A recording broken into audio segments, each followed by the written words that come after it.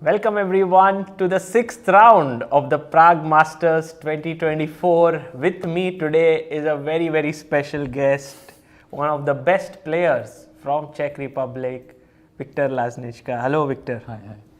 Viktor, it's a great pleasure to have you and to commentate with you for a few, we'll be here for a few minutes, for an hour or so. Thank you for doing this. Yeah, it will be great experience also for me because I didn't comment so much, so I'm looking forward. In English, maybe it's first time for me. Really? Yeah. Wow, we are lucky here. And so let's have a look, Viktor, at what battles are in store today. There we see Praggnanandhaa receiving the best game award because he won his game against Vidit in round 5. Mm-hmm. And these are the round 6 pairings. We have David Navara versus Richard Rapport, Nguyen versus Parham Maghsoodloo, Vidit Gujrathi versus Vincent Keymer, Nodirbek Abdusattorov versus Praggnanandhaa, Gukesh versus Mateusz Bartel.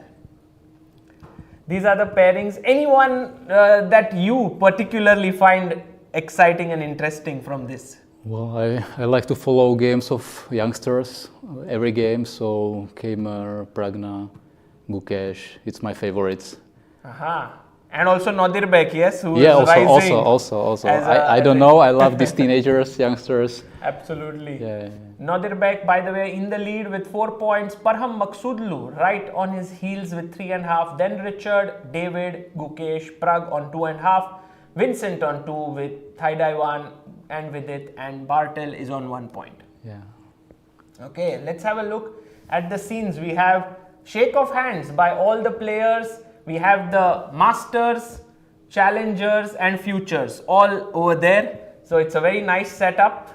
I used to play there also. You used to play. When was the last time you played the Prague Masters? Not in Futures, but in Masters. Which was the Prague Masters you took part? Last one? It was, I don't know exactly, 4 years ago or something like this. 2019, I think. Something like I played three years, I think, in a row. 18, 19, maybe 20. I don't remember exactly. Yeah.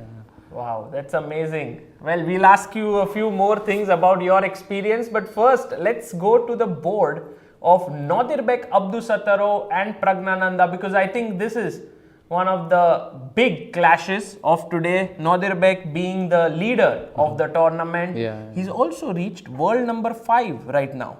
Live rating. Yeah. Live rating. He has a live rating of 2761. Yeah. While Praggnanandhaa, of course, one of the big talents and also has reached the candidates. And we have E4, E5. Have you played with Nodirbek before ever? No. He's too young. I escaped chess before he emerged. So maybe some blitz game. I don't remember exactly. Yeah. But he wasn't sure so strong as he is right now. Yeah. Also Pragg? Probably no games. Also, too young. Too young. I am also retired, so we can say old for chess players today. Top 10, it's youngsters mostly. Okay, Magnus and so on, but youngsters are actually rising. I see this actually this year 2024 to be like this year of change. Maybe. Because until now we had all the top players, still they are there. Like for example, you have Caruana, you have Nakamura, you have Ding, all of them in top 10. But now the youngsters are really moving up. The average rating of top 10, top 20 is decreasing. I think very significantly. It's great. I like it. Yes, you like the youngsters coming in? Yeah. Especially I like Indian one, I say, because they also meditate, I think. They are peaceful persons and I like it. Yes, that's what Pragg, before the game or first move, he kind of takes a few seconds before making his move. Yeah, to concentrate with it also, I saw. Pragg. To calm down a little bit. Yeah, it's important, of course. Not only before the game, but whole day, whole life. I would love to let our viewers know more about your way of living, but and what your practices are. But first, we will look at the few games. Sure. Bishop A4. This is the standard Rui Lopez that we see. Yeah, nothing special so far. But Knight something E7 special maybe. here, Yeah. yes. I don't know lines with Knight E7. I played before some Spanish, Knight F6 of course, but this is computer analyzed very deeply, I think, everything. Well, 97, I guess what Pragg essentially might want to do, Victor, and you can tell me if my thinking is correct, is to put the bishop here perhaps, and then castle. Yeah, probably. It's the most logical, seems, yeah. But he can play d5, there are many options, yeah. It depends how white will play. Right, right. And you can see Nodirbek also taking his time here. Generally, he is like blitzing out his opening moves. Yeah. But with Knight G, oh, there he is. He didn't stop. I thought he will think for a bit. He's but just remembering, I guess. No? Yes. They knew everything. I think they are prepared for every possibility. Right. And so castles has happened, and I believe Pragg might go for this d6 move. There is also b5. There is, and oh, he goes knight g6. Wow. Here.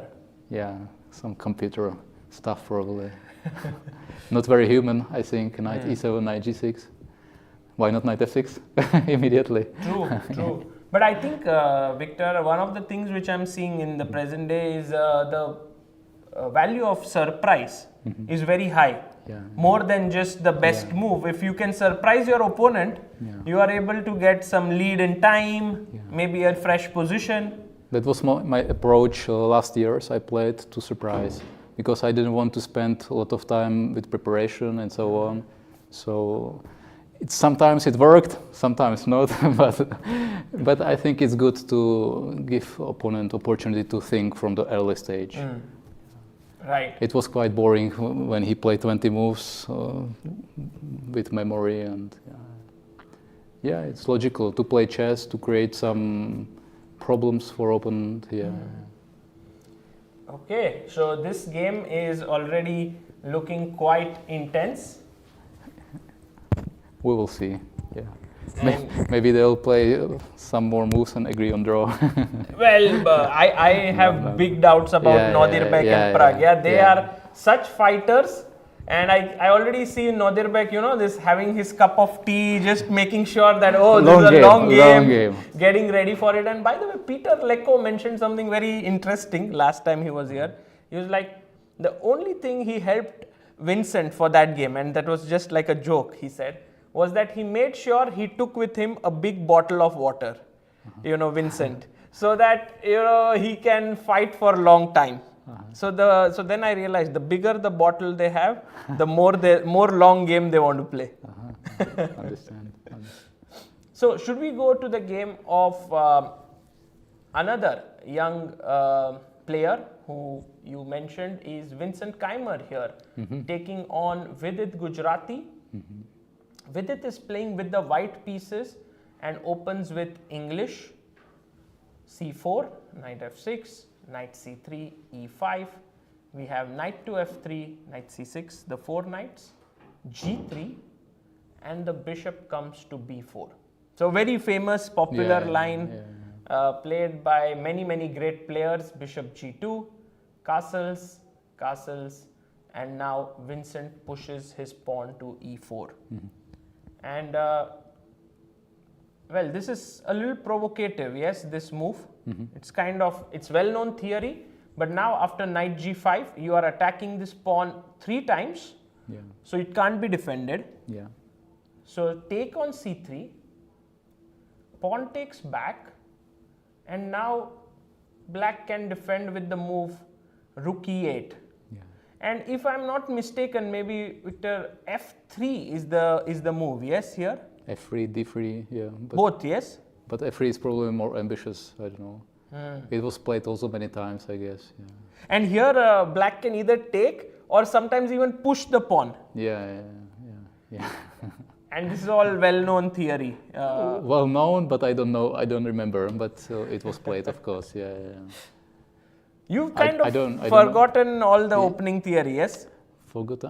This one I didn't study so much, yeah. I don't maybe d3 was main move, I don't know, I don't exactly. But I know that there is idea with f3, e3, but what exactly is evolution, I don't know. Right. many possibilities. Yeah. But we did see Vincent play rook e8, and with it actually Queen goes C2. for queen c2. So Yeah. once again attacking this pawn 3 times. Yeah, because maybe it's better for white with queen on c2 and queen on e7 to play f3, not immediately f3. I don't know. But queen e7 or d5 or... You think d5 also could be possible, yes? I don't know, take, queen takes d3, e takes d3. Yes, No- and if no I pin. take your queen, you take my No queen, pin. but then I can take on f7. Well, maybe it's unclear. With pawn on c2. Yeah, I missed this of course, but but take king f8, bishop a3 maybe. Okay. Maybe it's bad, yeah. Very interesting. But even if I take here, no? Yeah, okay. Maybe King here. takes and some... Some compensation. Maybe if I lose on c2, of course, there is no compensation. But so far, maybe bishop f5, I don't know. I don't know what is theory, I don't know. Right. So let's just quickly, maybe we have the mega database here. I can try to see if we can know what is the opening theory like here. And I think Vincent knows for sure. yeah, Vincent knows these things. Yeah. He's actually one of the best prepared players out there. So knight g5, bishop c3, bc3 has happened in 2,200 games, Victor. So that's a lot of games here in this position. And then the main move rook e8, and now f3 has been played in 1,500 games. But queen c2 in 457 games here. And in fact, here after queen c2, the main move after rook e8, queen c2, black has played queen e7. But there's also another move which is interesting and which you mentioned is d5.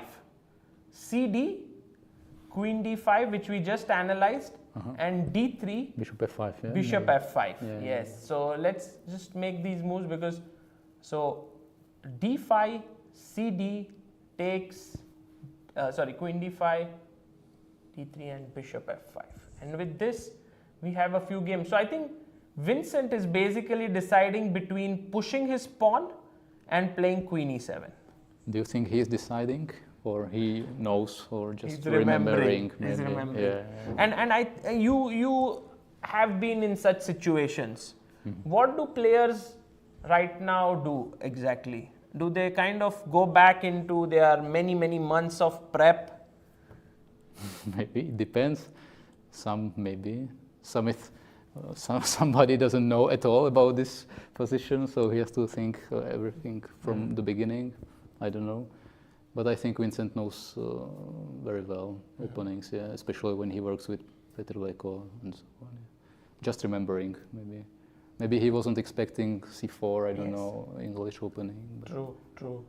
By the way, you yourself have worked with many top players. Is this true?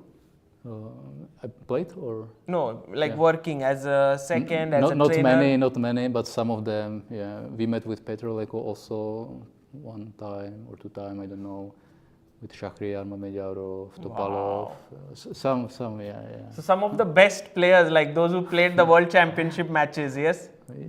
Yeah. And those training camps, were they very intense? Like when you worked with them? It was intense for me because at the same time I studied at the university, so I was preparing for my exams and at the same time working, I don't know, 10, 12 hours a day on chess with them. So it was intense, doing sport and all together. So yeah, it was no relaxation. But when you worked with these top players and you yourself have reached a rating of 2700 plus, what difference did you see between yourself and them in terms of preparation? They have seconds. They have many people in the team. They work for them. I had also a computer specialist who worked also with Topalov also. So it was great help for me, but mostly I worked alone on myself. So it's very important now.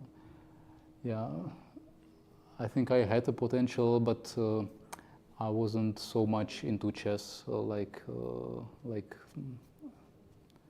anybody else from top. I don't know, because I wanted to study university and so on, so I divided my interest a little bit. You studied what in university? Well, I started politics, economics, and some other. Wow. I studied for 10 years, so. You studied for 10 years. You reached 2700. I mean, that's also impressive. Yeah, like impressive, but nothing on the top level. Okay, good, but it could be better. If I would focus on chess, probably I would reach maybe to 750 or something like that. I don't know. But yeah. Well, anyway, for majority of the people, what you achieved is amazing. Sure. Yeah, it's okay. It's normal. I don't know, amazing or not. Let's go to one game which has caught my attention from these 5 boards, because here we are waiting for Vincent to make his move. It's between Richard Rapport and David Navara. I think these 2 players, you've played them several times, if I'm not mistaken. They are like from your era or your age. Not David, Richard is younger. I don't know, 10 years, maybe younger or more. But I played with him some games, and I beat him in our 3 games. And then we played a match in Czech Republic, and he leveled the score. Yeah, he beat me. He was already 2-7, more than 2-7. So before it was easier for me, but it was interesting. And with David, I played also match in Czech Republic, and it was maybe one of my best matches ever. I beat David 4.5, 1.5, and I think you also crossed 2700 there. Yeah, in the time, it was my great. And I was number 1 in Czech for some months, and I crossed to 7, so it was, I was happy. Actually, I put some goal like this to cross to 7 when I was, I don't know, 10, 12 years old, and it happened. And since then, I lost motivation, I can say, completely. You mean after reaching 2700? Because that was one of the things you wanted to achieve. It was the main thing in chess. Once you achieved it, it became like I not the best thing. No, it was, for me, it was best thing. For Czech national team, maybe it wasn't best thing, but for me personally, definitely. Because I could finally discover that life is richer than only 64 squares on a chessboard. So for me it was important, and since then I am careful which goal I put. Which goal you want to pursue, because it can take away a lot of time from your life. Yeah, because this goal, I am strong-willed. I have strong will, and if I put some goal, I usually make it. But during this journey, I destroy myself usually, because I did not exactly what I wanted later on, and it was very stressful, big tension. So I'm more careful now. That's a very important point you mentioned. It's not only about how you do something, but also what you decide to do, the goal. If you like it, if you don't like it for another people or for some result only, if you like process, it's very important, And it wasn't my case. Yes, very wise words there, amazing. So David... That's why I like these Indian youngsters, because I think they are cyclically more balanced, not only chess, but also this inner life and mental life. Very interesting. How would you describe the style of David Navara's play? Dynamic, very dynamic. Maybe he calmed down a little bit. He is also older than, he's 21 years older than his opponent today. I read some article, it was written there. What? So, he's 21 years older? Than Gukesh. Sorry, he's playing Richard today. Yes, but when he played Gukesh. Gukesh. This time it's not so much, but also some difference. So he's dynamic, but he can play perfectly endings, positionally, everything. But He's tactical mostly. Yeah. I beat him in a match in a boring position. It was my tactics, boring, calm positions. So it was a little bit like Karpov, Kasparov. Yeah. Yes, like you were more like Karpov, he was more like Kasparov. Yes, when I was, 10 years, I had a book of Karpov and I studied this all the time, so it influenced me. Unfortunately, I didn't have book of Kasparov because I missed a lot of tactics in my games and dynamics. So it's, the best players are balanced. They could play good tactics and also positional everything. Yes, yeah. I think it's Universal very important to pick your first chess book carefully. Yes, like I remember I picked from a bookstall the book of Capablanca. And it shaped my style. Like I became more positional. It's not bad to pick first book, but not just only stay. To read more different players, different styles, to be universal. Because in top level they'll find your weak point and they will push you there. Yes, that's true. That's true. So Richard Rapport has chosen the King's Indian defense. It has been his go-to opening in this tournament. He played it with Praggnanandhaa.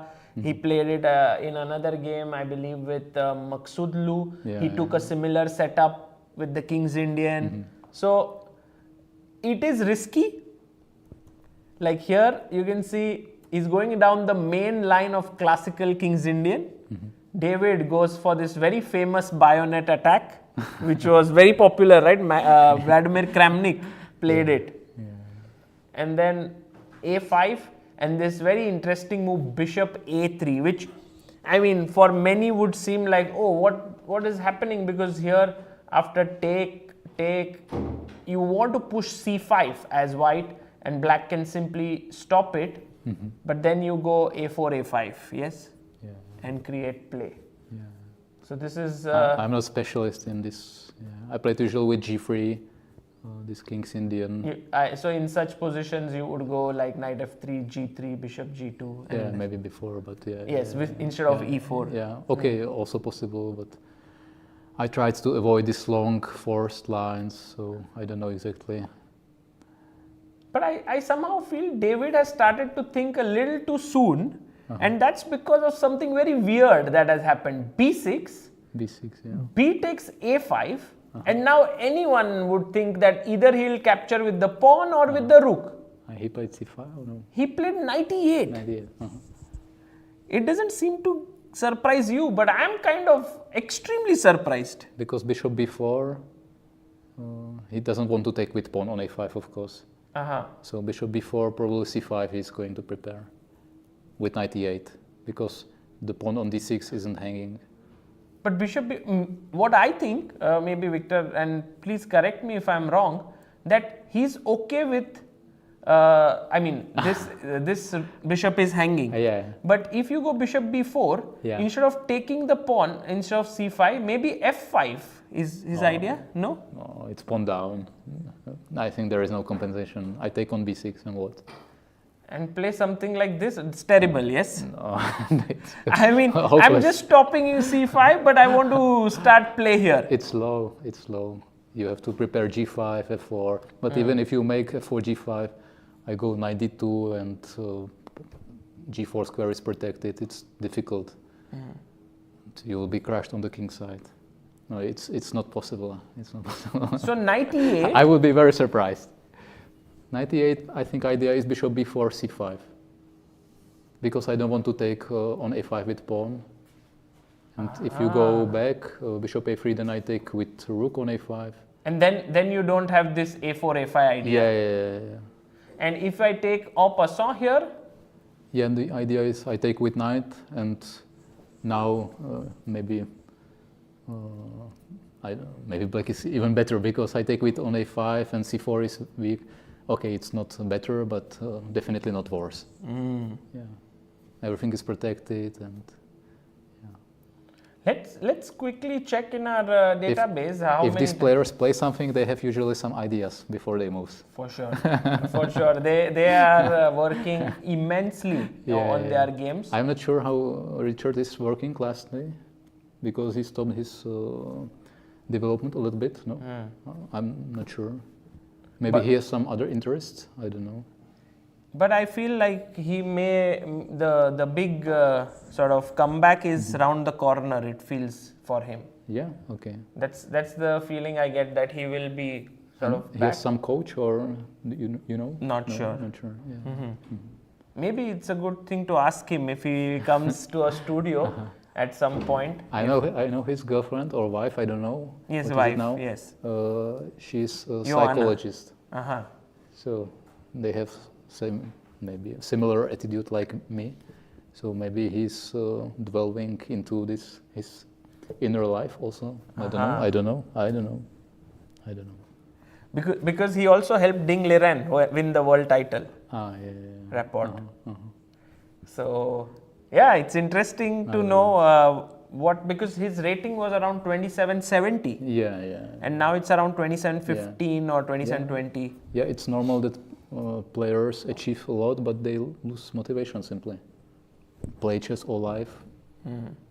They start thinking, and what else? I don't know.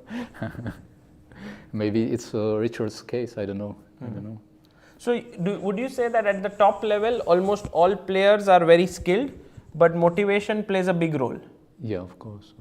Magnus also lost some kind of motivation, no? Yes. He just plays when he wants, but no motivation to defend title. It wouldn't be possible for Karpov, Kasparov. They would defend, of course. Yeah. How is it that they did not lose motivation back in the day for so many years? How what? Back in the day, like Kasparov, Karpov, all of them played for years and years without losing motivation.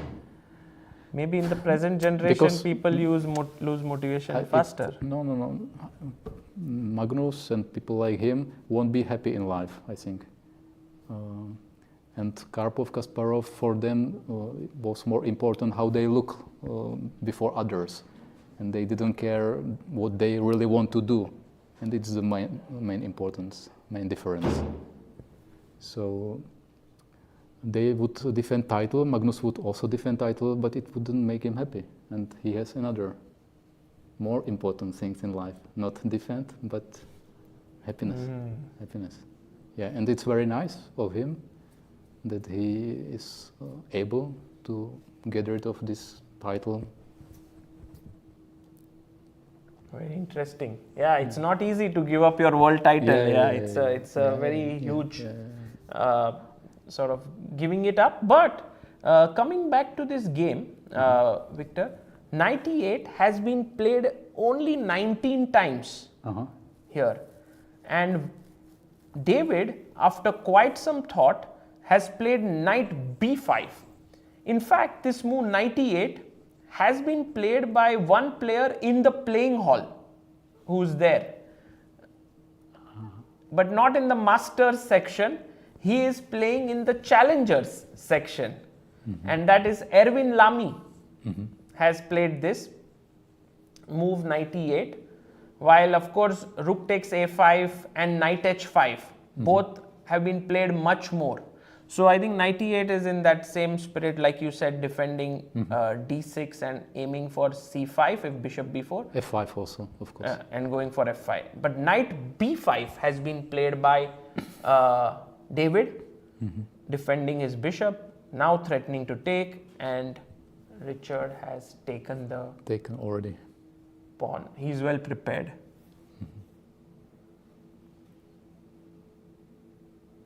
And after, I think he'll go bishop b4. Yeah, a4, a5, of course.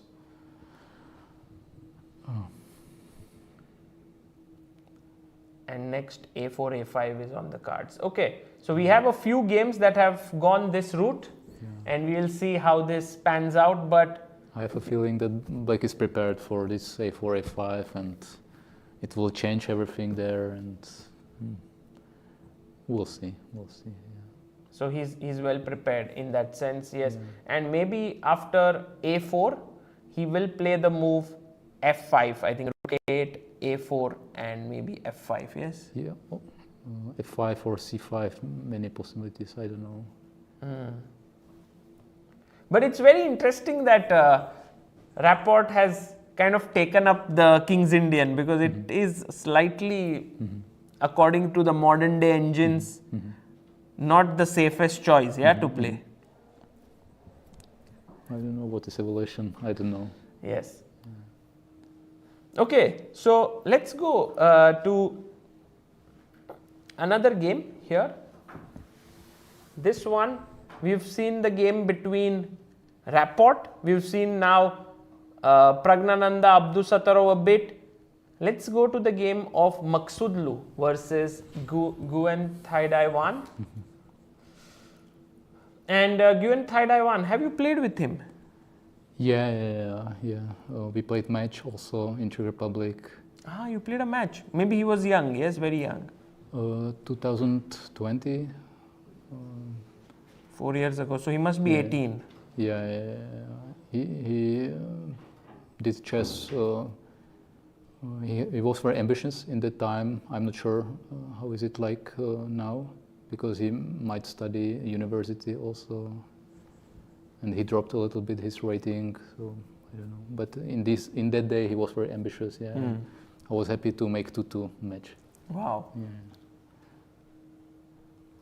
Okay, it was played many times. This opening, of course. Yeah. This opening is Ninja Indian Queen C2, which has been Nguyen Wan's go-to opening here. He played it with Praggnanandhaa as well. Take on C4, Queen C4, and now B6 to bring the bishop out here and hit the queen is the idea. Yeah. So knight comes out, bishop A6, check, queen here, and you go back. Yeah, it was considered that black is completely okay. I think I don't remember how. Queen C6 possible or C5 somewhere. Yeah, but maybe he has some idea with white, but black is doing fine. It was played many times, of course. Yes, this has been also played several times, this opening, but let's see if Wan comes up with something new. And also Maghsoodloo has a lot of time more, which is a bit surprising, because you go into this line and then you think for 19 minutes, which is surprising that Wan has thought for so long. Maybe he was surprised a little bit. With D5, yes? Maybe he was expecting something more aggressive from Maghsoodloo and some solid stuff like this. Yes. Yeah, this looks very solid. We'll come back to this one. But Parham Maghsoodloo also very sharp player, and right now one of the most exciting players in the world of chess. Yeah, of course, but he's not as universal as other players, I think. Yeah, so his technique or strategic abilities are not that good. So, but if he is in good shape, he can win, of course, tournaments. But I think he won't be world champion. Wow. But he can improve. He works hard probably, but these youngsters are more talented, I think. He's older also. Yeah. Good player, good of course, top 10 maybe, long time, but world champion is different story. To be a world champion, you think you have to be more rounded as a player. Yeah. You can't have like your strengths and weaknesses. Of course. For example, Nepomniachtchi was very tactical, very good, but he improved very strongly in his positional style, in the strategy also, and he became much stronger much stronger. If he can do this, Parham, he also can become very strong, but I have some doubts. I prefer Pragg, Gukesh and Abdusattorov and players like this. Vincent, Keymer. Yeah. Would you also like think about working with these players in future, or that's nothing? That's something that does not interest you. No, I've worked with some players, but I like chess, but I like to enjoy chess, and it doesn't mean that I want to work 8 hours a day or 10 hours a day. It's already behind. That's the life of past, yes? Yeah. And interesting player is of course Alireza Firouzja. I don't know what should I think about him. Maybe this young generation will skip him, maybe, or he will race again. I don't know. But Alireza is also very young. Yes, this. Yeah, of course. The thing of course. is, he peaked so soon Yeah, that yeah. now everyone considers him already like a mature GM. But actually, he's just maybe 21. Yeah, he reminds me generation of Nakamura and like this. But he's of course 15 years or 20, I don't know, younger. Yeah, but I don't know. Yeah. Mm-hmm. He wants. He probably has ambitions, and he works on chess. Yeah. Yes. Yeah. No, he's very ambitious. Yeah. But I think in between he did study fashion designing. That's what everyone got to know, and then maybe now he's again back to chess. He said now because he's qualified to the candidates. Okay. This candidates is very interesting in a way because you have Nepo, Caruana, Hikaru, Firuza, and then 3 Indian players: Vidit, Gukesh, Pragg, and Abbasov. You have someone whom you think is a favorite here? I would bet on Nepomniachtchi, Caruana, but they can surprise, of course. But I don't think they would win the tournament. You mean the youngsters? Yeah. Maybe next cycle, but we will see. Everything is possible. Will you follow that event? Of course, I follow online. You follow? Chess. Yeah, I like chess. Follow. I don't like play long tournaments, but I like to follow. Yeah. Also, I bet sometimes, not very successfully, but maybe Abdusattorov can surprise in candidates. But he's not playing. Yeah, that's right. Yeah, sorry. Yeah. But that's what everyone thinks he should be playing there because he's like world number 5. But somehow he didn't qualify through any route. Next time. Next time, yes. Let's go to this game. And Victor, here you might enjoy it a bit between Gukesh and Bartel. Yeah. And I think Bartel is someone you might have played a lot with. Maybe in your team as well, yes? Not a lot, but we played next to other because we played in the same team in Novibor for a long time. Yes. Yeah, so I know him good, but we didn't play so much games. Maybe when we were young, very young. Yeah, he's a good player. Now he's playing, he has a good period, but of course it's different level than other players in this tournament. Yeah. But look at this, what he does, Gukesh. Takes. What is the move you would play here? With white? Yes. Bishop f4, bishop g5. Of course, bishop f4, bishop g5, and all of a sudden Gukesh goes h3, yeah. Because knight h5, yeah. After bishop f4. Oh, you are very quick to grasp this h3 move. Because I studied a lot, so this is typical, all typical. I don't know exact move order, but motifs and so on. You don't forget it so quickly. Right. So he goes knight d7. Gukesh happily puts his bishop now on this diagonal. Yeah. With h3 already played, knight h5 makes a little sense because now the bishop would drop back. What was your idea of h3 move? You thought that he will play g4 or? No. You know this game between Ding and Nepo, yes? I think they did something like this. And then he played h3 here. Isn't it here? I think Ding played against Nepo. Here it's strange, very strange. No, but he did it. So that's why I thought Gukesh also is doing something like this, but actually he has more logic. Yes. So knight d7, bishop f4, knight f8 by Bartel. Not losing time with rook f8, rook e8, immediately going to g6. Or e6. With the knight. So many times black castles, then plays his rook here, then brings his knight. But here he's just quickly getting this in. Yeah, but everything is possible, many lines. Bishop goes back, bishop d6. Knight e5, yeah. Knight e5, not trading. To make some trouble. Yeah. Otherwise it would be too easy for black to exchange everything. With this knight, suddenly you can't trade. And if you try to attack this, maybe there are some ideas like even f4. Of course, yeah. I don't want to take on g6, f4. Yeah.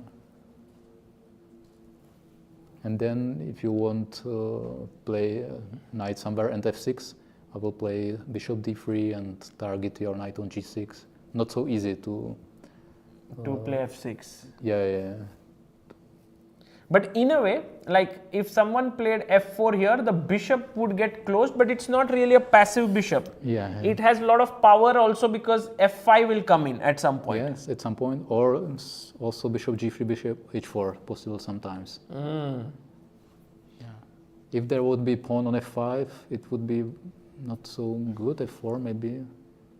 But now there are some possibilities, g4, f5, or we'll see, many possibilities. White can play with long castle. It can be very attacking game. Yeah. And Gukesh loves such positions. Yeah, he loves messy positions. Yeah. But it was like, did you see the game of his and Navara? Probably, but now I don't remember. He has just played one day before, like before the rest day, and Gukesh was better, and then he blundered and even lost that game. So it's an important game for him to make a comeback. Meanwhile, Bartel is at the bottom of the table right now, and if he wins one game, that would also boost his confidence in this tournament. Yeah, of course. But I don't believe that he will win, Mateusz. Yeah. If I would bet, I would put win of white in this game. Aha. So you are already betting, but you're on Gukesh in this game. Okay. So let's have an overview of this 5 boards that we have. We actually looked at all the games, and perhaps there's one game which does catch our attention where we had started off with, which has moved on, which is the game between Praggnanandhaa and Abdusattorov. This one is right now the one which has moved quite a bit. So after knight g6, we saw that Abdusattorov wanted to play c3 with the idea of d4. He went d5, pawn takes, queen takes, and you had mentioned that d5 is possible. Yeah, it's a sharp line, of course. Bishop b3, he goes in, bishop kicks the queen out, queen goes back, rook e1, bishop e6, and this is the current live board that we have. Whoa! Is black aiming for long castle? Yeah, why not? Yeah? Yeah. A very exciting position actually between these two youngsters.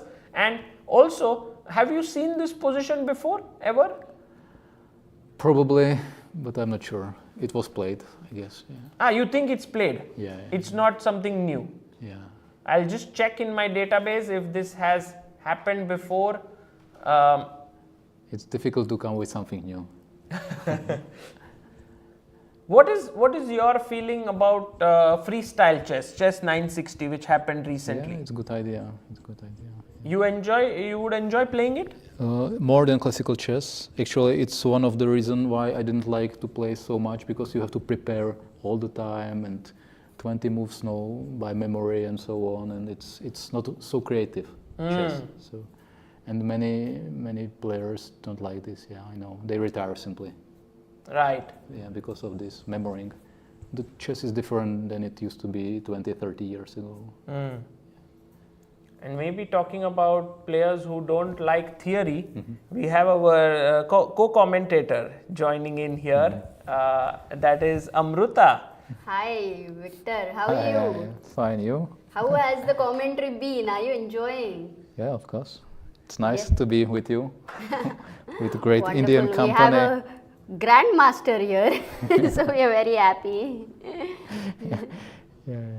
Grandmaster who doesn't know any theory, almost. No, which is great, because then people know that they can become grandmasters without knowing theory. No, I used to know good theory, Of course. but in these days it's changed. Yes, so becoming a GM without theory, Not possible perhaps, but becoming a GM and then forgetting theory is okay. Then you can. It's better. You play wiser, you become wiser, so you don't have to know so much theory. Wonderful. But Sagar, I went to the tournament hall and it was, I took some pictures after some time and it was amazing, the environment, the people who can sit there, watch the games. Then there is open tournament which is happening. The futures are all, looking at the screen. There is so many games to watch. It's also inspiring for these young kids, no, in futures group, because then they know that, oh, the masters are just nearby. This is what we have to aim for. Totally. And you know what the main difference between masters and futures is? Hard to guess. They are all drinking orange juice, whereas the masters are drinking tea or coffee. Oh, yes. But yeah, by the way, Praggnanandhaa in the opening made quick moves and then he was roaming. He was away from the board for a long time. Nodirbek was thinking, I don't know if it was after the move d5 takes, but Nodirbek had to go in a long Yeah, time. Nodirbek has been thinking, and you know what? This position has been reached 8 times before. Raunak Sadhwani has played it a lot with black pieces. So Raunak and Pragg, by the way, born in the same year, and maybe they work together. I am not sure. Yeah, perhaps they are, and or maybe Pragg just got inspired by Raunak's repertoire. But in this position, Pragg went for this move Bishop E6, which has never been played before. Which move they played? Bishop E7? Bishop E7 has been played before, but he goes for Bishop E6. More ambitious, yeah, maybe. Castle long. Wow. Oh, long castle would be amazing. And maybe White do can you try go and punish D4 it with now? this move, or it seems to lose time. Bishop D5 or? You want to preserve the bishop. Very interesting. Putting it in the center. I thought you might just castle long, but then I like my bishop. yeah, you just lose Okay, the very it's key also, bishop. also possible, but white squares, I prefer to keep my bishop if it's possible. And for bishop d5, what if, oh, by the way, he goes d4, exactly. The Plays question. D4. Will it not become weak, isolated pawn after takes long castle by any chance? Yeah, but some dynamics. Intermezzo. What It's intermezzo? ED4, knight g5, Yeah, right? possible also, yeah. But then he'll just castle. And there is some rook e6, knight f7, maybe. I don't know. Interesting. Nice, nice. Wow, this can get very sharp. Yeah, sharp. I don't know who is better, but sharp also. Look at Nodirbek there. But you know what? I'm sure what Nodirbek wants is to take back with his pawn and then put his knight here. He also likes such structures, just free-flowing play. But then tell me, if black long castles, normally the c2 bishop has a very nice, diagonal there on h7, it's eyeing at. The bishop on c1 is also aiming at some attack over there. But after long castle, it seems that both of them are suddenly a little, not too stupid, but a little stupid. Yeah, it looks fine for black. Yes, I agree. That's true. It's not the most ideal, but also d4 pawn looks weak. Like if I go knight c3, maybe you can just snatch the pawn. So perhaps it's not so simple for Nodirbek after pawn takes, but I'm sure he has some idea after ed what he wants to do. Yeah. And maybe he wants to go to Victor's line, which is knight g5, long castle, rook e6 takes, knight f7. But maybe it's not the best way to continue For white. for white, as the bar just dropped Yeah, there. yeah, So, maybe. so we don't know exactly how. But we keep this pattern in mind. Yes. So maybe there was one moment after knight g5, not to take rook e6. Yeah. How else white can continue if he wants to? Yeah, maybe. Queen f3, is it a possible move? Queen f3 or knight e5 jumps? But also d3, yes, that has to be looked at, like pushing the pawn. Yeah, and you can't maybe let can it get stay. dangerous there. So, yeah, let's wait for Nodirbek's response here after ed4. Pragg's response first. I think he will take. What else? Yeah, here. Victor, what would you be play generally? Would you play e4, d4, everything, or were you playing First one move? opening? First move? Yes. Mostly d4, c4, knight f3. Not so much forced lines. Some positional stuff. More towards Yeah, structural yeah, things. yeah, yeah. Mhm. This is too much action for me. Too much calculation. Also, look at the size of Pragg's bottle, by the way. Very long game, yeah. Anyway, yes, continue. Yeah. Too many possibilities here. ED4 and I don't know what to do. They are coming to equal time, and Nodirbek looks doesn't look tensed at all, but Pragg looks very relaxed in comparison. So I believe with his expressions, it seems that he is a little happy with the opening, Sagar. That's what it feels like. Yes. But let's see what he's going to make his next move. Whether he will long castle or any other idea, I don't really see. Oh, you also think here long castle is possible? Oh yeah, yes. direct long castle. No, Direct. that was by mistake I said, but now that I... No, but it does make sense because after takes, let's say bishop takes, we can still snatch this pawn. Because after take, if rook takes, then this is hanging. Yeah. Black is better. A little bit. Knight d3 coming. Yeah. Yes. Okay, so we'll come back here. Let's quickly check Vidit versus Vincent game because we left it at queen c2 and then queen e7 did happen. He didn't go for the sharp line with d5. He played queen e7. Vidit went for d3. Pawn takes,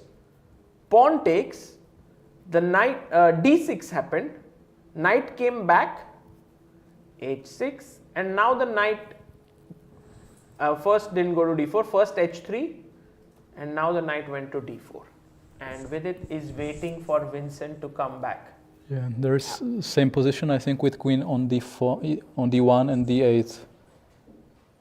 They played some games.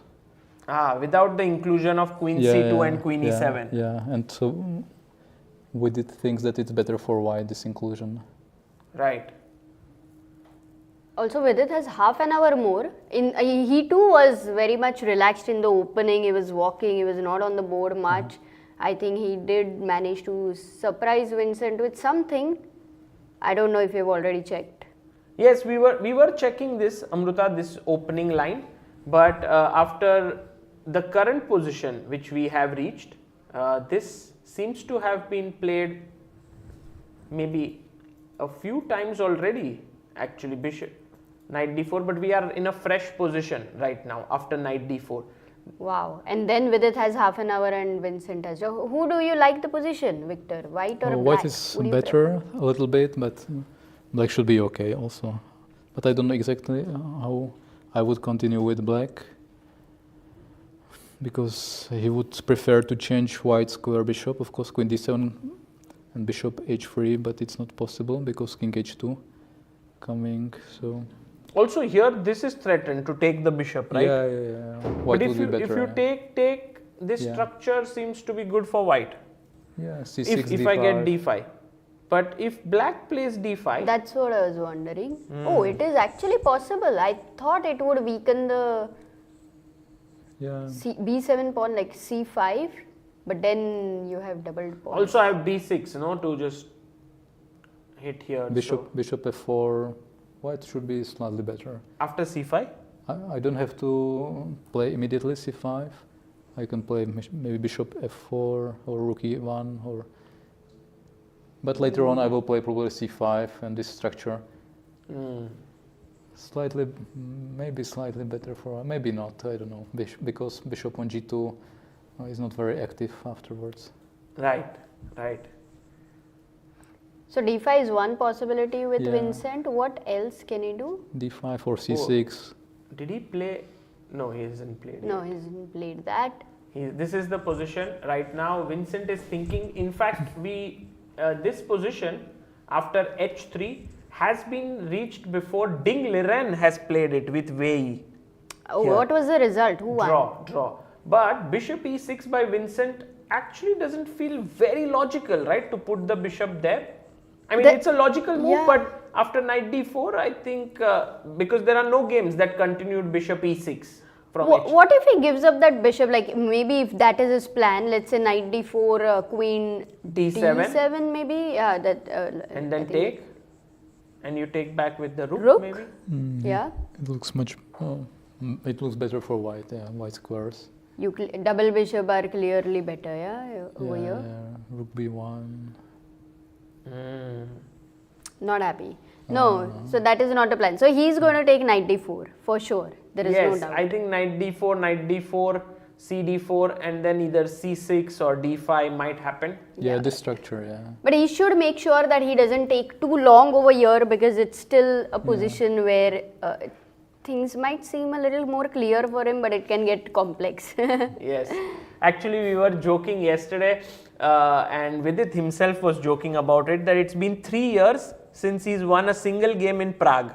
Really? Because he played the last edition and he didn't win a single game. And now, until now, round 5, he has 4 draws and 1 loss. And so finally, he played yesterday against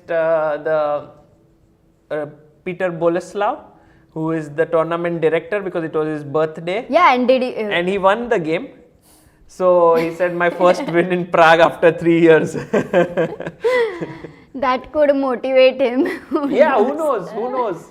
The tournament director and also the sort of manager of Novi Bor wants to do the best for his players, and perhaps this is what the way it is. Okay, d5 played. Has happened. By the way, today in the beginning, I don't know if you were able to see, but Peter was gifted this big, very nice, I don't know, soft toy like a knight. And they wished him on his birthday. Yes, the team. So it was very nice. Very nice. Yeah, and Pragg won the best game of the day award. Yeah, d5 is played. By the way, Vincent did not think much over here, so it means it's a very logical way to play. And I think he is confident of defending, especially after he played a game with Richard Rapport, where he had to defend with a very bad bishop, Victor over there, and Vincent did it like very solidly, unbelievably solid. So this one I don't think is a difficult thing for him. Okay, so we'll wait for Vidit's response here. Let's go to David Navara versus Richard Rapport, which is kind of a clash of ideas here. A4, F5 did happen by Richard. And here David goes knight e2, and finally Richard is thinking.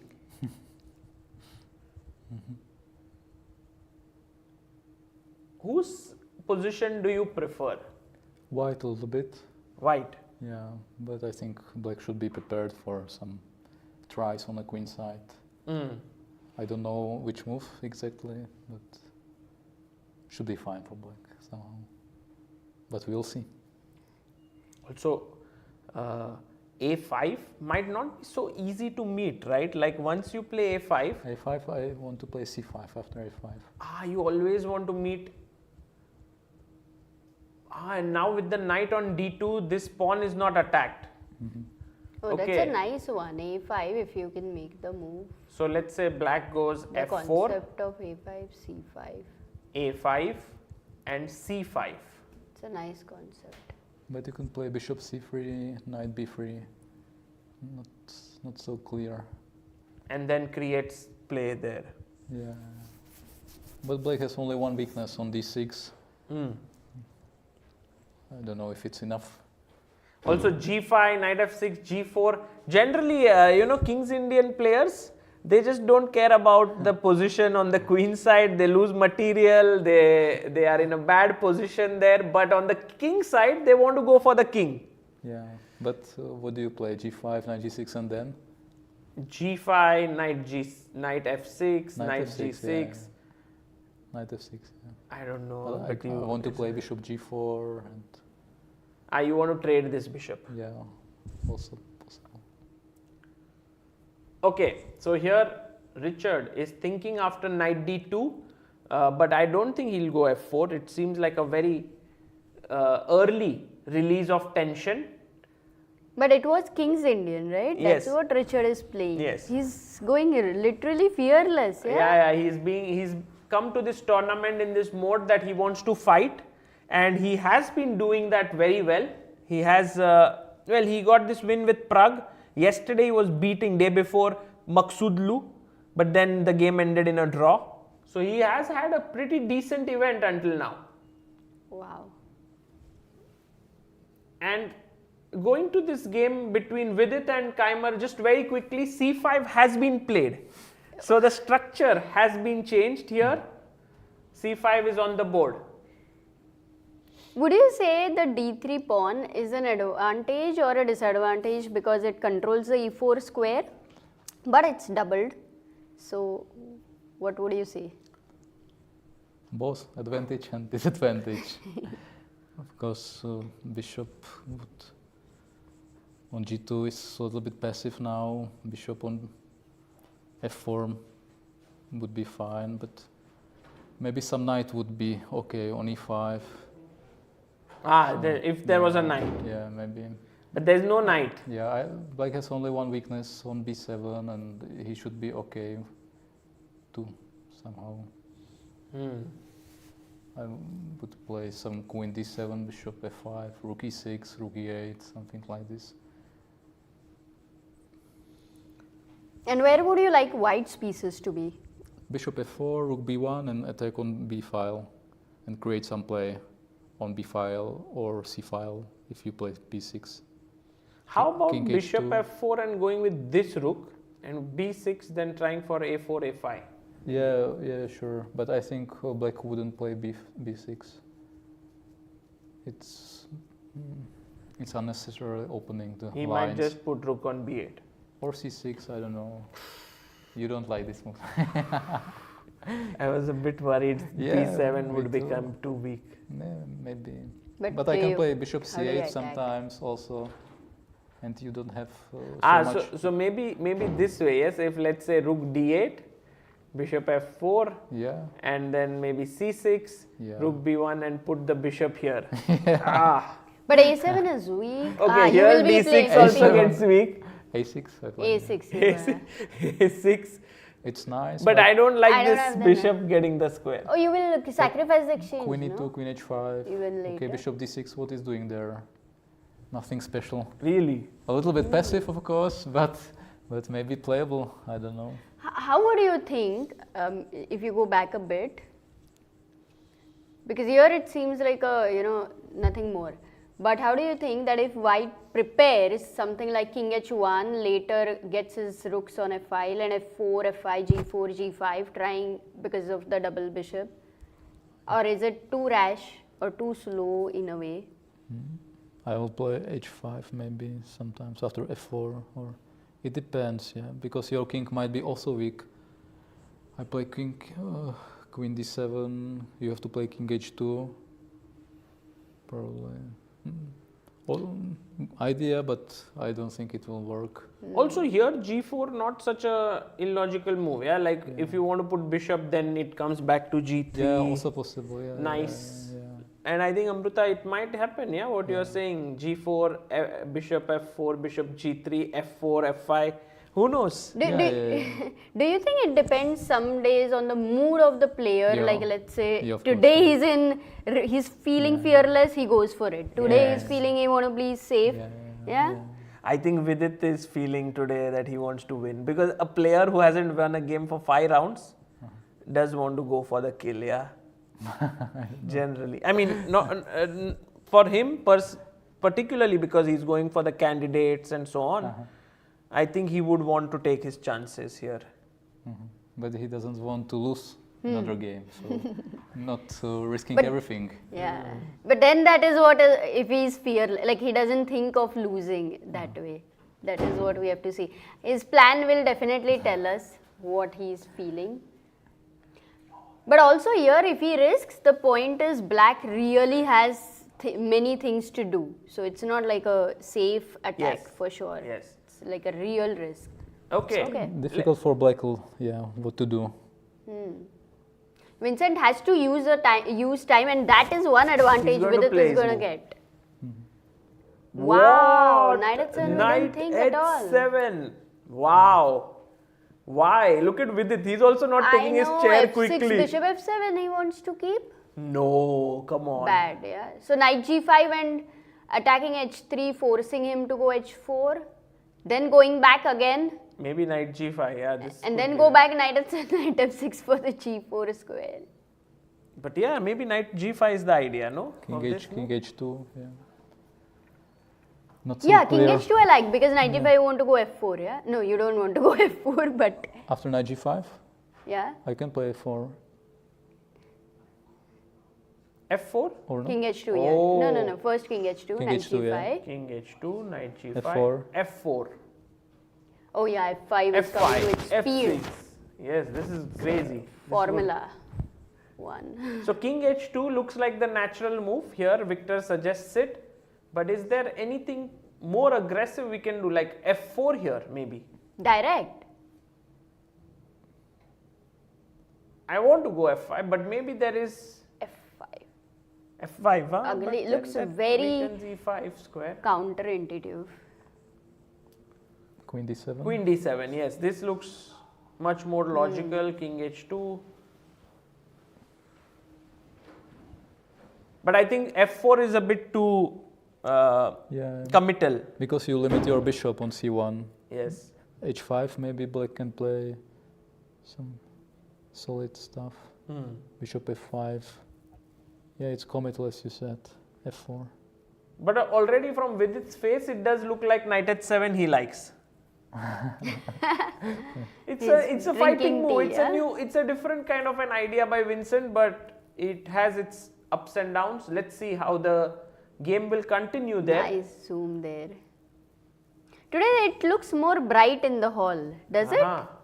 Maybe it's also bright outside today. Yeah, It's sunny. Sun is shining. It's a nice day today. Maybe people are feeling bright today. It's a new week. After rest day. Yes, Yes. exactly. Let's go to the game between Gukesh and Bartel, because there Gukesh seems to have already got quite a solid edge out of the opening. Because after we left it at this position, bishop d6, knight jumped in to the center, pawn came up, and Gukesh developed his bishop. Bartel chopped off, takes, and now knight d7 attacking this twice. But what is Bartel doing here? I mean, is this a good strategy? Knight C5 idea maybe. Knight c5, he wants to come here and then eventually, what if I just defend with f4? Yeah. some f4 or queen h5, I thought. Queen h5, oh, Queen H4. Oh yeah, you Queen H5. Queen h4 is good. oh no, bishop g. No, I thought after F4 Queen H4.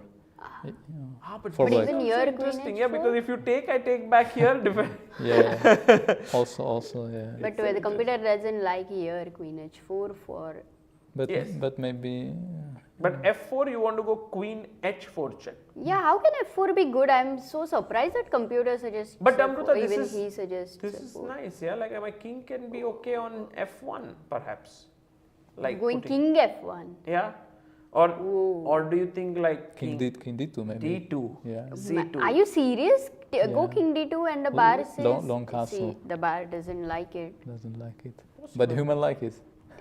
But actually, practically, it's playable. You're right. I played thought, once in a game. King D2 in the similar position With whom? with Stanislav Cipka, international master. And what happened? Okay, it wasn't that good, but he didn't react correctly, and I won very soon. Okay, so that is practically possible, king d2, and the best move is king f1. Yeah, Sagar, over here? I don't know, maybe king f1, maybe king d2. There's also possibility of putting king on e2. It's not completely pointless. I was also wondering if g3 didn't make sense. Yeah. Also. Because if you take this pawn, okay, you wasted time. I have a strong center. Yeah. I move my queen. I long castle. Yeah, sure. So very exciting game here, and as always, Gukesh is bringing this energy into the game, and also Bartel is bringing that, because Bartel is not one of those players who likes to play sort of dull chess. He likes to mix things. He made the position very concrete now.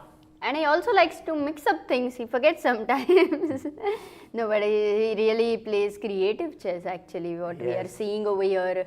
Yesterday we realized in this on the rest day, when the players went to this activity which is Science 21 lab, they went there and they played Matheso. We realized that Bartel had very strong visual memory. He was one of the best player in that game of Matheso. He could remember where the tiles were, and I think that was very interesting to see how the chess players were playing this new game. It's kind of a strategy plus memory plus many things mixed game of maths. And those who were aggressive on the chessboard were taking risks. Those who were positional were playing it safe. Yeah, it's like chess is It like, corresponds everything. yes, yeah. everything corresponds. Yeah. Wow. Though Bartel did say, I have a very good memory everywhere else, but chess, I don't remember. Which was funny. Okay, meanwhile, Praggnanandhaa has surprised us with his move. We were thinking about long castle here, but actually he played bishop e7 in this position. Now if d takes c5, it's the first question comes to the mind. And, oh yes, you can actually win a pawn, or maybe not, right? He will just take. Pawn. And that seems like okay. But why did he not long castle, or why did he not take? Sorry, I mean we were thinking about taking here on d4. That's a big question. Like maybe he didn't like something here.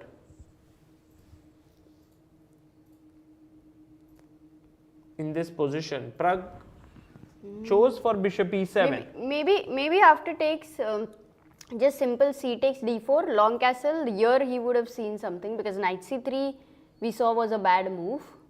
Yeah. But after long castle, But if you play bishop e3, I believe that black should be fine. Like such a position, black should not have too much trouble. But yeah, it's a question why Pragg didn't go for pawn takes pawn. He preferred bishop e7, and already the engines do prefer white very slightly. Nothing much, but a slight edge. Well, Victor, how about you give us a roundup of the positions and your thoughts, and then we had a great time here analyzing with you. We wanted to get your thoughts on the initial moments of the game, which was great fun. Let's do that. Yes. Okay. So, oh, Bartel versus Queen h4 has happened. What's your feeling about that game? Bartel will be crushed.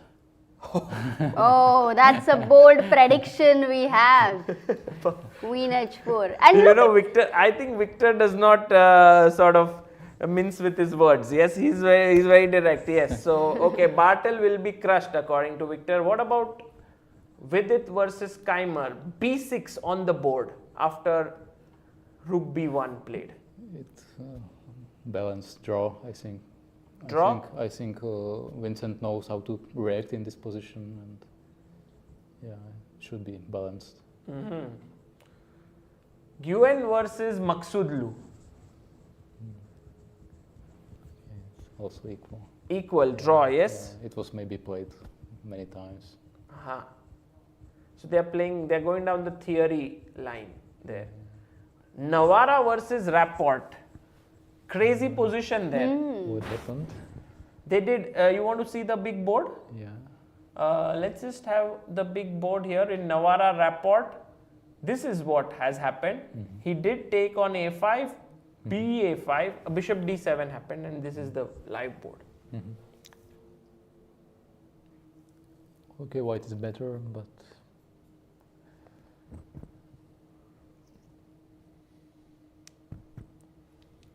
Tough, yes, to predict here. I would predict draw. Draw Yeah. in a King's Indian, yes? But many changes already. There is no queen side almost, and no target. No, but this is a big target. Yeah, no? one, but it like should be fine to hold it. Only one. No other weaknesses. Which means Richard, it's a good news for Richard, yeah, with the black pieces, if he feels that he has equalized. Yes, I think it's a good start here for Richard with black. And final game, Praggnanandhaa versus Nodirbek. What's your feeling here? I don't understand bishop e7 move, but Black should be fine. So. Draw. Oh, okay, I think it's equal, but result is completely open in this position. All three results possible. Yeah. Well, those were the results that Victor had, and by the way, guys, it was an absolute pleasure to have Victor in the commentary. One of the best players of Czech Republic, has crossed 2700, you know, been one of the top guys in the world of chess. Victor, thank you for joining us. Thank you. And we have an interview with him that we've published, which will be out very soon, where you can know more about him and his lifestyle. He is very, very spiritual and thinks a lot about himself now. Does not play much chess. You don't play too much chess. Yeah, I discovered that life is richer than I thought before, and I turned my attention more inside.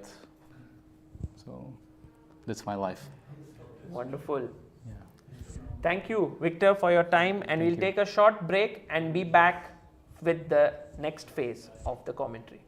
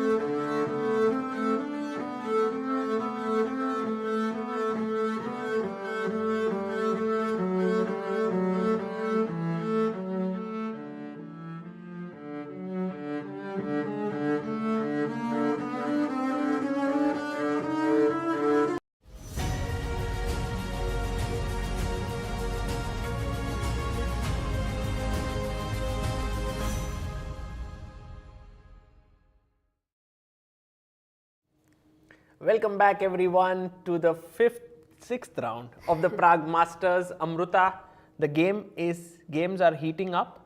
Yes, the king is in the center in Gukesh's game. You cannot believe it. Should we go to that game instantly? Exactly. Why are you talking to me? Let's go to the game between Gukesh and Bartel here. And we just seen Bartel castling while Gukesh's king is on d2. Victor Laznishka, who was here with us, went with those words that Bartel will be crushed. And he was so quick to say that with the king on d2. Amruta, my feeling is that might not be kind of true because the position looks very dynamic and balanced. And that's why Gukesh is very happy to play such a position with the who takes the king to d2. Exactly. And that to the center can be opened up with d4 or anything. You see this guy fearless. Absolutely. Just forget the bar for a while, but just think of the courage. I agree, Amruta. It's like you're going out at night at 4 a.m. on a road, on a street where you know it is full of robbers and everybody, but you don't even know karate, but yet you're going there and walking. Because you believe in yourself. And that's what Gukesh believes in his position. He thinks that his king is pretty safe here. But Amruta, Perception, Sagar. it's not so safe perhaps because as you correctly pointed out, d4 can be a dangerous break in the center. That's the first move which comes to the mind. Can we just look at that? d4 if you play. Yes, but right now it's white to move. So first maybe what would you play with white? My feeling is going towards Queen f3 as a move, just to connect everything. Exactly, same feeling, but oh my god, if you have the same feelings, then the bar doesn't like it. Yeah, it doesn't like it, but it's maybe logical, right? And Gukesh does not really, because I want to get my rook out and tuck my king in. But maybe it's this sort of feeling for harmony which is making me make the move which is not the best. Yeah, because harmony at the wrong time may not be the right thing. Yes, surprisingly. may lead to disharmony. But if we trade queens, do you think that would be good for white? Like if I go something like Queen e1, just offering a trade of queens. But why will black exchange with the king on d2? This would be excellent, right, for white. Absolutely. So, then king should be in the center in the end game, and white has got it beautifully. So queen goes back, no doubt. Yeah.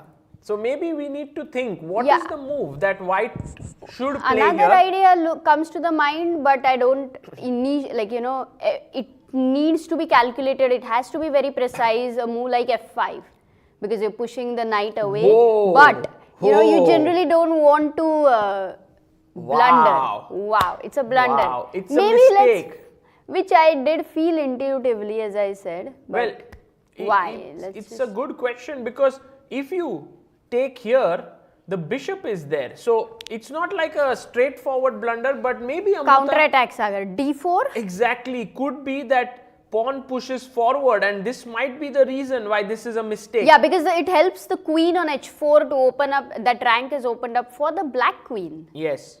So yeah, f5 bad move. We discard it, but it should be considered and then eliminated. But also I was wondering, Amruta, if there is a possibility of giving a check, but that can be met with Queen e2 and perhaps... No, but Sagar, yeah, exactly. Good point. Beautiful. Bishop takes f5. What a nice move, because now after take, Queen f2 check, and then you can pick up this bishop. So and then f5. e5 is gone and everything is gone. So we've got to know why f5 is such a horrible move. And our viewers here are able to give the right answer. So thank you for that. And now Gukesh is thinking, he realizes f5 is not possible. He is also... He maybe never planned that. Is he planning to kick away the queen on h4? But I again don't like g3 because I feel that queen on h4 might be a little misplaced. Yes, and also g3, if I just drop my queen back, not get greedy for a pawn, the bishop on h2 starts to look very, very silly. It's crying. It's crying, yes, for sure. Oh, what is tears the of move? sorrow. Tears of sorrow for the bishop there. Maybe it's not so simple for Gukesh to find, but I was thinking, Amruta, can we push it away with b4? Just saying to the knight that I don't like that you are here on b4, on c5. First of all, b4 move seems like a dream because you have a king in the center. It felt like at least it is moving towards queen side, where it felt you need more shelter with the pawns. Yes. And now you go b4 and you say my king doesn't need a shelter. No. It's on the roads. It's a nomad. Well, the king is going to make its home in the center, Amruta. What white does have is this beautiful center, the bishop here on this nice diagonal, and the knight maybe is lacking squares, right? Because if you go knight e6... Look at Gukesh for a moment. Is he having that slight smile or happiness on his face? Well, I think that's your imagination there. Because in no way is Gukesh smiling there. He is just totally focused on the game, but he is enjoying himself. That is for sure. We all know that he loves such crazy positions, and in fact Gukesh likes to play normal traditional chess like freestyle chess. Yeah, just and scramble the actually pieces for Gukesh, everywhere. if you see freestyle chess and classical, it's not major difference. He's able to anyway come to a fresh position. Yes. Which he's trying to say that, oh, it doesn't matter. You have a choice of choosing the right openings. So okay, we'll come back to this. We'll see what Gukesh does. My feeling is Gukesh pushes his pawn to b4. And what happens is, to quickly show us, Sagar, b4, what is your idea exactly? Well, I want to push the knight away and then... Knight e6. Yes, and this I was wondering if we can win a piece here now with you go f5. that's cheating. Because... No, the bishop is closed now. So, but d4 exists. But I attack these two, and also the queen attacks b4. So it's a very, very sharp position. And yes, Amruta, maybe d4 could be the move here. That is a very complicated thing to calculate. And it's tempting for black also and for white also to calculate something like this. It's not even sharp. Sharp is an understatement, Sagar. It's... What is sharper than sharp? Sharp. Yeah, maybe sharper here is the position, Amruta. But if d4 is not coming, what is the move that black can play? Because queen takes b4 is one possibility, just giving up a piece and opening the f file. Just don't worry about your pieces. Yes, what's material. the move? Now there's no bishop, no? That's what, b4 problem. And we put the knight back. Okay, we can, if you want, we can calculate, but b4 is the only move, yeah? If Gukesh doesn't find b4, will he be in trouble? That will be another doubt I have. Something like this, Amruta. Take the pawn, open the center. That's how Bartel has to play, and I think he will play it this way. So we'll come back to this game. And I don't think b4 is the only move. You know, maybe a move like, just a thought, queen e2, not so senseless, you know, just connecting the rooks. Makes sense. Practically easier to play, that's what you're trying to say. Yes. I was also wondering if a move like knight e2 makes sense, because then you are looking to go to d4. But it doesn't feel right, because this square is important here on e4. Okay, so Amruta, this is an exciting game. We are going to come back to it. And last question, g4, queen takes h3, f5. g4. Wow, Amruta coming in with some pawn push on the other side of the board. Pawn pushing industries private limited. Yes, that's what I say, that Amruta always is the CEO of pawn pushing private limiteds. She loves to push her pawns all the time. And sometimes I lose them all, but sometimes it works and opponent gets checkmated. But yeah, g4 is interesting. So interesting position. Which game are we going to? Maybe Praggnanandhaa. Praggnanandhaa versus Nodirbek. Because Nodirbek is the leader. Will he be able to, you know, in this tournament many times the leader has been stopped. But Nodirbek is not just a leader, he's reached world number 5. Yes, and if he wins today, he might reach world number 4 as well, because he's very close to, I think, Ding Liren's rating. Oh, it was so hard to break in top 5, to be very honest, world top 5. So what Nodirbek has achieved is just in fact, he's moved ahead of everyone, even Firouzja for that matter, and he's right now the top rated junior in the world and he's the top rated young player. But you know, all of these are so close to each other. For now, what Nodirbek is doing is attacking Praggnanandhaa's g7 pawn. And if Pragg decides to castle here, which seems like a natural move, it seems like the position will be around equal. Yeah, but if you ask any young boy, he might say, I would like to long castle and not care about the g7 pawn. Wow, Amruta, that's bold that you want to long castle. The only problem I see here is that after bishop takes pawn, the queens might get traded. No, I thought of queen f4. Oh, you don't even care. Wow. No, I don't care about you. Amazing. That's a very interesting suggestion there, to just give up that pawn. And I think now it's then a question of style and Pragg's sort of ambition in this game. Because on one hand is the move castle, and you can say, aha, Pragg goes safe. He goes With safe. the black He's not pieces. risking it. Okay. Otherwise, he could have long castled here and then Nodirbek. Look at the screen, Sagar. Nodirbek is making a quick move. He played knight d2 and he just developed his piece. He wants to go knight e4 perhaps, or yeah, just put the knight in the center. Maybe knight f3 could be an idea there. So my feeling is that Nodirbek feels okay about his position right now, although Pragg should also be happy. You can bring your rook to the center of the board, right? This seems like the most logical way to go. Yeah, but overall I think the pawn structure is not at all imbalanced, and that's the reason. I think this will slowly fizzle out and go towards a draw. Nodirbek would be happy, yes, to maintain his lead. That's what I feel. You know, the intensity of both these players makes us feel like they must be playing maybe a very super sharp position. But actually it's not that sharp. But look at the focus. Both of them, amazing. These are the two, maybe the two of the brightest youngsters out there. Of course, there are others as well, but maybe we might see a world championship between after them at 5 some years, point. we might see Nodirbek versus Pragg fighting for the highest title. Who knows? So knight d2 played, and we will come back to this game later. Let's go to the game of Nguyen versus Maghsoodloo, because Amruta, the bar is saying that Nguyen, Thai Taiwan, is doing amazing in this position.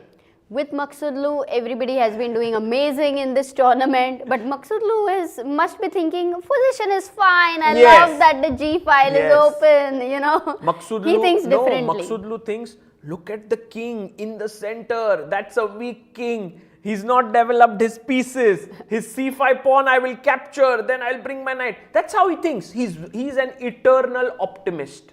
Wow, that's a nice one, eternal optimist for him. He is. He loves to just sort of feel that his position is fine no matter what the situation. So here, but the question is, what is the move for white? Because think about it, Amruta. Black wants to take this pawn, get his knight, develop his rook, like come here with the rook. So okay, good question. White to play, guys. You can try, you can think. What is that move that white wants? Because look, I don't want to play a move like e3, right? Because after e3, bishop takes f1, rook takes c5, black should be fine completely. Or even b takes c5 for that matter. I may not want to weaken my last rank. B takes c5 doesn't look so silly, like after take. No, it does look silly to me. Not silly is not the word, but I would say that anyway later Amruta, you can why capture. not knight d7 and then take with the knight? That's also possible. Nice. So maybe. Okay, but let's go back a E3 bit is not a good and move. wait. Oh, now I get it, Amruta. Simple. The thing is, rook c5 might not be a great move because there's a check on the back rank, right? Here. And what happens for king g7? Yes, Are you and really then worried about somehow, that? No, not somehow. You need something precise. Okay, so let me try now g3. It's just because I want to put my bishop here like this. If you take here, I want to give a check. King g7, and I wanted to go queen d2. But this looks terrible, yes? I've just Yeah, it looks like, yes, you are doing all the good moves, but you're completely forgetting that there is an opponent in front of you. So, But it's not so obvious. No, knight c6, rook But then d7. I just take the rook on a8, bishop g2 and castle. So, queen c7. Ooh, with the idea of rook c1 check. You can't stop that. Queen c7. Wow, Amruta, that's an epic move.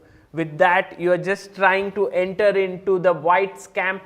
Wow, You thought black's back rank is weak, yes, but then it was white's back rank backfired. became weak. It Backfired. backfired, Sagar. Back rank fired. True. So then g3 is too slow. But and you know, e3 is too slow. we had our producer G, who also has 2 GM norms, by the way, and he was suggesting rook d4, rook g4. Whoa, rook d4. Wow. And The bar doesn't like it, but I really like the potential of this idea, rook d4, rook g4. But even if I take here, Amruta, Same just for idea, the thought, if you check. No, rook takes c5. Is it a problem with rook takes Possible. c5? Rook takes c5 also is possible for sure. And then you check and I just tuck my king to the side of the board. And perhaps this rook on g4 looks a little bit offside, doesn't it? I would love for it to be there, but later. First, I think what we understand is white king needs to take care of itself in order to, it's like help yourself first, only then you can help others. It's like, Amruta, when you call me for dinner and you haven't eaten your food, it's like that. First, you need to eat your food before you sort of start worrying about me. The same way, what is it that white can do here? I was thinking, Amruta, can we push our pawn to b4? But again, after pawn takes pawn, it seems like black is doing well. So you know what? Yeah. Already forget the bar, because whatever move we were thinking for Van, they were all like computer was just rejecting them right and left. That means Maghsoodloo practically is feeling that he is in a better position. he is feeling that, but there has to be some hidden resource here for white which is good for him, and maybe it's a good time to ask our viewers, what is this hidden resource? We are not aware of it. What is the best move for white here? Because clearly all the natural moves. I love it. I found it. You found it? I love it. You found it? I mean, whether the computer likes it or not, I like it. No, H4. H4? What? What is this move, Amruta? What did you Rook gain? H3. H5, 6, rook G. Oh my god! Wow, it's the correct move perhaps, Amruta. It's after we eliminate let's say I 6, take this. How is H4 helping? Oh my god, you should. My back rank is not weak. That's the whole point. Okay, so you give a check. King here. You're giving a check? Then I was wrong. I thought But then I should keep it in hand. maybe you want to get your rook here, but of queen course, is hanging. Queen, like Go rook, queen, see rook D, h3, just a thought, and check, king has a square on h6. And so if it's I not had a mate. But then maybe we can continue. Queen d2, queen c7 this time. Same problem, Queen yeah? d2. No, same problem. I don't have time. And queen c7 is good for black. So we need to move our queen to a better square. Right square. Queen b1 then remains the only move. Queen b1 or queen a4 maybe to go to queen g4 g4. and not being afraid of this check. The check is a ghost. Wow. Oh, our producer G has come and said the move h5. Insane. What? Whoa. Wow. What a move. This is the most beautiful move we have seen in our analysis until now. Do you see the mate but? Let's say rook takes queen, h6, king g6. Rook Knight h4. g8. No, knight h4, king g5. Yeah, No, so rook it's not g8, easy. king f5. Where's the mate? Maybe you make Rook, the arrows. rook h5, king e4, rook g4. Mate. Isn't it a mate? Oh my god. Okay. So Let's rook see that. c2, It's the most exciting check position we here, are ever at.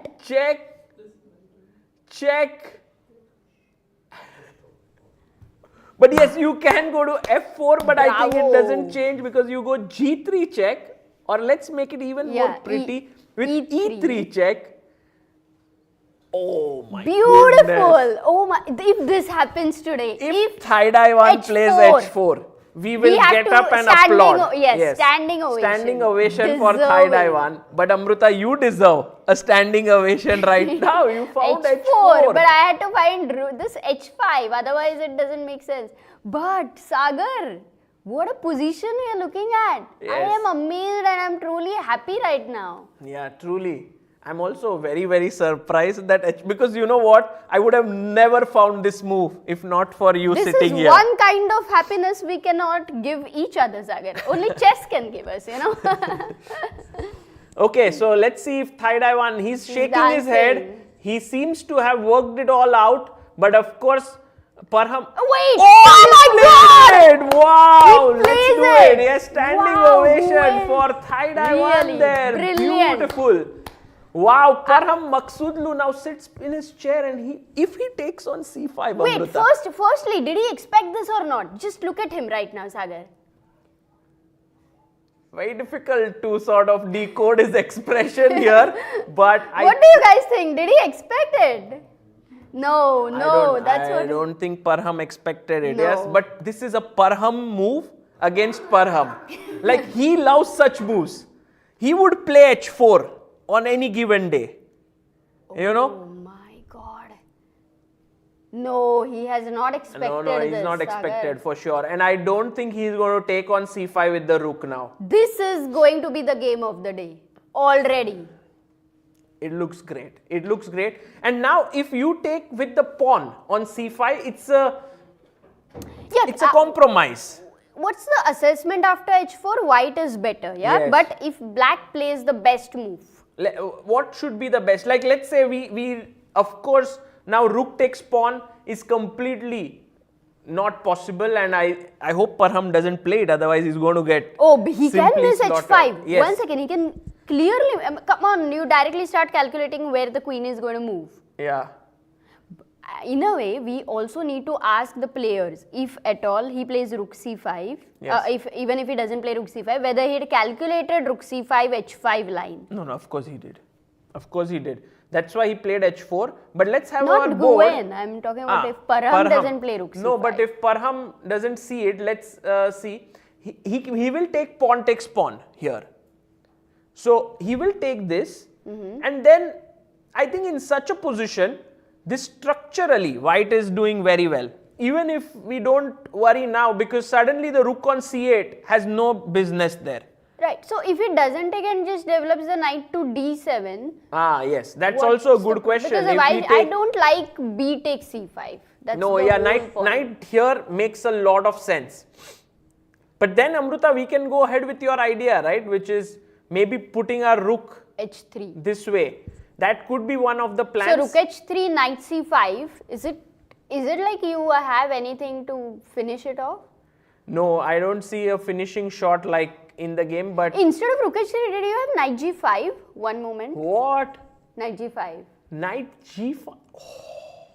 Isn't it natural h4 No, you've played? but knight g5, I mean, you have to consider knight g5 it. doesn't work because I take. Or does it? Amruta, you are on No, it fire. doesn't. The bar doesn't like it. Take knight f8, and I think the king is safe. Oh, there. so knight d7 helped. Otherwise it would have worked, Sagar. Do you think? No, we cannot. So No, first go rook h3, let him take on c5 with the knight. And now if I go knight g5, But there that- is a problem. Then the queen comes to Yes, e4 after yes, takes. correct. So here, and the queen jumps in, and there's no mate that's happening. So clearly, we cannot go this wild here. We have to be a little careful. But knight d7 is definitely a move that Parham would be thinking. Yeah, What do but- we do now? Do we go e3 again? Doesn't feel right. You know, No, next either you consider a move like g4 or h5 or You now want to attack. You Look, can't it's wait. like now you are in a wild forest, okay, full of tigers and lions, and you cannot be just fearful with, walking Yes, true. just like that. Now, You have to be alert. all we are the on time. foot now. We no longer are in our jeep. So we are in the forest. We need to be brave. I was thinking, Amruta, Queen D2. Queen Nice H6. move. That Yes, I like. exactly. Attacking this knight, And if you G7. take this pawn, my queen comes in to your camp. And with the queen near your opponent's king, this rook is joining in. Basically, what we are saying to the F1 bishop is, You forget. you have don't have a sacrificed- role to play. Please take some rest. E2, G2, everyone's just making you quietly sit there. You just relax. Sometimes I feel I want to be the F1 bishop. You just want to relax in the room. Sit, Yeah. No worries. Not in the room. Correct. Just watch the games. But Sagar, your problem is Queen D2, Knight C5, Queen H6. Yeah. And can I not go Queen? Your threat is Knight G5, right? No, my threat is Rook H3 to G3. Just bringing the Rook in and check. But then Queen E4 also Rook H3. Yes. Exactly. I'm just being very careful Knight here G5 not is to get finishing checked. or no? No, just do this. Why to go this route? Just good. So, Amruta, Thai Dai H4 move, love it. Let's go to the next game. We'll come back here and very guys, soon. you can vote for the game of the day after 4 p.m. PragueChessFestival.com/voting. So, very interesting games today. We have to see which other... Amruta was like, oh, this is the game of the day. Then you go to Gukesh's game, his king is suddenly running here and then, oh, game of the day. Then you go to another, oh, this is the game of the day. Look at Rapport versus Navara. Rapport is What getting has better happened? position? It's impossible. How did that happen? It's like the entire center got completely, it disappeared. Like what? Felt So- like Big Bang in the universe. So bishop d7 we saw, pawn pushed forward, they traded. Now the bishop is attacking the c7 pawn. He took on e4, knight took here, and now Richard Rapport unleashed a tactic. Maybe our viewers here can try. Black to play. What was the tactical thing that Richard played? Wow, very cool. Rook takes bishop. And after rook takes rook, c6. Oh. With a double attack on the knight and the rook. Wow. Okay. He took, maybe not the best decision here. He had to do something else. But then it's not so simple because your knight is hanging. And if you move the rook, let's say rook a7, I take here and suddenly it's not an easy decision. Now you've given up 2 pieces for a rook. So why? But wait a second. No, This the was a engine good I move. think sort of prefers Piece such a sacrifice. position. No, 2 pieces for a rook because your rook is here. Ah, I'm just wondering if we take this pawn Yeah. or we push No, forward. c takes b5. Just collect the pawn Yeah. because it will become dangerous. with And then you b6. have like a nice rook on the 7th with the pawn there. Yeah, makes sense. But in the game, David took here. The queen now, if he took here, David's idea was very pretty. Take here and make a queen. I mean, it's winning for black. So he played bishop takes. Now again a double attack on the rook and the knight. So the rook saved itself. He took the knight on the center. And why did David put his rook on a4? Yes, to push c5 and to attack this way. Wow. And all of a sudden, Nice. the bishop is hanging and also the threat is to take here on d6. So now how does Richard Rapport meet this? Black to play. And clearly the move d5 would be a huge mistake. Because of? Yes, the pin works. This queen is undefended. So we can't push the pawn. What do we do? I think Amruta, some bishop d5. Or c6? No, but That's there's an no- interesting move Yeah, actually. because Bishop d6 is d5, not hanging. because then he's shielding his d6 pawn. That's a very, very good suggestion there. I was And also d5? wondering if Can you go bishop, d5? which one? d5? Here, this move? Amruta, were you sleeping? Yes. Yeah, maybe. What I zoned out. What happened? Oh, Rookie 4. Sorry. Yes, we saw this a while ago. We just said the full story with a moral, and then you asked what happened in the story exactly. ये सीता कौन है? Yeah, so this not bishop, not d5, but bishop c6 maybe. It's also a logical move because now you can't take with the knight. If you do, I can take your rook. So, and if you take with the pawn, Bishop b5 and then bishop b5, but d takes e7, that might be just losing a piece. Oh, he goes where? He's moving his bishop. Bishop c6 on the board. What we thought is happening, but now what we couldn't analyze is after takes, what is the best move for black? Maybe it's just to move the knight away.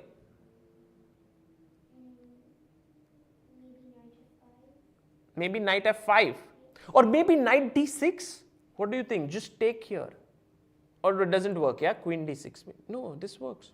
knight d6 is good. No mistake.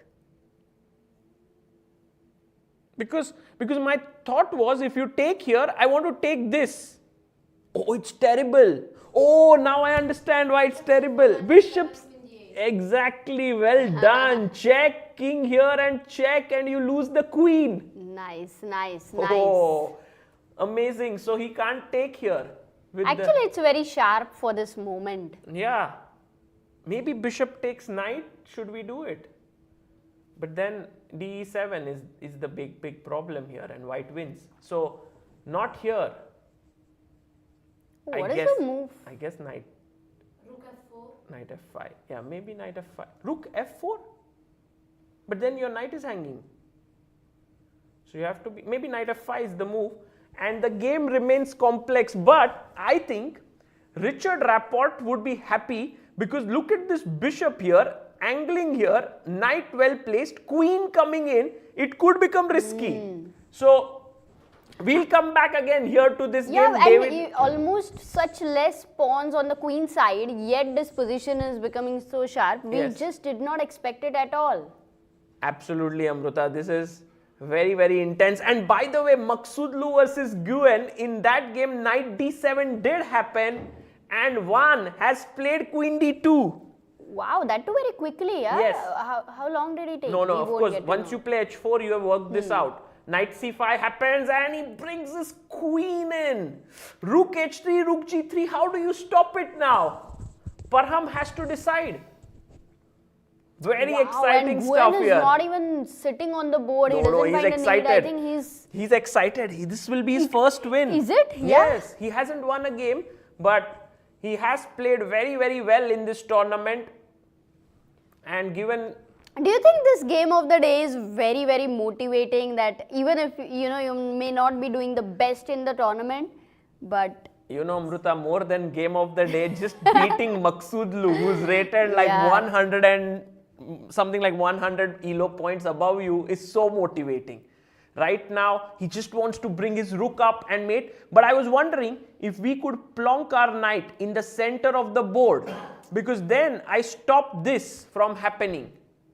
And also I defend my now pawn. Knight g5, one second. Every time Knight g5 has to be considered by default, and then it can be rejected. Wow, Knight It's g5, that Amruta, move. this is such intense play by you. Although Thank God you said wow before the bar said it's no, a bad move. I mean, it might be a bad move, but it does. I see it like maybe the thing is you take, and then the queen somehow is defending here. So maybe push the pawn forward, takes. Could be the idea. G6, not takes. But But there yeah, could let's be a go. better Yeah, defense exactly. here, Let's maybe. find it. Oh, the threat is queen h7 is not a mate at all. So maybe you don't have to worry. You're running away. Yeah? Yes, my king just runs away like this. So maybe it's not even a... So actually there is no real threat. Yes. Ah, So that's the don't problem. give Then your black piece. just Oh, developed. he's playing 94 on the board. But then that's Amruta a mistake. 94 just. Okay, let's look find at the it. bar. It's reached like right. to the Seventh top rank. of It's the board. bar on the 7th rank. Oh, I can't Almost believe. queening. I can't believe what should be the move here. And now. how long is Nguyen going to take? It's a very critical moment. We are not leaving this board at all. No, I think he knows the move somehow. Is he's he just happy very or what? happy. He's- Oh, he water. drinks water. When someone drinks water, Professional, as Peter Leko said. It's No, very professional. It's like you know the move. You just want to be calm. But he should not really rush into it. He should calculate well. Because Yeah. it is his chance. Sometimes it's a move order, but Oh no, no, he knows says, it. What? Rook h3, no. You had something better. Wait. Think something better. There's maybe h5, Amruta. I was thinking h5, rook h4. Put the rook like this and try, but maybe not. Okay, he waits. That's good Yes. thing. Let's calculate. So h5, you want to go with the idea of rook h4. No, I still. It seems slow because G4? Can you go G4? g4. With the idea of G5? Maybe, yeah, Amruta. No, but G4, You know- whenever you you know- go G5, there is F5. Yes, and also black might want to go with his queen to e7 to f8. That might be the defense that black is looking So for. you need to hurry.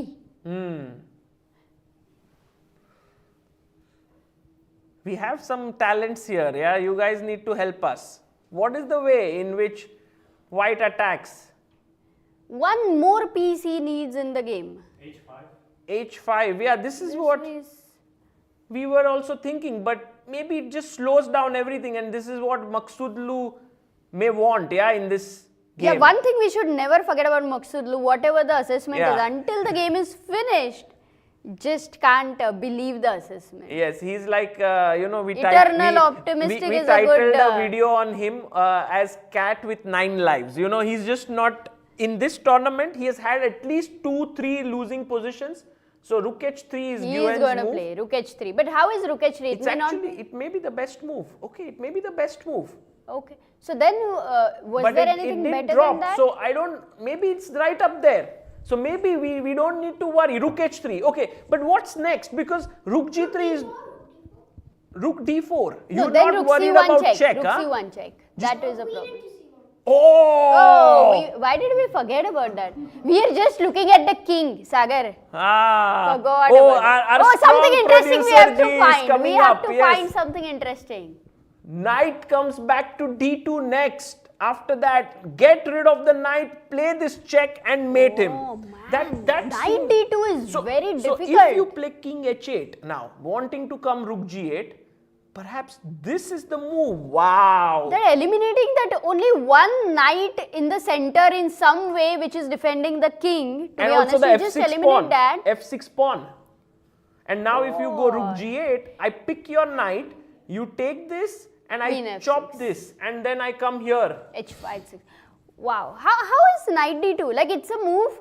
Sometimes you see it and then you don't want to look at any other moves. Yes. But it's a move which can be missed, right? I agree. Because I you want agree. the knight in your psychology is, go to g5. You are always At least going for me, front, I would forward. miss it. Yeah. Because going backward over here is just not a move to consider.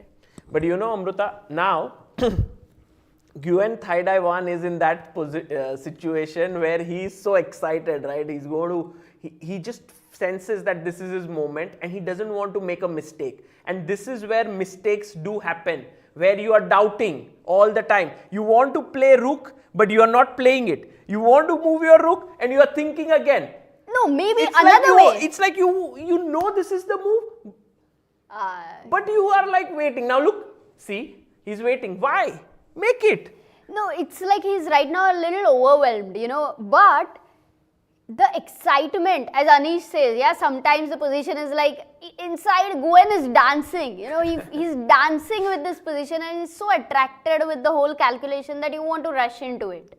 Yes. That's one thing to take But care of. it's one thing to take a glass of water and drink it and be like professionally calm, and it's another thing to sort of Keep drinking water and then you're a little keep worried. taking your hand to the rook, not make it, so let's see when he makes this move.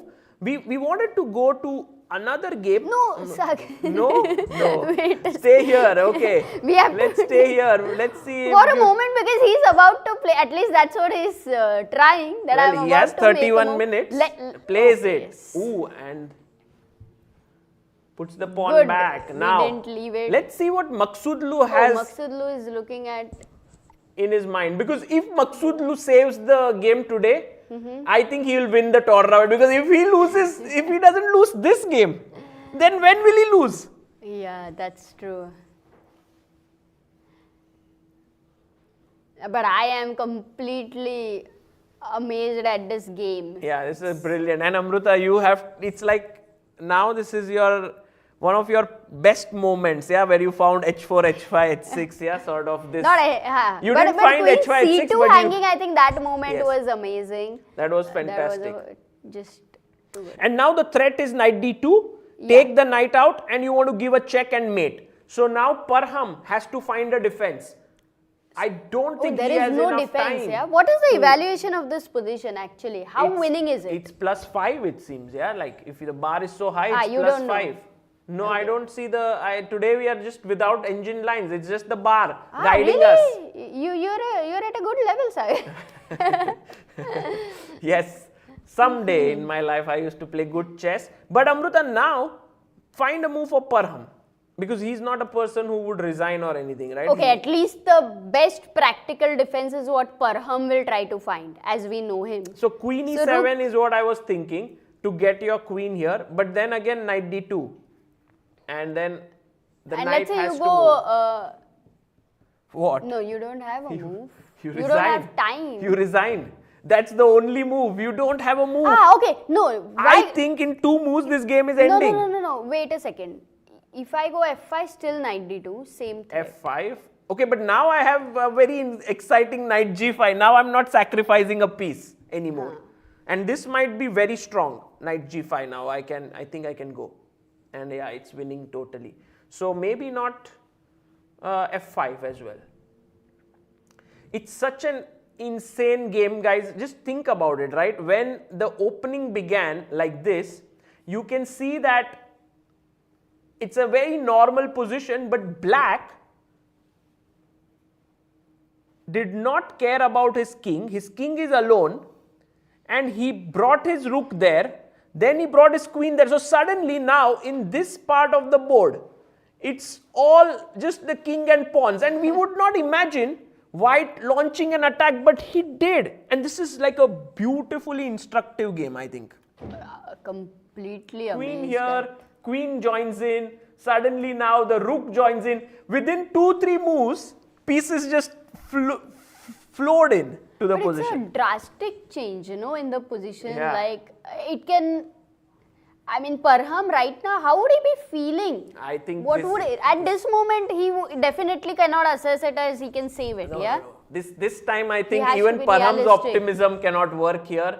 This is gone. I don't see a move for black. Is there any move you guys feel can be a defensive idea?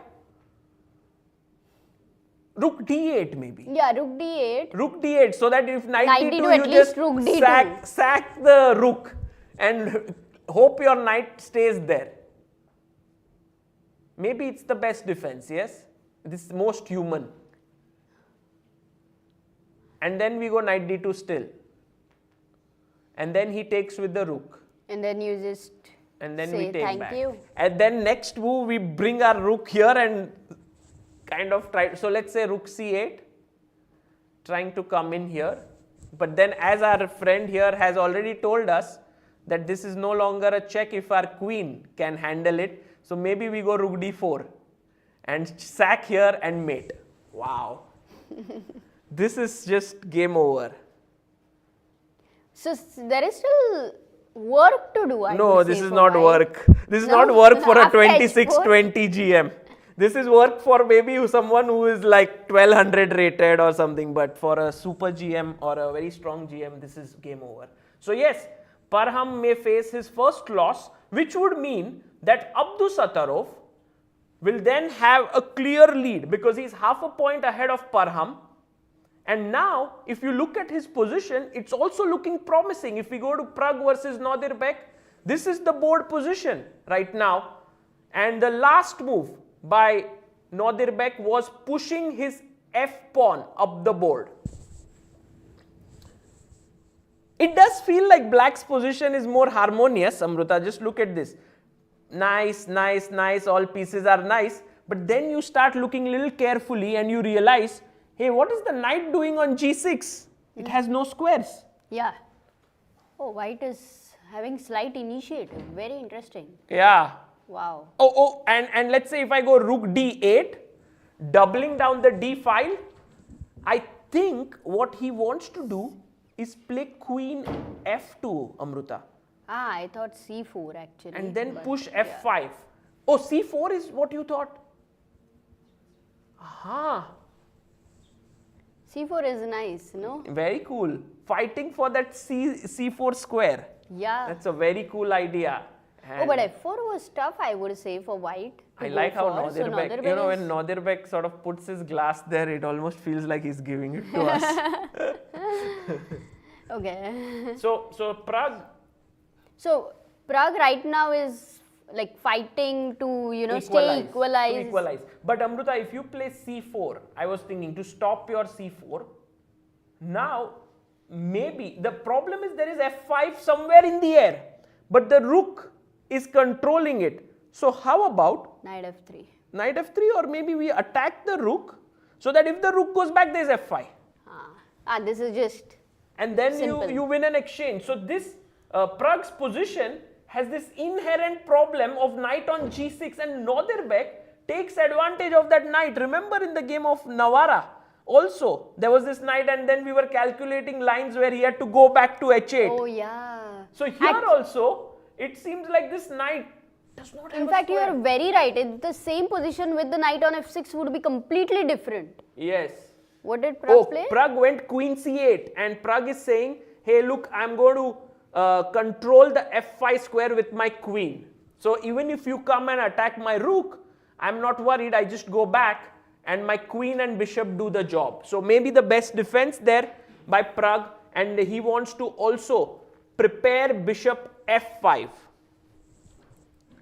Yeah, bishop f5 if he gets, that should be a good thing, but I don't think Nodirbek would allow that, or he cannot really stop that. He cannot. Let's Okay, think we about will- Nodirbek's good move here. Guys, if you were playing like Nodirbek here, then of course you would be very happy in your life. But what is the move you would play with white? Because there are a few ideas. One of them, Amruta, a very typical idea in the Ruy Lopez. Whenever your opponent has pawns A4. here, yes, a4, just activating the rook here. That looks like a great idea to play. The other idea, of course, is the simple knight f3. Just bring your knight to a good square. Oh, knight f3 for me is hard because I'm always looking at c4, and you then want I'm to- looking at the knight being on d2.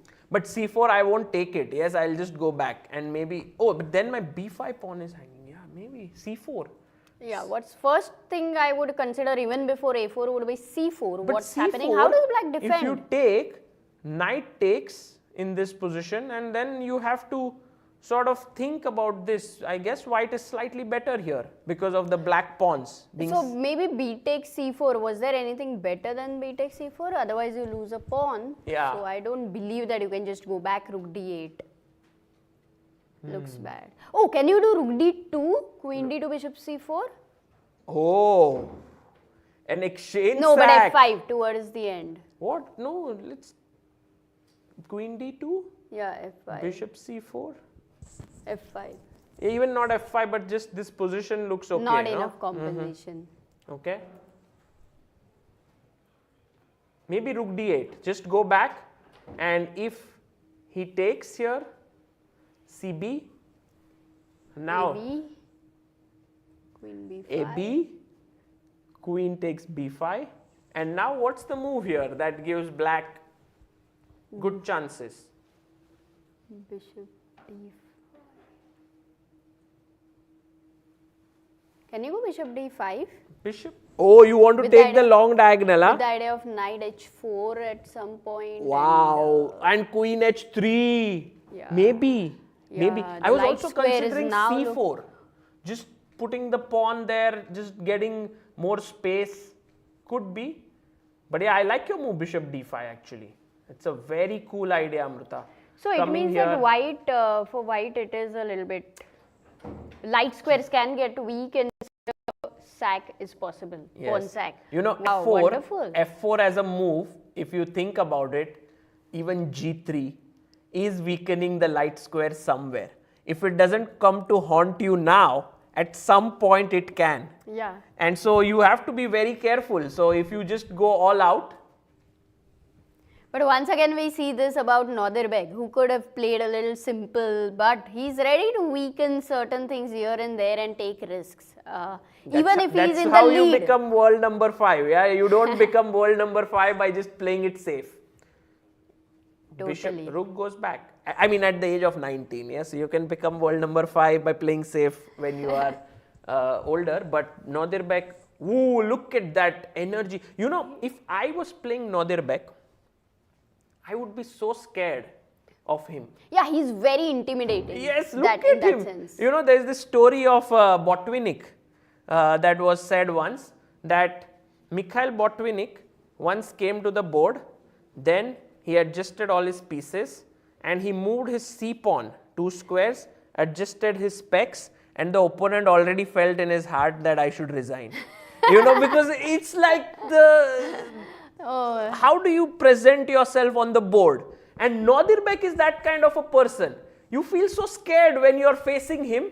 But of course, for a guy like Pragg, it's not that scary. He's also very good. But for someone like me, I would be very, very tensed. Yeah, I don't know why it reminds me of a story of my friend who was very, very intelligent, I would say, and when she was young and she would go to school, she would go to school very late actually, but then the teacher said you have to come on time, and she would go to school and she would know everything. She would always be the one to answer, but to also ask questions which the teacher was not able to answer. So then teacher is like, okay, you come late. So you think Nodirbek is that kind of a boy, yeah, who knows everything? Exactly. Very interesting. But yeah, I mean, I never faced Nodirbek when he was young, but I know there's another talent from Uzbekistan called Sindarov, whom I faced when he was 9 or 10 years old. Who is also now crossed 2700. Aeroflot Open right now, by the way. Yes. Yesterday, very nice, on the rest day when we were at this place, Matheso, there Nodirbek's mother was watching the live game of Sindarov, who was playing in Aeroflot. That's how I got to know, and it was amazing. Yeah, that's how it is, you know, like one talent sprouts, then another, then another. Nodirbek may be slightly older than Sindarov, he's pushing himself, Sindarov is going there. There are other talents. I think Uzbekistan is on the right track here for their talents. Yep. Meanwhile, we have the game between Parham hasn't made a move. No, there's no move. It's this still here. I don't think he will make a move for another 15-20 minutes. Rapport, meanwhile, between him and Navara. So what happened was, we saw till bishop going back to c6. He took with his knight. Knight had to be taken because we know. By the way, guys, you remember, yes, this is not a great move because of check and then knight f7. So he had to take here, pawn takes, knight f5, bishop came here, bishop takes, check, king h8, takes. And now we reach a position where black has 2 minor pieces against a rook. And let's say if I take here, this is going to be a nightmare for David Navara. Oh, I mean, you have equal pawns, right? Would it? Yes, but you know, 2 pieces, I'll put my knight in the center of the board, then I'll slowly push my h pawn, g pawn. I mean, it's not something that you want to play.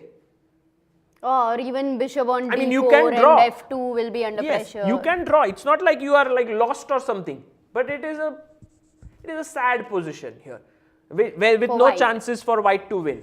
Absolutely. But David has shown his defensive skills for sure, and it's not going to be still, it's going to be work for Richard. For sure. And I wouldn't be surprised if David can hold this position as well, because he's a fighter. He won't give up. But that being said, this is not a very happy position. Let's go to the game of Vidit Gujrathi versus Vincent Keymer. Oh, the what? bar shows that Vidit is looking at maybe a solid edge here. But let's That's just a little go. unbelievable. After d5, what happened? This happened. b6. Knight at 7, yeah, we saw this. Yes, bishop f4, Vidit brought his bishop out, okay. Here he went knight f8, then Vidit brought his rook to the center, queen d7, already slight inaccuracy because he thought, oh, he's attacking here. But we were looking at this and it seemed very natural to attack but h3, Vidit king h2. pushed his pawn forward, c6. And now, maybe the c7 pawn is slightly weak, so he went back. Why did he not go back to Yeah, c8? exactly. That's my question too. Yeah, maybe there's something here he didn't like. Maybe the same after queen d8. What did Vidit play? Queen d8, Vidit went h4. Maybe it it can't wasn't be the this. best. But okay, h4. Vincent got very aggressive. You know, Vincent has this kind of certain times where he gets very aggressive and he pushes the pawn. Very emotional also. Yes, In that's fact, an like emotional g5 is an decision. emotional move. Vidit goes back with his bishop, and now Vincent says, hey look, I have my pawn here, I have this here, I am limiting you. Next move I bring my king up slightly, I'm quite happy there. What is it that Vidit has here which gives him an advantage? Let's try to think. What is the move that you would play here with white? f4 and then king f2, rook h1, or is it too F4 Amruta, dreamy? as we already mentioned, the CEO of Pawns Pushing Private Limited here always wants to push pawns. Maybe it's the right move, yeah? Like, because if the don't opponent's know. king is weak, why not go for it? Whoa! And why do I always expect the bar to reject it and to ask, how are you rejecting it? No, but this is a great idea, Amruta, because now if I push my pawn here, g4, I was even considering that we could sack a pawn perhaps with f5, just to get this square on f4. And Oh, rook so f1. f5. Yeah, I was just wondering. Very Wow. interesting, right? Take, I and think then together we are very strong. and then rook f1, bishop f4. Could be very interesting compensation for the missing pawn. Okay, so I'm expecting Vidit to go f4 now, Amruta. You are? Yes, because it looks But like... he looks very calm. Actually, Vidit today has been yawning a lot. It seems like he just burned the midnight oil to prepare, like, you know, he was preparing. Also, maybe the rest day was heavy. Actually, He rest did a day lot of sometimes maths. does break the rhythm of players, right? They take they have to do this, they went somewhere, but then they kind of relax a bit, they have a different schedule, and then they get sometimes even more tired after the rest day. Yeah, but the rest day is so needed for seconds, Sagar, because they are like having this Needed for sleepless commentators like nights. We can keep commentating. But yes, let's see what Vidit will play here. But apart from I was what also are the other feeling options here? if we And can Maghsoodloo double. is not played yet, right? Just no, he make hasn't- sure because we hasn't- don't want hasn't to played. miss that. He can double down the e-file. That's a very Vidit-like move, you know. Rook Not e2. because you know, Amruta, F4 Solid. move which you suggested is like once you make it, you can pawns never come back. Committal. So it's a committal move which player like Vidit, I mean Vidit loves to not make such decisions all the time. But I would be surprised if he goes F4 But here. today I think But- he's in a different mode. Yes. And No, I in do- general, he's playing like this, like Yeah. since the last few months. So we'll see. Absolutely. So that's why I feel he will go for F4. If Okay. F4 is good, then he will go for F4. Of course, if with calculation it's not good, he would not have gone for F4. Okay. Let's wait for it Yeah. and let's quickly Can we check. have an overview 5 boards? No. We need to check what Gukesh wait. is doing. King on D2. How can we miss this? Yes, because Gukesh didn't go G4. This was our analysis. He went No. here. On the board I see G4. He went King C1. First King C1. Yes. Then he went. We saw Rook D1, Rook D8. Queen came up. f5 by Bartel. Okay. Oh, f5 we didn't expect. Gukesh took, which turned out to be not a great move according to the bar. But you see, Gukesh's games, the bar has to be very active, you know, like the bar, Gukesh's games bar can never sit in one place. G4, B5. Very natural move again, yeah, b5 by Bartel. I was wondering if he could already break in the center, but okay, B5, Rook D1. Look at Gukesh's position, looks Oh, but then if he had to bring the h1 rook to d1, he B4. needs to connect the rooks. That is very critical. D2. Wow. And now, guys, Bartel makes this insane move. It seems like boom. Out of the blue, queen is attacked, queen moves, boom, on the c4 square, b2, there is a checkmate threatened. Knight d4. And now, oh my goodness. Then the c5 knight just you know, moves, Amruta, yeah? it feels like Bartel is the one who's crushing Gukesh, not the other way around. This we did not believe it, because you know, when you go back to the position where Gukesh makes the decision of going king d2, Yeah. it has to be We were all followed up. applauding him, and everyone Because was the like, decision whoa, was very king practically D2, interesting. what a move, he's going to push his pawns and all of that. And then 10 moves later, No, but Sagar, king d2 was not a problem. King it was d2 not. was really good practically. it was not. But the thing is, he didn't follow it up with the best moves. And now Bartel is winning. By the way, yesterday Bartel told me on the rest day, hopefully I'll see you guys tomorrow. And I was like, where? He said, in the commentary room. Oh And then he my smiled and he God. went away. And you know, it was his way of That saying, is if I beat brutal. Gukesh, I'll come Now and that do the game interview, you know. So maybe he just took that thing very seriously. Now he wants to come here. But what is the move that black should play? Because for now, Gukesh has a knight nicely positioned, and he wants to maybe kick this knight away, possibly. No, but I just want the knight on c5 to move from there, and next move c5 is unstoppable. Yes. So that is very That's- clear. That's a The question is great thought. But where? where? Yeah, that's the question. Rook e8. He goes rook e8. Even a better move maybe, because e3 is attacked. Bartel says your pawn is terribly weak. I think Gukesh will go bishop g1. No? Defend this way. And then knight e4. And then if bishop takes the knight, Maybe I should not then allow you takes to the take, rook yeah? with the rook. Of So course. as we keep this under attack, and if you play b3, this is where I think you can just c5. Yes. You just you don't don't move this. You go like boom, and then if he takes, just create a complete mess, because more messy the position, the more troubled the white king is, because it's the weaker king. This is hard. I don't know what exactly Gukesh would have missed, because I'm sure it was not easy. Otherwise, he would not miss it. No, I think Gukesh slowly slid into a bad position. It was not even like it happened because of one move. He just didn't feel the position well. Like here, ef6.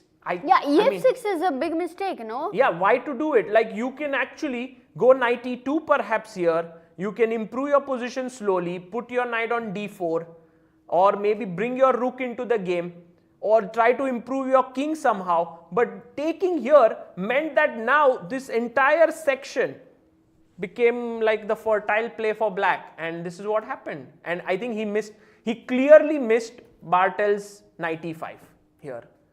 But even if you don't miss knight e5, there are many options, I believe, with black, right? Is knight e5 the only option? I don't believe that. No, it might not be, but this is so strong. Like the knight, imagine this knight, Amruta, was sitting like on a sad evening and then won a lottery. That is like how it feels on c4, you know, like beautiful. This is now a great life here on c4. So knight d4 and rook e8. Also, I loved this move, rook e8, because it's just saying there is one very simple question you can ask always when you want to find the best move. You can ask, what are the weaknesses in the position? And once you notice that, you realize that e3 is weak and you already have one attacker, so you go and jump on it again. And if bishop g1, you can bring your knight in with c5. So yeah, black's play is utterly simple here, and maybe Gukesh is facing big trouble here. In fact, look, let's do the overview which you suggested. Let's have the 5 boards now over here, and then we realize that today seems like a very, very dangerous round, because Bartel winning against Gukesh, Vidit better against Keymer, Nguyen winning against Maghsoodloo. Oh, the move has been made. Rook c5 will come back. Rapport better against Navara. Praggnanandhaa and Nodirbek might be the most calm game today. In which is also very surprising. But let's go to Maghsoodloo. Guys, that seems actually for game of the day. No, come on, if you find just right vote for now, it. Yeah, this is the right game of now the day. it's no doubt. This is the game of the day until now. But now go to praguechessfestival.com/voting. You can vote for this game or someone else that you like. What is the move that white can play here? Imagine you are Nguyen Thaidaiwan. Yes, you are playing in Czech Republic. You are in front of your home crowd. Everyone's waiting for you outside, you know, to cheer you after your win. You are excited, and now you're so close. The bar is right up there. What is the winning move here? Maybe you guys think it's still knight d2, or are we missing something? Oh, anything else other than knight d2 we have to find? Because, that would be nice. Sorry? What? Rook d4, you want to still do that thing, yeah? Like he wants to go rook d4. He's like, it's also a smart idea. My only worry here is, if you go rook d4, just a thought. I go rook c8. You take my knight because you want to checkmate me. But hey, I come and checkmate you before. Or not. What? King d2, rook c2, king e3. Are you running? Yeah, maybe I was like, oh, this has to be mate, but not really. Did you calculate all this? Yeah, okay. Otherwise, you saw 4 moves ahead. But yeah, the king is safe. Wow, king on e3 is like the real king, yeah? Yeah, it's an awesome king here defending his own rook and saying, wow, everything's safe. So maybe not this, but there might be a better move than this. I get it now. Maybe you just take here, and if check, you put your rook in between. And then with your queen and rook, you checkmate the white king. Like if he takes here, yeah. You go, it's over, yes? Just making sure, check. Rook c1 again, right? Rook c1 or queen b1, let's just calculate. Queen b1. Queen b1, king d to queen c1 looks better. It's done. It's over. Oh, yes, Amruta, beautiful. Suddenly the queen is blocked. Because e3 is controlled mainly. And it's a mate. Wow. Brilliant. Okay, so this is the defense. Look, Maghsoodloo wants to do this. Can we look at the side angle so that we see Maghsoodloo also? Maybe he's walking, I'm not sure. But he's gone. This is, remember this famous game from Avro tournament in 1938, I think. How do you expect me to remember a 1938 game, Sagar? There was this famous game. Amruta, you should know your classics. There was the game between... I know our anniversaries, birthdays and special days. Yes, that's but enough, no? For commentary here. There was this game between Capablanca and Botvinnik. Botvinnik was white against Capablanca, and there was this beautiful combination that Botvinnik plays with bishop a3. Just check that game out. Bishop a3 is the killer move there. And then everything happens and Botvinnik has calculated everything. But at some point, he makes a move knight h5, and Capablanca, who is like this very experienced guy, he takes it and then gets up from the chair and starts walking around. And Botvinnik writes in his annotations that he was trying to act confident, and it did make an impact on me. But then I sat down and I calculated everything, and then I knew I was winning. And so it's a psychological thing what Maghsoodloo has done. Like, he makes a move, rook c5 here, and just gets up from the chair and says to Thaidaiwan that, look, You are not winning because he can't see the bar like us. Taiwan is like still working it all out.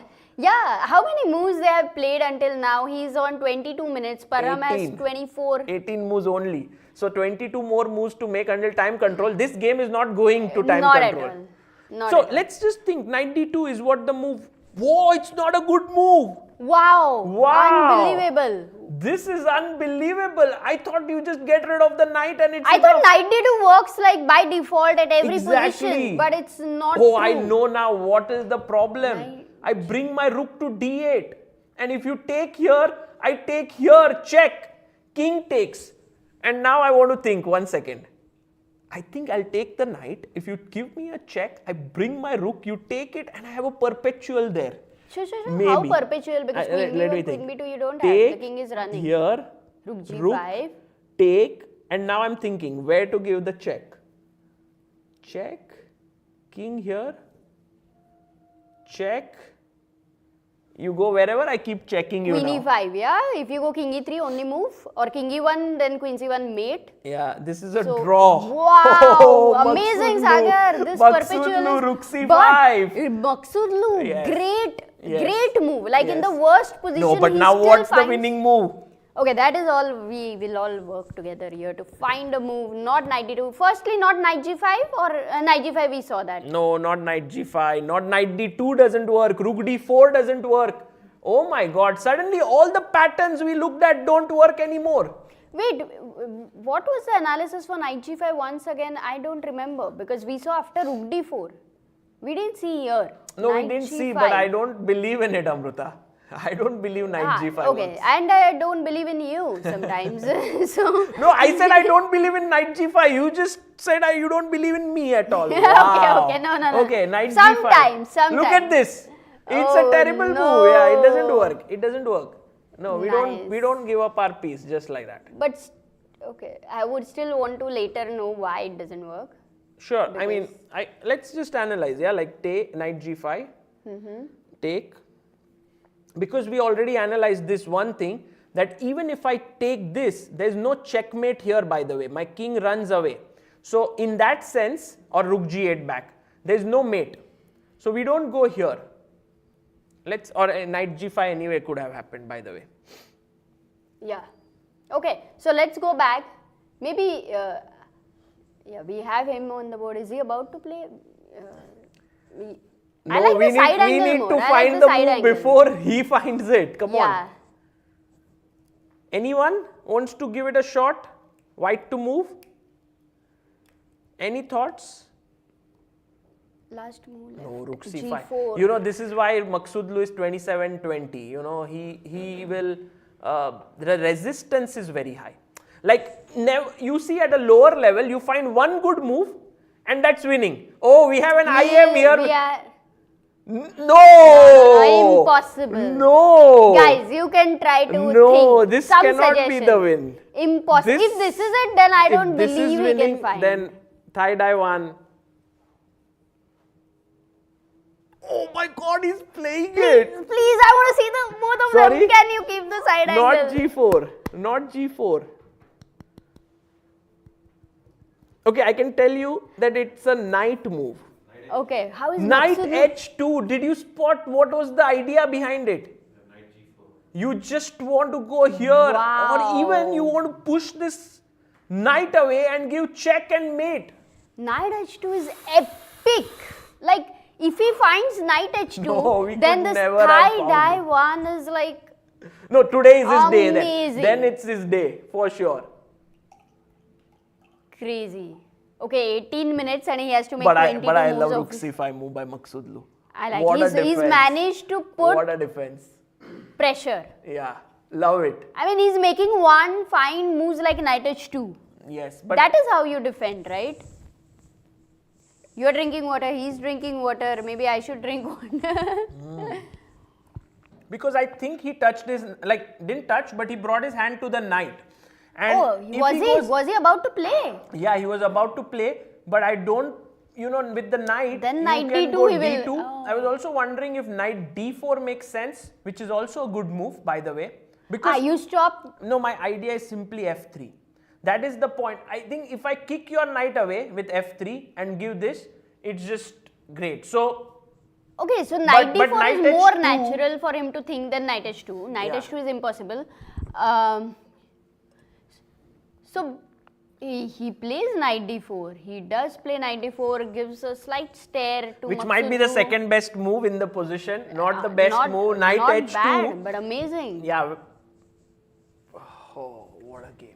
But I think Maghsoodloo right Maghsoodloo now does has more- seem like I think he has more arrows in his sort of arsenal. He might bring up another defensive idea here. we should try to think of defensive idea as well.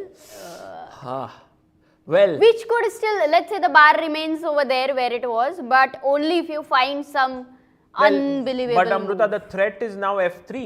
So you have to do something against it. If your knight is kicked away, f6 will fall, rook g3 is coming. Too many problems there. So I was wondering if queen c7 is the move, because with that move you are controlling the g3 square just in case. So if f3 and the knight moves away, then there is no rook g3 business next. That would happen. Oh, this is unstoppable. Okay, can I go rook d8 f3 anyway? Rook d8 instead of queen c7. Okay. And I push you away. Rook d4 doesn't make any sense right now. No, it doesn't work. Okay. So if, okay, one question. Could I have gone king h8 instead of rook d8? Now you want to go king h8. But then Amruta f3. Because my threat is if you move the knight, I'll take this with a check. And you can't give up a piece. Actually, I can, right? With your king in the center, if I just go a move like queen e7, rook g8, No. fe4. No, that's too much. Too much? Too Queen much, e5. because I this mean, there also is hangs zero with a check. compensation. Yeah, queen e7, of course. I'll play calmly. Queen e7. What else to do? You don't want to get mated. No, go on. But then your piece down. Like, I can even do e3 and I'm just winning. Yeah, so this doesn't work. No compensation. No. So let's wait here for after knight d4 to what Maghsoodloo does, because clearly there is some good move that he has, but we are not able to figure it out so easily. But then again, he's 27-20, yes. So let's leave it to him. We'll come back. No, but we Amruta, can maybe have the Amruta. video of Maghsoodloo here. That is good. No. We'll come back. I have my eye on the board. Let's go to Vidit versus Vincent. Because in this position, Vidit did play f4. Did he? Yes, he did awesome. play So then f4. we know his mood, yeah, Sagar today. And now, after g4, do you think Vidit sacks another, like not another, but sacks a pawn with F5. You did guess that move, right? Well, and I it was just very felt good. it So then, intuitively, because if black can get f5 here, then somehow my bishop is shut. I'm not a big fan. and then you have this some similarity between you both, yeah, the style of you Me and Vidit, yeah. Thanks, Amruta, for making me feel good. But I do think so. Then f5 he will consider. Only thing is, if there is anything else he can do without giving the f pawn, like without giving a if pawn. we can prepare it with rook f1, but then black plays F5. f5, No. and I try to get the e5 square, but then the knight settles here, so I think I No. get nothing. You never wanted to go for e5. Like if at all you played f4, I don't think it was for e5, right? No, but yes, I think the next move f5 is forced, logical. Sagar, now that you have said that. Because maybe if not I go king forced. f2, look, if I go king f2, f5, rook h1, Yeah. knight g6. Yes, and I mean the Again, thing is, the you bishops can- are closed. Yes, exactly. You need to breathe. Your bishop on d2 needs some fresh air. So open the curtain. Exactly. Play f4, open the window, not just the curtain. Let the fresh air come in. Let the bishop flow here. So bishop takes f5, and now I was wondering if we can put the rook on f1, bring the bishop out to h6, queen moves in. I like it. I think Vidit definitely senses it. You know, the only reason why he won't play this move f5 is if he thinks, oh, something is terribly wrong. But there's nothing wrong. Or he finds something better. then Which- f5. Yeah, which he feels practically is better, I mean, without giving a pawn. Yeah, but but- I think f5 is natural now that you say, opening the d2 bishop, otherwise that bishop looks lifeless Meanwhile, after f5. Amruta, Maghsoodloo does play queen c7, the move which I was suggesting, but now f3. Now we are staying here, Sagar. We are not leaving this. No, f3. Just simple. There's nothing, it's not rocket science anymore because you moved your knight from f3. You have to play f3 now to move the knight away from e4 and then win the f6 pawn. That's the main point here. I don't see any other, unless, let's try to think, if f3, what is the defense that black can do here which we could miss? Yeah, still the best way to continue. I can't even find a move. And this is, this bishop, imagine Amruta, this f1 bishop not only doesn't move, but never gets a chance because of the e2 and g2 pawn. I want to see if this is like a record ever. Why? There would be many moments, right, where C. Acha, but f1 bishop you're talking. F1 bishop never got to move. That happens in many games. But e2 and g2 pawns remained there as they were for maybe nice question how actually. many We'll moves? later check in mega database. We should check that. Yes, we will check it out. Very rare. Okay, but now we have to go to the game of Gukesh Can we have and this? Bartel. Maybe we should have this video, Sagar. I really don't want to miss the move, and you can check other. Sure. Okay, let's Yeah. keep this video. Because it's a game of the day. Could be, And it but could now be the it is final now it moment. is slowed down in a way. I feel like f3 is coming in. Just wanting to see if he makes that move. Okay. You know, there have been moments when we expect, of course, he's going to make this move, and suddenly they just don't make the move for some reason. Could be, could be. No, I trust your judgment here. G5 played in the game between Gukesh and Bartel. Then Bartel goes queen d6. And by the way, guys, remember, there is a very wise man who once said, don't look at Gukesh's game in between, look at his final result. Because What? This can change, I can't believe. no, but I also don't believe, but Gukesh many times wriggles out of such mess. Queen g2, look, he didn't take. See, a bad defense would be to sort of simplify here when black is looking great. But he does not take, he moves his queen. Now, my thought was that c5 looked like the most natural move, didn't it? Now he takes. No, but first a5 happened. Aha. p3.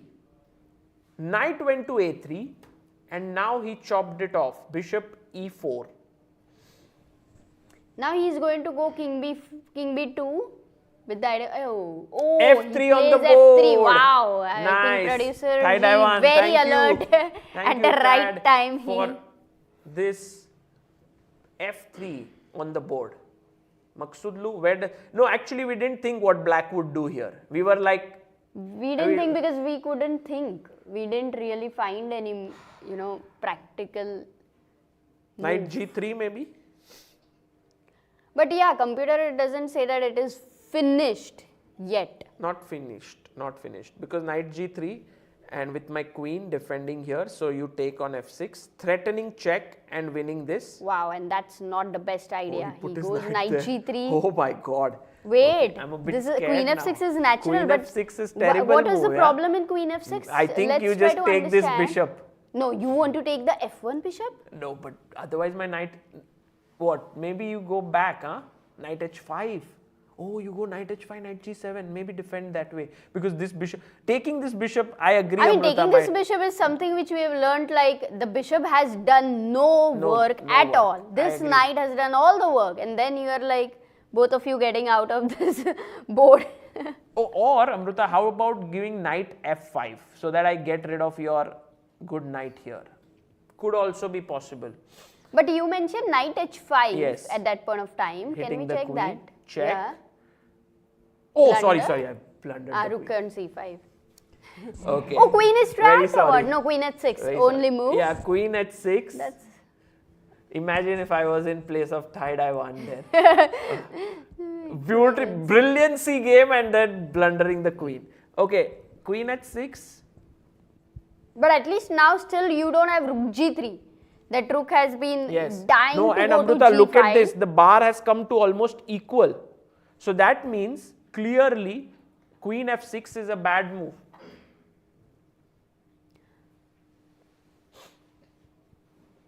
And now we understand why knight h2 was such a great move. Because imagine if you go knight h2, queen c7, f3, knight g3, suddenly my knight jumps here and it's right into the attack. Oh, in the same position, knight on d4 cannot exert Knight on more d4 pressure, can't do but much. knight on h2 is like an extra piece there. Wow. Exactly. Brilliant. So, Oh, 13 minutes. He's down to 13 now minutes. this is what It's not happens getting in a easy. practical game. You are like, oh, I'm winning, time is running low, then your opponent defends, he resists, and then your time is, you have little time, you need to decide, and then you lose the win. So, come on, let's see. F4? Yeah, I was also thinking of that. Wow. But knight goes back to e4 and then you never have rook g3, right? Isn't that a problem? F4. Wow. That was an interesting move, blocking the queen from attacking the knight, no? And as you said, rightly pointed out, knight goes back and no rook g3. Okay. King f2, bringing in all your pieces. Whoa! Oh, Good the knight job. on g3 cannot Great be defended. move. Wow. Actually, the king is coming in the attack. Yes, king is also a piece. Instead of the bishop this time, you are bringing your king. And the bishop is the king. He's like, I'm not leaving my throne. Yeah, the bishop. And if you take here, now the king can just take, or no, I don't want to Yeah, take with the king because rook why? g3 is supported by the king. So maybe I king, take rook back f1. with the rook and then I keep this threat. Wow. The whole game seemed like white wants to get on the g file. It's all the time opponent is stopping rook g3, the rook from coming to the g file. Just one idea. But I love this King move, king f2 is f2. nice. That's such a cool Amazing. move. Such a cool move. Beautiful. And also the thing is, if you go knight f5, I just take it and then just give rook g3 check next and I'm winning. So what's the defense then for black here? f5, f4. No, just rook g3 check. Sorry. Oh, Knight do we h5. have? You will have to no, go knight Amruta, h5, but do then we have g4. rook h5? Because if rook g3 check, What no, is he's he not playing? going king f2. Oh my god, he's moving the knight or what? No, I was thinking rook h5. Oh, look, he again is like, no. Because if you take rook g3 check, I go queen g3 check, king g3 and then pick up here. What? B4. Oh, it might be an intermezzo actually, and it might even help. I'm not sure. Could be. Just But doesn't spoil much, but does give it does help Parham. Actually, evaluation bar helps Parham a bit. a bit, not much. And rook d5 maybe just improving the position of my rook. Rook h5. What's the problem? Ah, rook h5 also. Now queen f6. Yeah, so that there is no knight h5. Is that his idea? Yeah, rook h5, best move. Queen f6 could be taken next. Okay, but I suddenly feel not as confident as before that Parham, like this is very hard to defend. Parham escapes here. Yes. Seems like I'm going up and maybe bringing him he's- to the commentary room and asking him, how do you save it every single time? You know? Not yet. By the not way, yet. Amruta, look what happened in the game of Vidit versus Vincent Keymer. So here, Vidit did play the move f5. Bishop takes f5 did happen. Rook takes rook. Queen takes rook. Bishop d5 and bishop went back. Wow. So with it, this choice of f5 was important. Sagar, that's happened. Yes, but f5, my thing was not to win this pawn. My plan was to go rook f1 and play here. But Vidit has gone a little bit more differently. He wants to equalize the material. And also I was wondering if rook e1 makes any sense here to pin. But perhaps just queen f7. because the knight defends. But the computer says white is winning here. 1 second. Yes, suddenly it's What's so the move? happy. Ah, you just take and go d5, bishop e6. Take and d5 No, or bishop e6, yeah, knight just e6, take, queen take, b3 and now first. queen c4 is there. Queen c4, queen b3 or d5 would be the, 3. Queen c4 is nice because then d5, queen g4 is also an idea. Yes, beautiful, beautiful. So if rook e8, I have d5 and boom, this pawn goes. Wonderful. Okay, so maybe not queen f7, but this looks scary. But yes? if not queen f7, then you don't want to stay in the pin. So it means But Vidit bishop is- e6 was a bad move. Bishop e6 was a bad decision. He had to perhaps go king g7 here. Maybe, yeah. but this looks scary again, Sagar, because after king g7, it feels like king f2. But what are you doing with king f2? Rook h1, bishop h6, trying to... No? No, not rook h1. You need your queen in the attack. I want the queen, not the rook. So here bishop e6. Anyway, king g7 was anyway the better move than this. But rook e1. And now is Vincent planning to give up his queen and play like this? And he says fortress. it's a fortress here. And Vincent already believes in fortresses. We know with his game with Rapport. He built a beautiful fortress. Okay, bishop f4 here.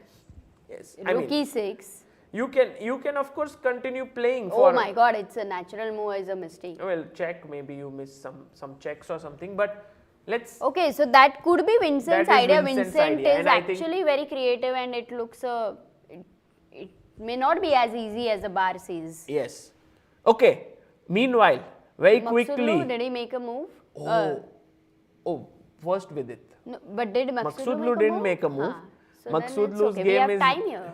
No, we want to see other game also. What about Rapport versus Navara? Because we left it here, then queen came in, queen went back, queen went here, h5, rook fa1, king h7. They put the rook there, queen came in the center, takes. Wow, Oh. now this should be. How did Rapport allow No, the but exchange he of? allowed it because he got the pawn as a passer. Because if the pawn was still here, then maybe there was no winning chance. But because he had to take, now this is a passed pawn, but it's too near the king. Imagine if the passed pawn was here, it would have been much better. But Rapport somehow maybe he never assessed it as that much better for him. Actually, it could be the And other way. David Navara might hold this, yeah. Wow, that's amazing. But I would not yet feel very, very confident about David's chances because look, Amruta, knight, king, you have it nicely positioned. You have these ideas of h4, h3, king coming in somewhere. It's a difficult Practically, endgame. Yeah. you have to be accurate until the end. Agreed. And meanwhile, the Pragg. leader's game, bishop e4, we were here. a4 played by Nodirbek. We saw bishop g4, queen f2. He played his bishop back. They traded. Bishop went back to g2, bishop h3. Nodirbek is not wanting to trade. And Pragg's last move, bishop f6, didn't turn out to be the best because There is bishop and h1. Don't forget. yes, but It's like that telescope. I was wondering, Amruta, if knight e4 made any sense here as a move to hit here, and if bishop d4, Yeah. maybe knight g5. Yeah, perhaps this was what white should have done and would have given him a good edge with his knight in the center of the board. Very surprising. White is usually better, but you are right. It is all the time, I think, the knight on g6, which gives white disadvantage. Yes, this knight has to improve. So inactive. But then when Okay, he went then rook what a8, queen d7, Takes. Maybe black is getting time. Queen Wow. D3. Pragg's move Queen D3. What? Knight F6, he's allowing that structure? Yes, he's ready to allow. I think But also Nodirbek C5 is hanging. Oh, how? Wait. might have thought that he would go bishop D4. This is what, and then he would have chopped off this pawn. But Pragg has gone for Queen D3. And right now, look at C5. No, First it C5 is is just falling, but hanging. C4 is also falling. So Knight F6, G-F6, Bishop C5? Just take on C4. And then black is fine. And Pragg is saying, I don't mind taking these doubled pawns. Because your king is also weak. Okay. Wow. I would say that Queen D3 was not so easy. No, You this could have was, I missed think he it. must have at least underestimated this move Queen D3. Nodirbek. Right. Okay, so overview time. Yeah. But first, before overview, Bartel Gukesh, it feels like Bartel's attack is going very, very steady. When he pushed his A pawn, I felt it looked a bit slow, but now if you look at it, that move has come to great use with A4. Opening up another front there, and now Gukesh's knight has to move, otherwise he just loses a piece. But this seems impossible to, get any practical play. I mean, if Gukesh is able to manage that, it would be only a miracle. I don't see anything. And Bartel has been playing actually very well in this tournament. Yes. I mean, his points do not Reflect make his the level of justice, play. but he is playing amazing. What about knight going back here? Just playing my knight to c2.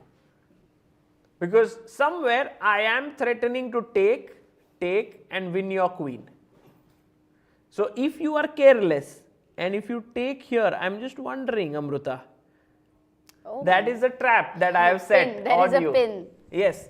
So maybe knight c2, you have to think of something else. And perhaps it's not that difficult. You can just move your queen away or bring your bishop into the game. This looks great. Bishop f5.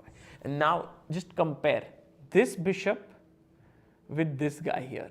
Oh, so bad. So bad. It's like white is a piece down in some way already. Yeah, white's That bishop is terrible. So c5, and we are waiting for Gukesh to make his move. I'm sure he's thinking about some very tricky defense here because he knows there's not much chances that are left for him in this game.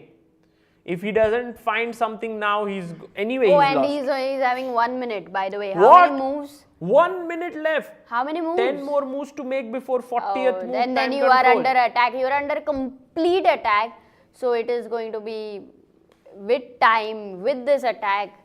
It is only, as I said, it would be a big shock. No if knight any, c2 played. Is this final even if trap? he is able to survive. You know, Bartel's not going to fall for this trap. That is for sure. 100%. He's just bringing his bishop here. Well, but Bartel has 30 minutes.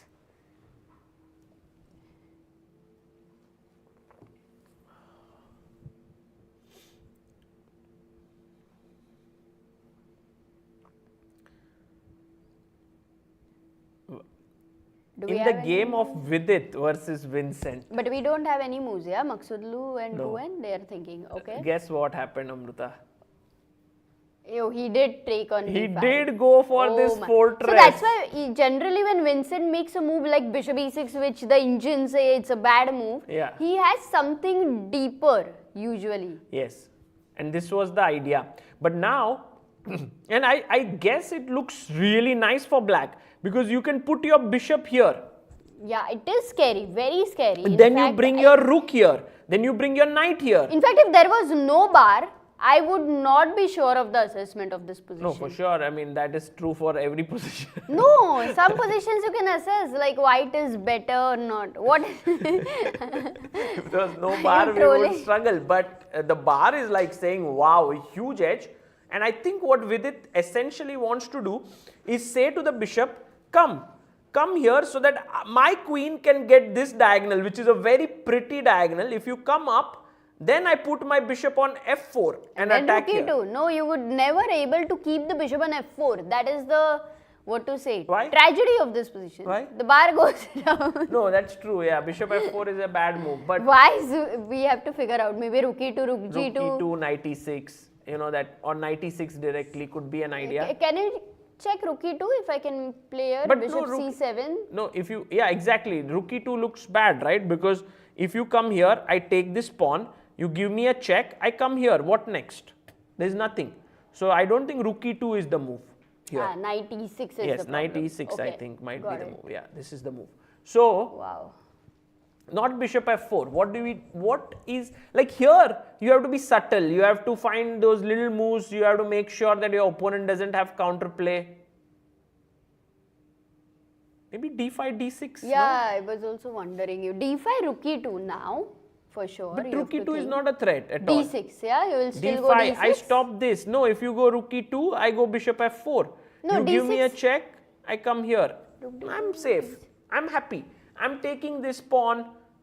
Your knight is not coming into the game. That is the biggest But thing. one second, for curiosity's sake, can you show me rook e2, d6? When? rook e2, d6. How? Here. Rook e2, d6. The curiosity rover is on Mars, Sagar. So, It's a right move, yeah, Amruta. so I just got the answer. Yes. Nice. So then, actually, you are not so worried about rook e2, rook g2 ideas anyway. It's the knight on f8 which is really wanting to go to e6. So after queen d1, the right way to continue the would be G4 pawn is f5. hanging, yes, Yeah, f5. f5 with the idea of knight e6. Yes. So that you keep the bishop on d5. Still, the computer doesn't like it. Yes, it doesn't, but then this is human, yeah. The computer doesn't like many things. But We don't care about computers No, anyway. no, it's like Yeah, they're humanly not our they will play no this. blood relation with them. Why should we care? But then what do you play as white exactly? Like, do we go bishop? Because if I put my bishop here, knight e6 comes. Now maybe different. Bishop f4, knight e6, bishop e5, queen d2. Go for mate. Makes sense. Makes Something sense. like- F5 I mean, at does least it's weaken not the a- dark squares. True, true. F pawn, f6 pawn was controlling many good squares, but with this, let's see. I'm sure Vidit will find the best moves. Today he's really playing well. Today, yeah, I mean this position. And I think Vincent also, all the time, make sure that somehow he's not playing a dull game. The youngsters here, like, really we are enjoying. By the way, in the game of Gukesh, the move that was played now was bishop f5, did happen. Knight took the knight, and now black to play. Why is Bartel thinking? Like, Yeah, b takes a3. but no, he's thinking.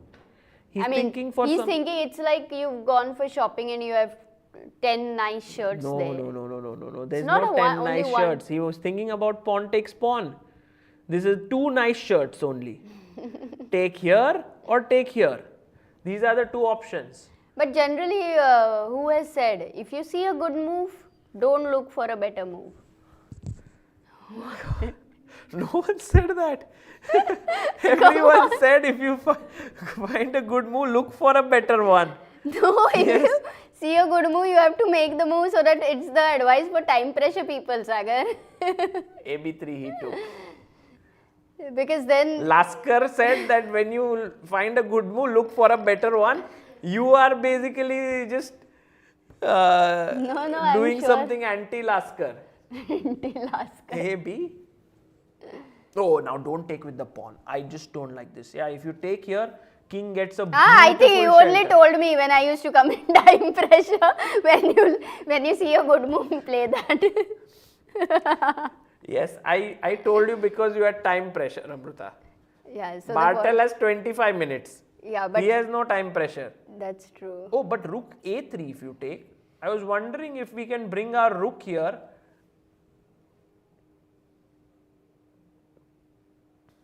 But then Okay, we are analyzing a lost position almost. yes, but we in a can way. leave it. Like Yeah, he has yeah, many he ways. will Queen find a6. ways. Okay, fine. B4. Let's go to Maghsoodloo, Nguyen and look at them. B4 and Maghsoodloo makes a move rook h5, which was the best move. Okay, cool.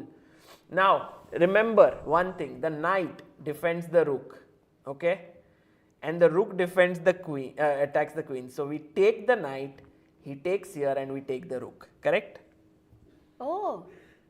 Yes? He just blundered a piece. No, come on. Queen rook at 6 is the inter. Oh no, rook g3 is a check. Check. Check. Queen g3 is also check. Yes.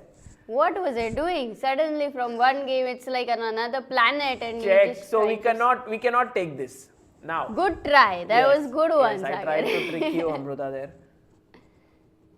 So not rook g3. But today it's not 1st April. But we should take queen f6, no? Now there's no other. Tell me something. One move back if we go. Rook h5 was played.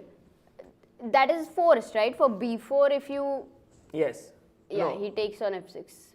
It's without a much forced move. thought. Queen Oh, takes. Maghsoodloo is down to 4 minutes. How many moves now? 18 moves. Crazy position. Craziest position, I would say.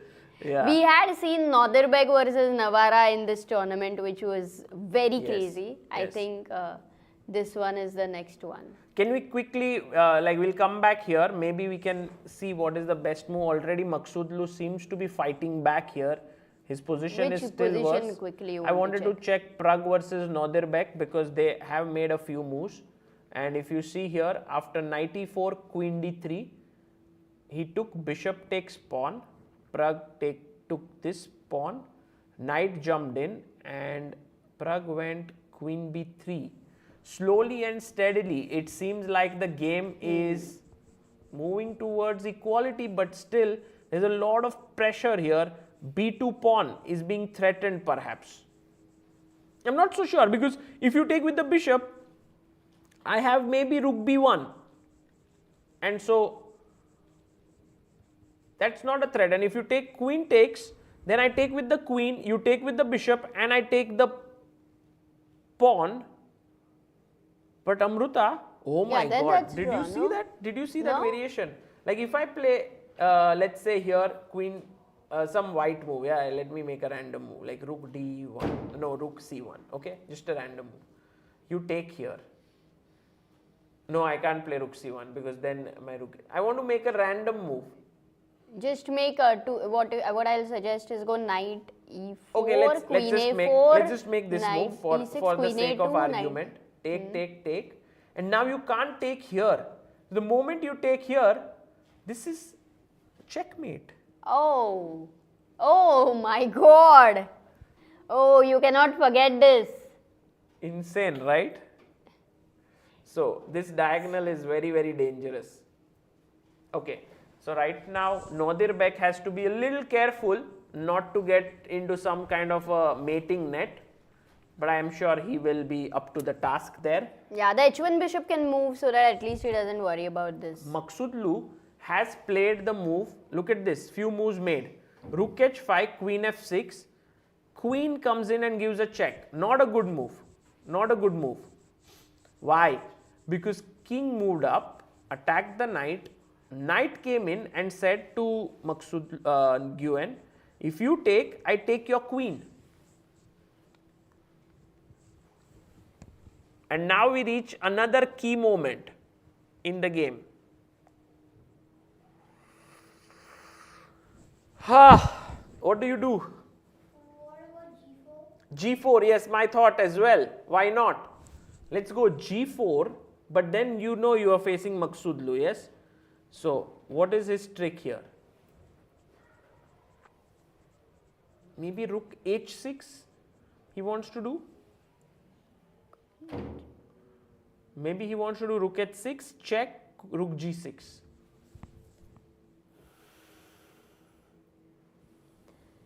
No? Rook h6. But this rook is terrible, I agree. Somehow. Well, it will get trapped, right? Queen How? g5, rook No, queen g5, rook g6. I was maybe Amruta just You have a queen, threat of what? Queen e3 check, just right? And knight queen d4. e5 maybe, you know. Put your queen, nice. The rook is there, as you said, out of the game. So not this, But yeah, G4, good move. Yeah, Nice this move. might be the move that Because, you know, Van Nguyen plays. Yeah, because now you will feel like you want the rook to go to g3. You're so attached with the idea that you don't want the pawn on g4 because you would like the rook to come to g3. Is there anything where we can still sustain that idea? Like I was thinking wanting if to we to can go G3? E4, but I don't No, want but to the open king up. Yeah. becomes very weak. But then why not if it works? No, g4 And looks- also it threatens your And if- bishop, Amruta. Don't forget. What about queen e5 if you go directly? How does this lose, by the way? Queen e3 checkmate. Oh, beautiful. That is such a terrible idea. How does this lose? But then, basically, G4 is the move to No, make no, no. a One question. If you square. go queen e5 here, the problem would be f6 anyway. No, queen e6 check is there. Sorry. Queen e5 if you go. It's a very decent move. Very decent. Yeah, but g4 looks the best, yeah? g4. And also it's, I think Nguyen will find it 7 minutes in hand. Yes, Sagar? Yeah. No, this is actually G4 seems the most natural, but Amruta, there might be better moves also according to the engine. Maybe I'm wondering what it could be, because Queen E3 is a massive threat. So now, as of now, how many moves they have to make? Oh, we have some beautiful idea. Oh, first start Are you with serious? this move.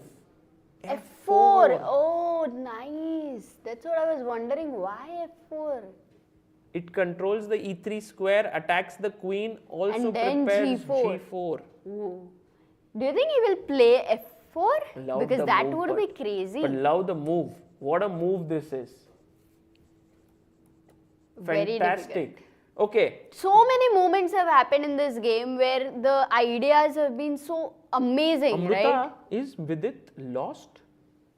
Yeah, rook h1 check What? is happening. What? Oh my What? goodness. Go Did back? he just blunder? Yeah. Big time? blunder. Big blunder. But Queen what can he D1, miss? F5 happened. He went Because Queen he was playing so F1, amazing. Bishop F3, D5, Rook E7, and I He's think winning. In Vidit fact, Vidit is the one who is winning. absolutely missed Rook H7. Look at Vincent's face there. He's like, Vidit, what the hell have you done? Did he think of rook h7, He just missed- d6, rook h1, king f2? No, Sagar. No, Amruta, he didn't No, think but then there is anything. always He bishop just c6. missed. He just missed this move. Man, that's such a big shock because he was winning Wow. completely. Just go back one move instead What of bishop a b4. turn around here. Rook H7 was... Is the idea. How does he firstly stop that? Or what does he do here?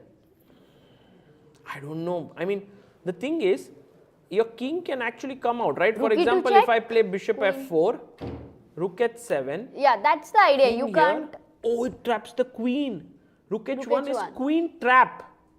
The queen has no squares. So that's a huge issue.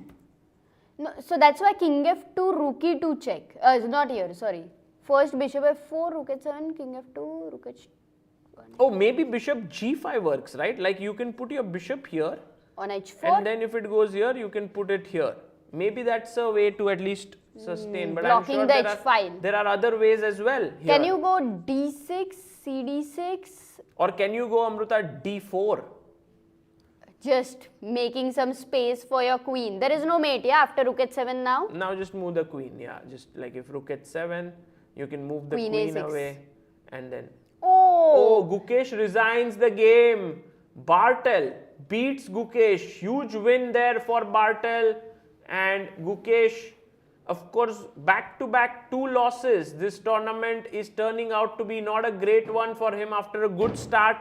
He lost to Navara, now to Bartel.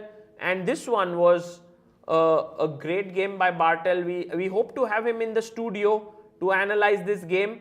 But meanwhile, Vidit Gujrathi versus Vincent Keymer, we need to actually see actually. No, but we'll go to, let's shift to Maghsoodloo also and come back here Amruta, again one quickly. second. Let me first figure this out. Is there no defense left for Vidit? Because the queen has no square left to go to, and rook h1 is queen trap and king trap. King F2, okay, let's go King F2 Rook here, H1. Rook H1. Queen Oh, trap. you're just losing a piece. No, so there is nothing, no?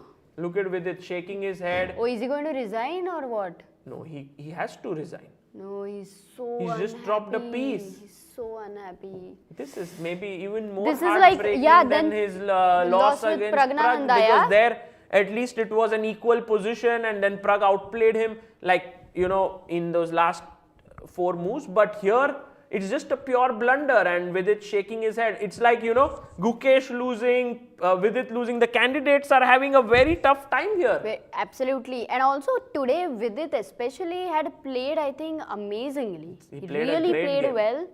Vincent also, I mean, hats off to his, you know, just the sense of trouble which he can create. So non-materialistic. Yeah, this queen sack was actually perhaps a very interesting idea, and I think Vincent also is unhappy with this. You know, I've seen this.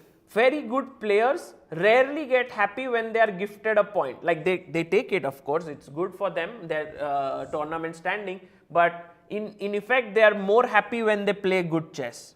Yeah, I'm sure about that. But still, that decision of queen sacrifice, it shows something, yeah, it shows nerves at the end of it. And with it here, I think my question is sometimes rook h7, how did he miss? Yes. You know, it kind of somewhere No, he it was feels just so looking. sad He that was just looking. The rook will come down, down, down, and it went to the side. Like he was just all the time thinking it will come here, and then the rook shifts, and you are. that's very sad because look at those beautiful pawns on c6 No, and he d5. would- I The think black he was king very is close weak. to He winning. was almost winning. Just one more ago. If this- Look at the bar. evaluation. It's plus.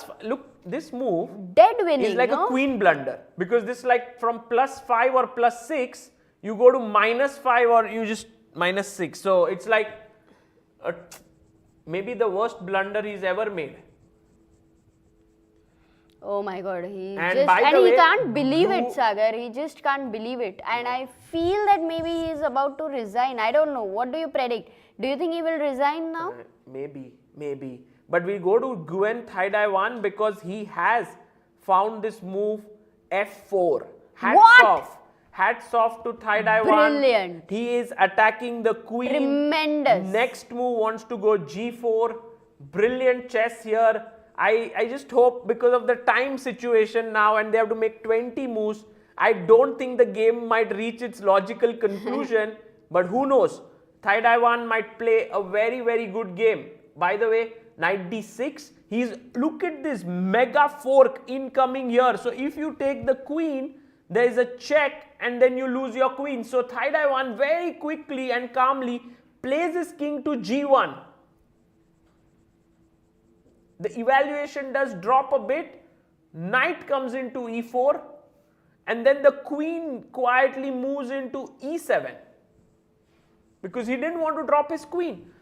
Okay, so 3 minutes for Van and Param has 2 minutes. They have to make maybe around what, 12 moves or no, how many moves? Amruta, there was definitely a better move here instead of king g1 because look at the bar, it was like way up, but we don't know what that move is. No, what can be the move? Knight e4 check. Okay, we'll look at it We'll again. We'll come back to it. This moment was the key one. Maybe that is where Thaidai could have won completely. Queen c8 played.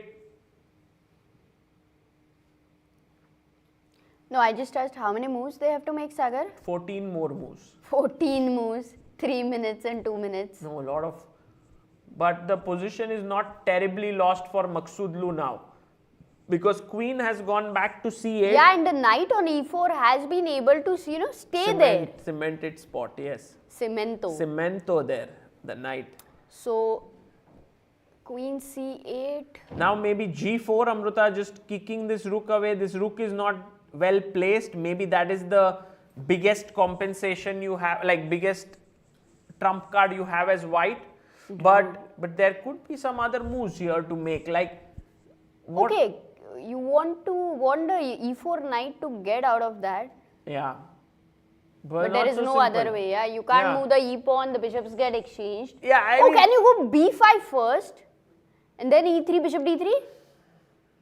Yes, could be an idea. Also, bishop e2 to hit the rook. Meanwhile, can we quickly check Vidit if he has, what is the situation there? Vidit is still thinking. I think he is kind of in a shock. Yeah. No, he's not. Yeah, he's just trying to think about why did he make this move. He's no longer calculating as such because he knows that there's no good move. And Amruta, Pragg game, should we look at it? Nodirbek Pragg? Yeah, very quickly. Oh no, this is so sad to see a player, like for that matter, Yeah. anybody just like this. Chess is brutal. That's how it's going to be. Some moments very happy. True, true. For all those who are watching out there, maybe all the youngsters, all the parents, you just know that even at the highest level, no matter how much practice you do, blunders are bound to happen. And this is part of the game, and you have to learn to take it in your stride. Bishop h5 played here by Nodirbek, Abdusattorov, and now Praggnanandhaa's position looking pretty good. But what's the move for Pragg? Because They also have 5 minutes, yeah. Today somehow it felt like today was a slow day. Slow day. But Amruta, rook b1, I was thinking you are dropping a piece. What is the defense?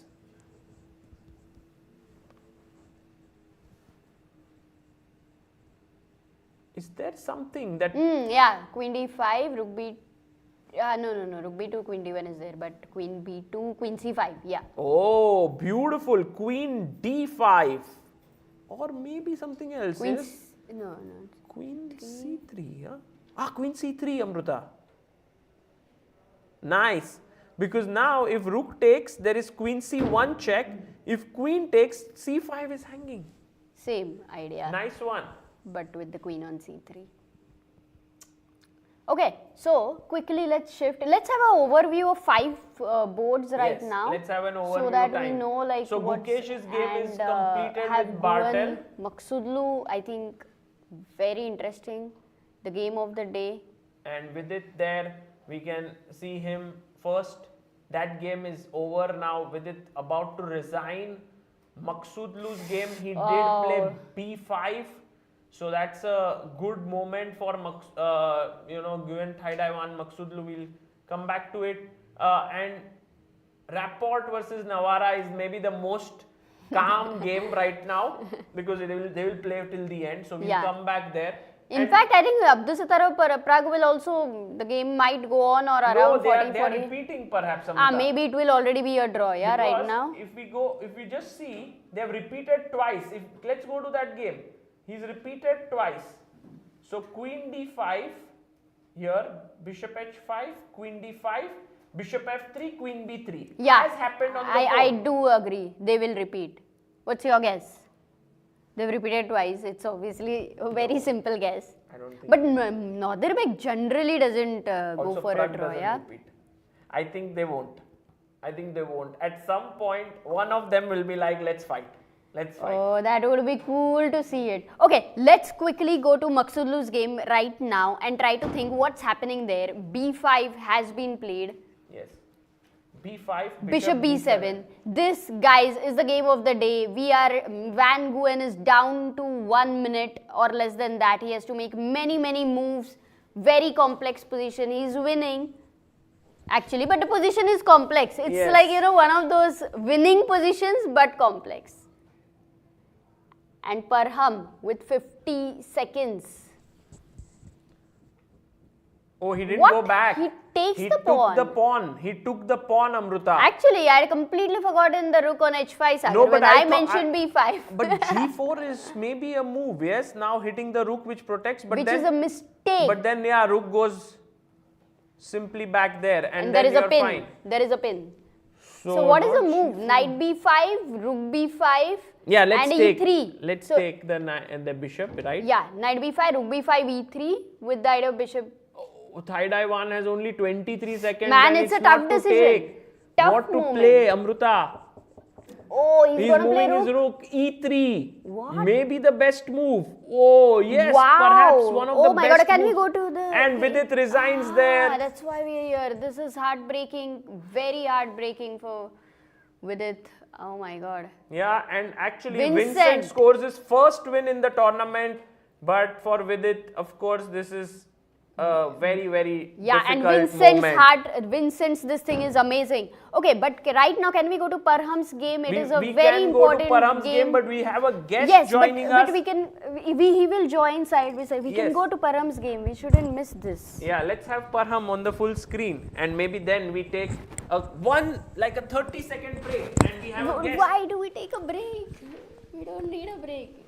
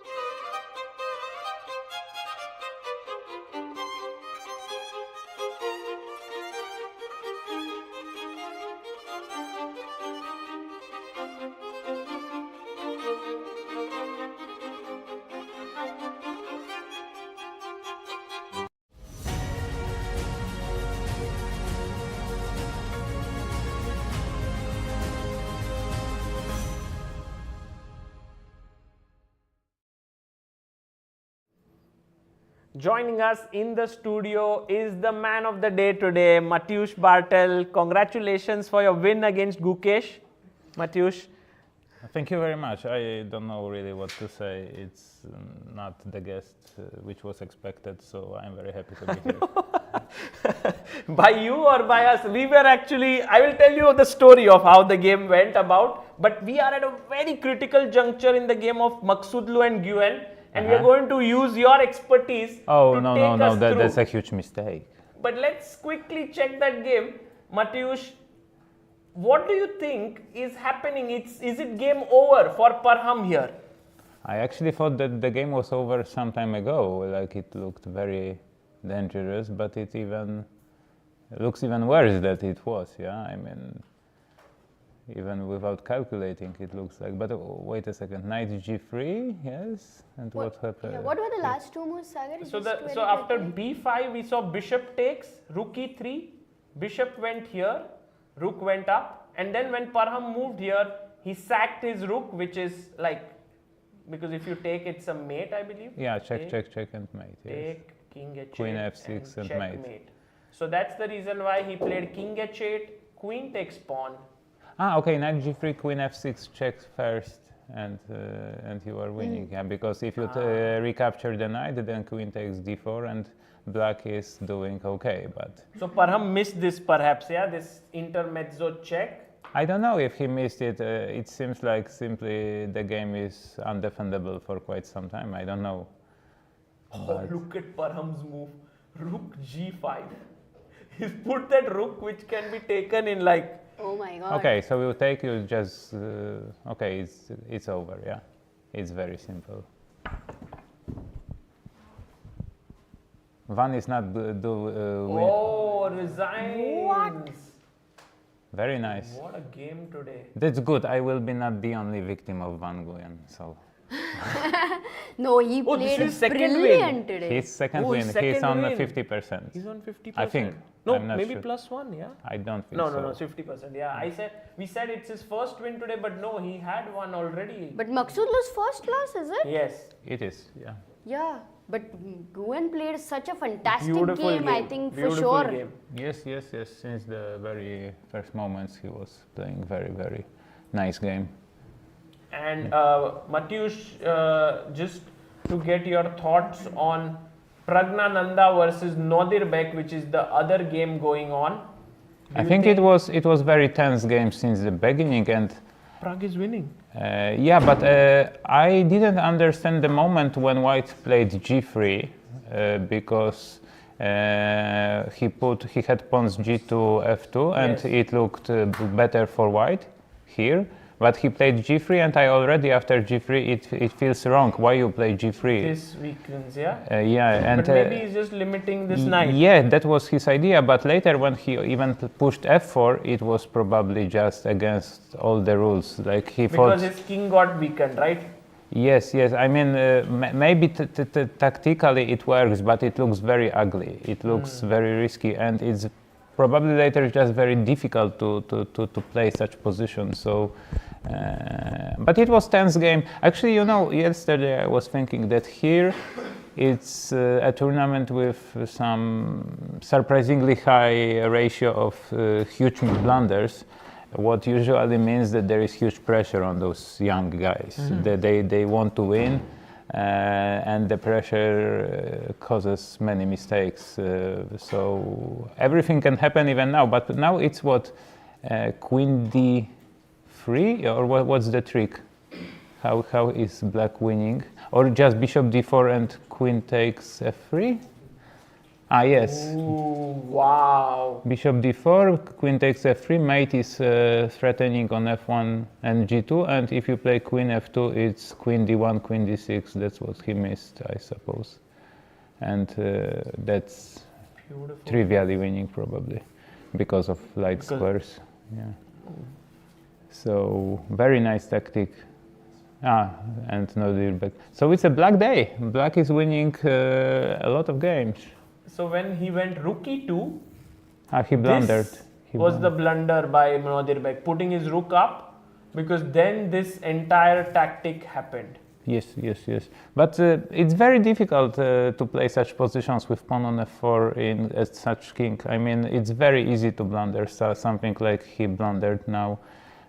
So, I mean, even if the objective evaluation of the position was close to equal, I mean, it's extremely easy to blunder something like that. But that's very good for the tournament, yes? Yes. It will be Look at the tournament, like all the people at the top have just lost. Yeah, Parham, Nodirbek. Nodirbek. I even don't know, probably Nodirbek still will be winning, but I mean leading, but by half point or something like that. I don't know, Pragg is... But maybe Rapport comes up, yeah, because he was 1 point behind and he might be able, no, but I don't think he'll be able to convert this, right? Well, he wasn't able to convert something with Parham, so... But okay, surprisingly promising position at the moment. Like, I thought it will be draw like 20 moves ago. Yes, and here there are some... G3 is a nice move. I think it kind of forces the simplification, because if you take with the king, then maybe check and I pick this up. Yeah, that's draw. And if you take with the knight, I take this guy, perhaps. And yeah, David is very good at defending tactically, so if he played g3, it means he sees it until the end. Otherwise, he would never, because there was no rush. Yeah, I mean, he might maybe even rook e4, rook takes d4 was a draw at some moment. Yeah. Which one? Okay, like at the final position instead of g3, I wanted to say that.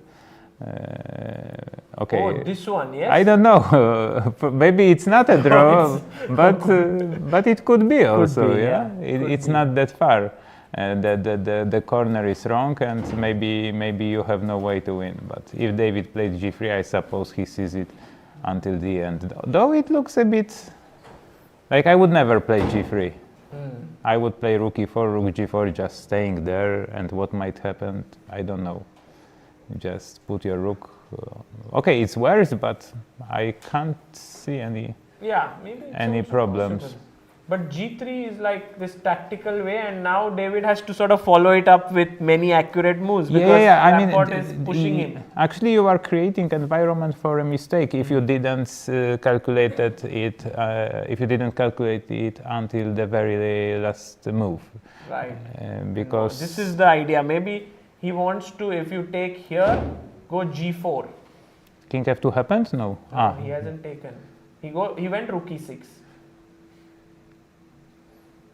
Yeah, you don't have G5 because of Rook F6 and still draw. King F2. No, not King F2. G4. Then Bishop F4. Sorry, what was the analysis?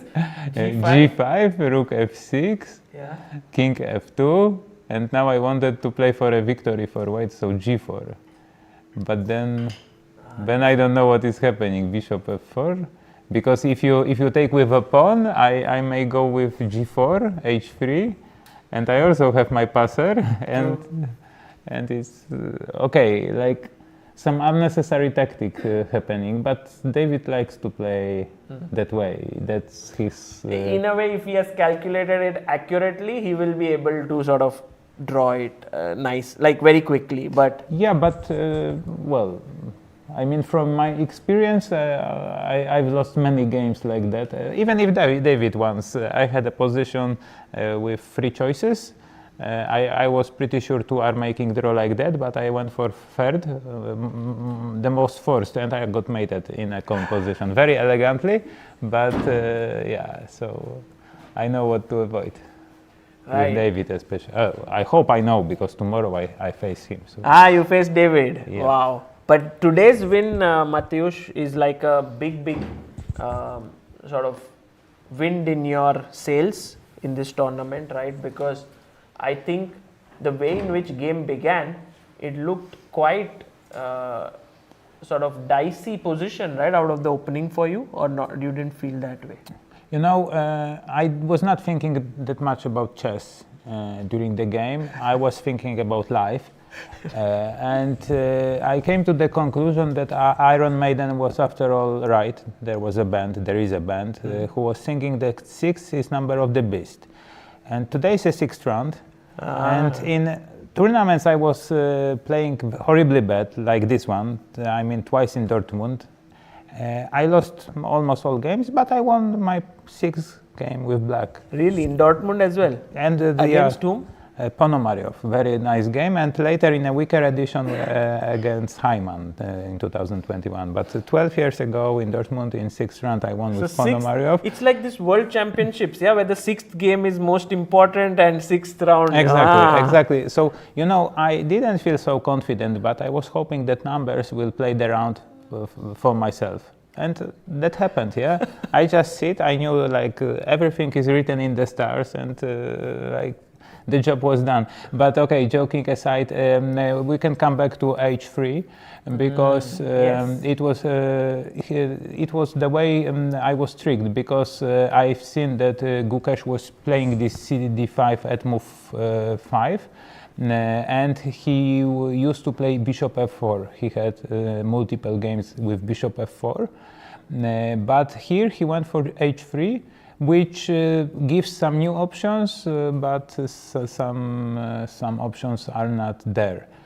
So because the idea is similar to put bishop on f4, later had an option of bishop h2, or sometimes when I play bishop f5 too early, even there were games with g4.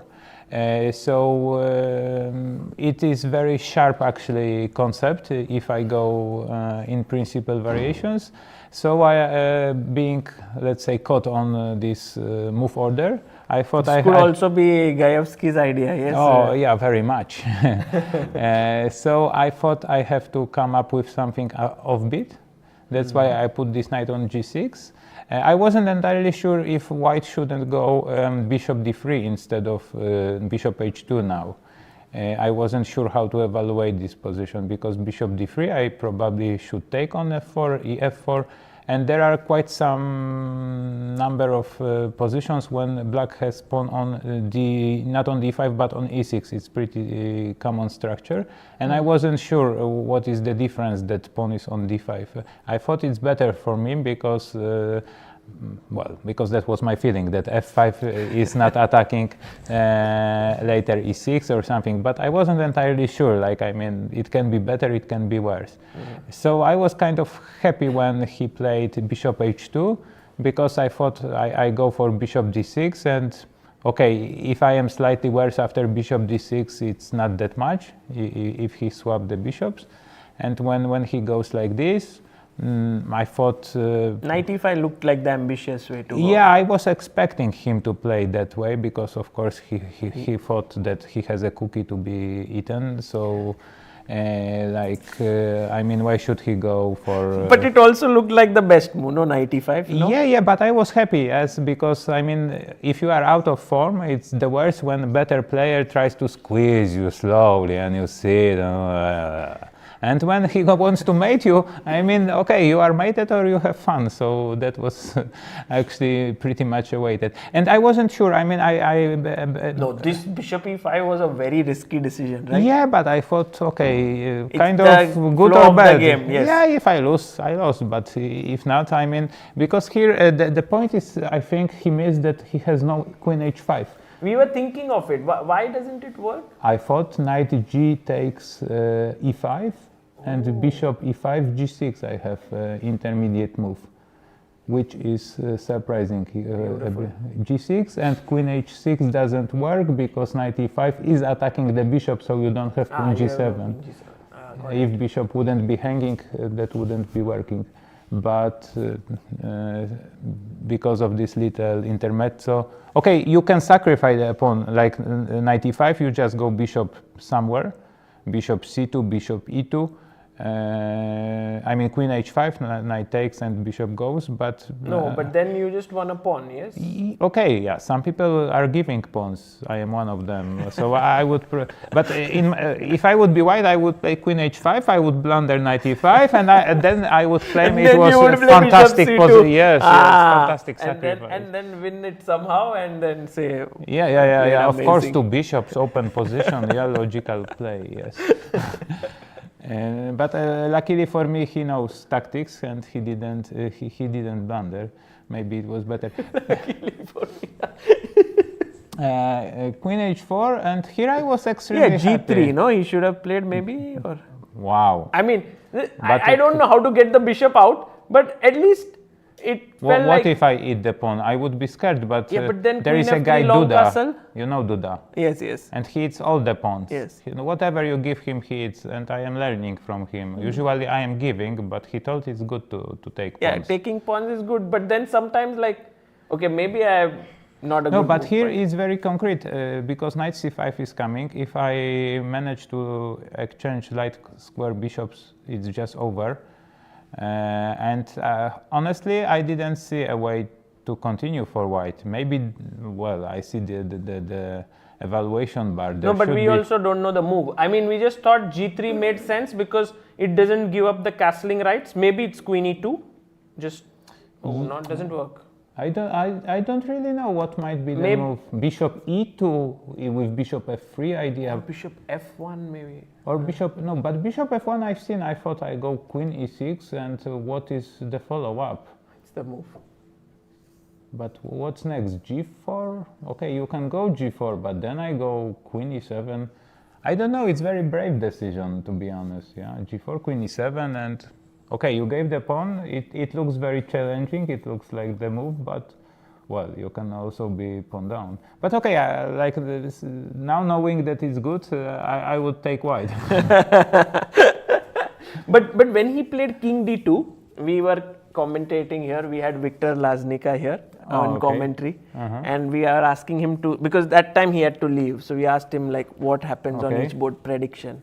So he said that black will get crushed here, yeah, in this position. Did you also feel like your position was bad, or? No, I actually really liked my position. I thought that bishop on h2 is just out of the game, and it's okay. It's very concrete, of course, because if white would be able to kick out my queen from h4 and just move the pawns, then maybe it's just over. But there is no time for that. Yes, I play knight c5, I attack the bishop. You have to move the bishop. Yeah. Now I have actually a huge choice, but castle, I thought it's the natural move. Why should I think too much? And the point is that I thought, maybe I am wrong, but I thought that he was hoping that b4 is a good move. Yes, I was thinking b4. What were you? Any6 maybe? And I have both knight e6 because the f5, queen b4, right? Yeah, maybe. I've seen that, but I wasn't sure if I should go that because I was quite happy that I have also knight e4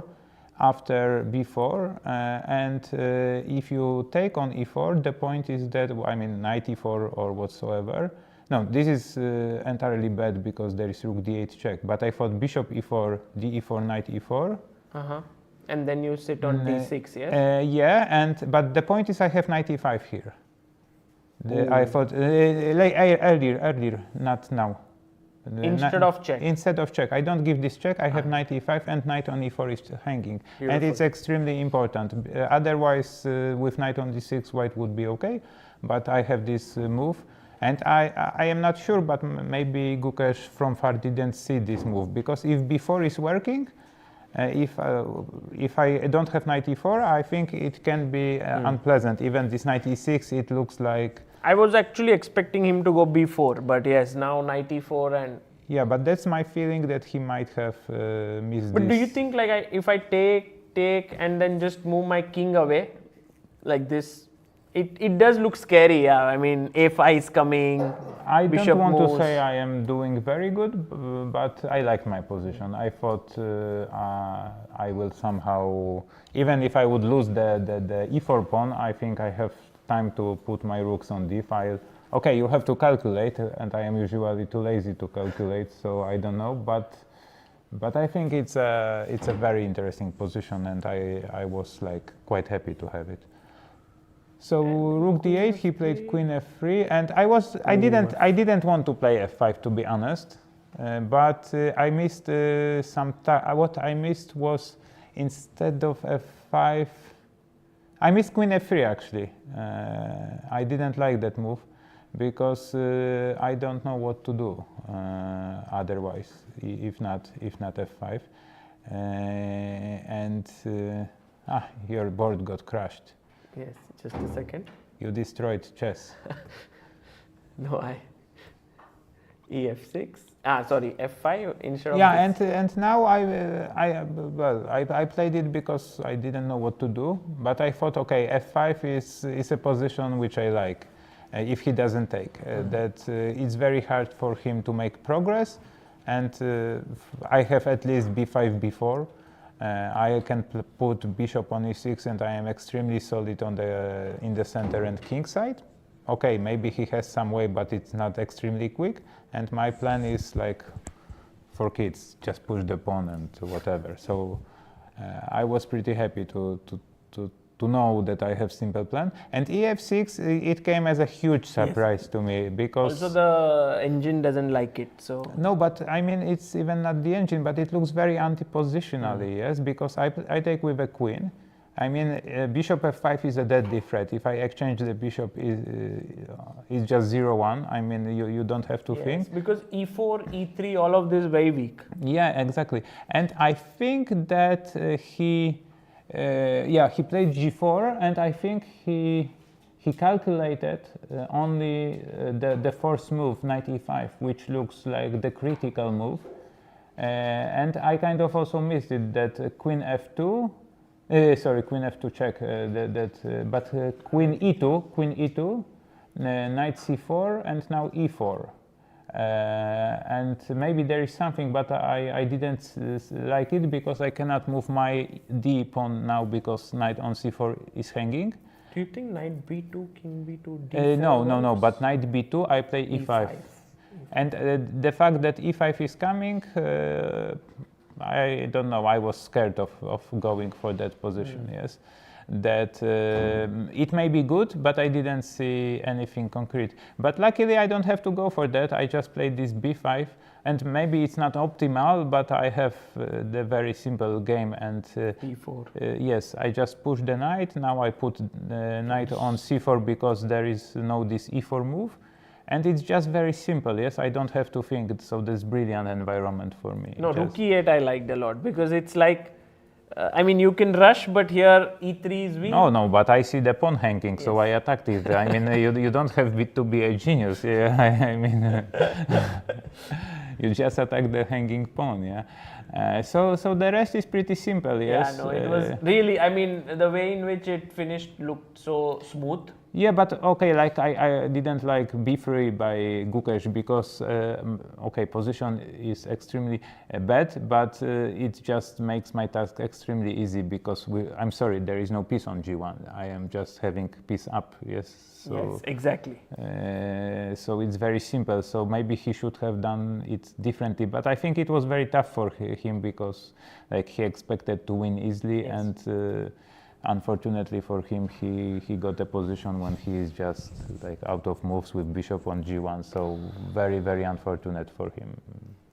You actually played with Gukesh quite quickly, right? You also played at London Chess Classic, now again here. So 2 games in like 2 months. Yeah, in London I got a lesson. I had nothing to say. Today I checked this game briefly. I mean briefly, just because I am forgetting my games, so I had to remember how poorly I played and how good he played. So I knew that he is a huge favorite, but luckily for me, he hadn't the best day in the office today.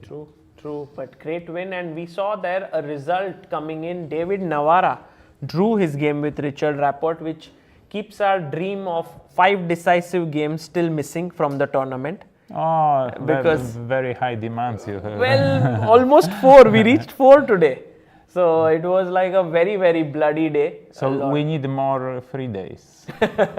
It makes players eager to. Also, you need to play Matheso, so you get into that flow of things. Yeah, yesterday. Yes, I have to have some brain activities not connected to chess.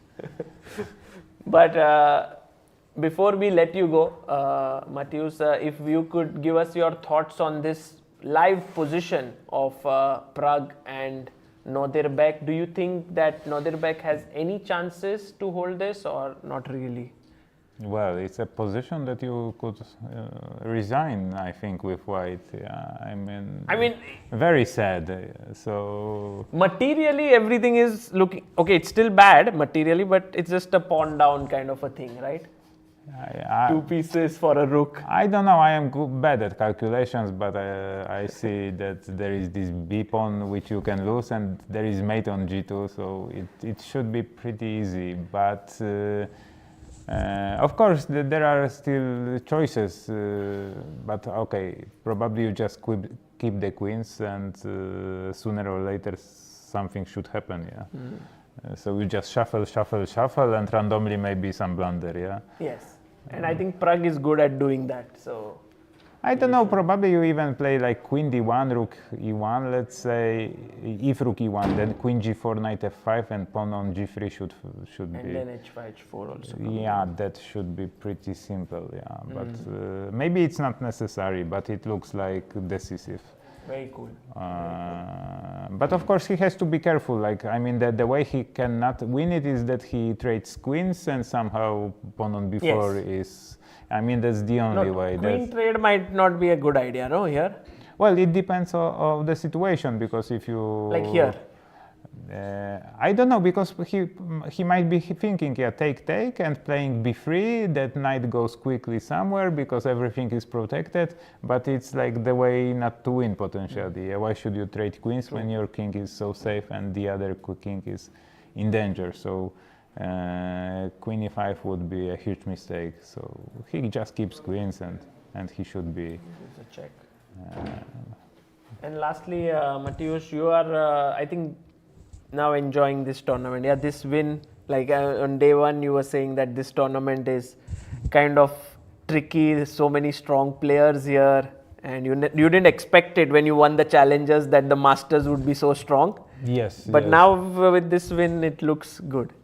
I was disappointed only by one thing, not by the number of points I have, because, well, I mean, it could be expected.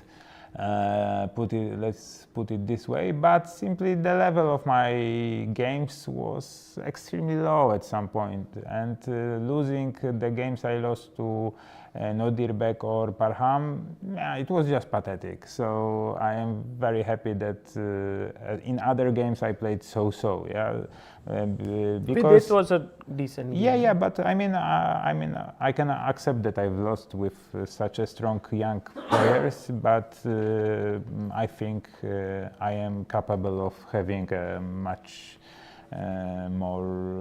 more interesting, much tougher battles than something like this. That I come, I play some random moves, and then I say goodbye. I mean, that's not what I was born for. Yeah. I mean, I can burn, but in flames. But there were no flames in some of those games, so that was pretty disappointing. But yeah, I am very happy that I managed to play a good game today, because I believe, well, of course, it was not a good performance by Gukesh, but well, at least I didn't blunder anything, and I had some object to be mated, and I mated it, so I'm pretty happy. Fantastic. Well, thank you, Matyush, for joining us and also showing us your thoughts during the game. I think it really helps. You know, at some point I thought, okay, the tournament goes how it goes, so I have to make it possible that Sagar would invite me for interview. So that was my only. Now I didn't even have to sort of make elaborate arrangements. You came on your own, so you made the arrangements by winning the game, and I hope you keep coming. 3 more games left. Will do my best. Good luck for that, and we'll join you again in a short break.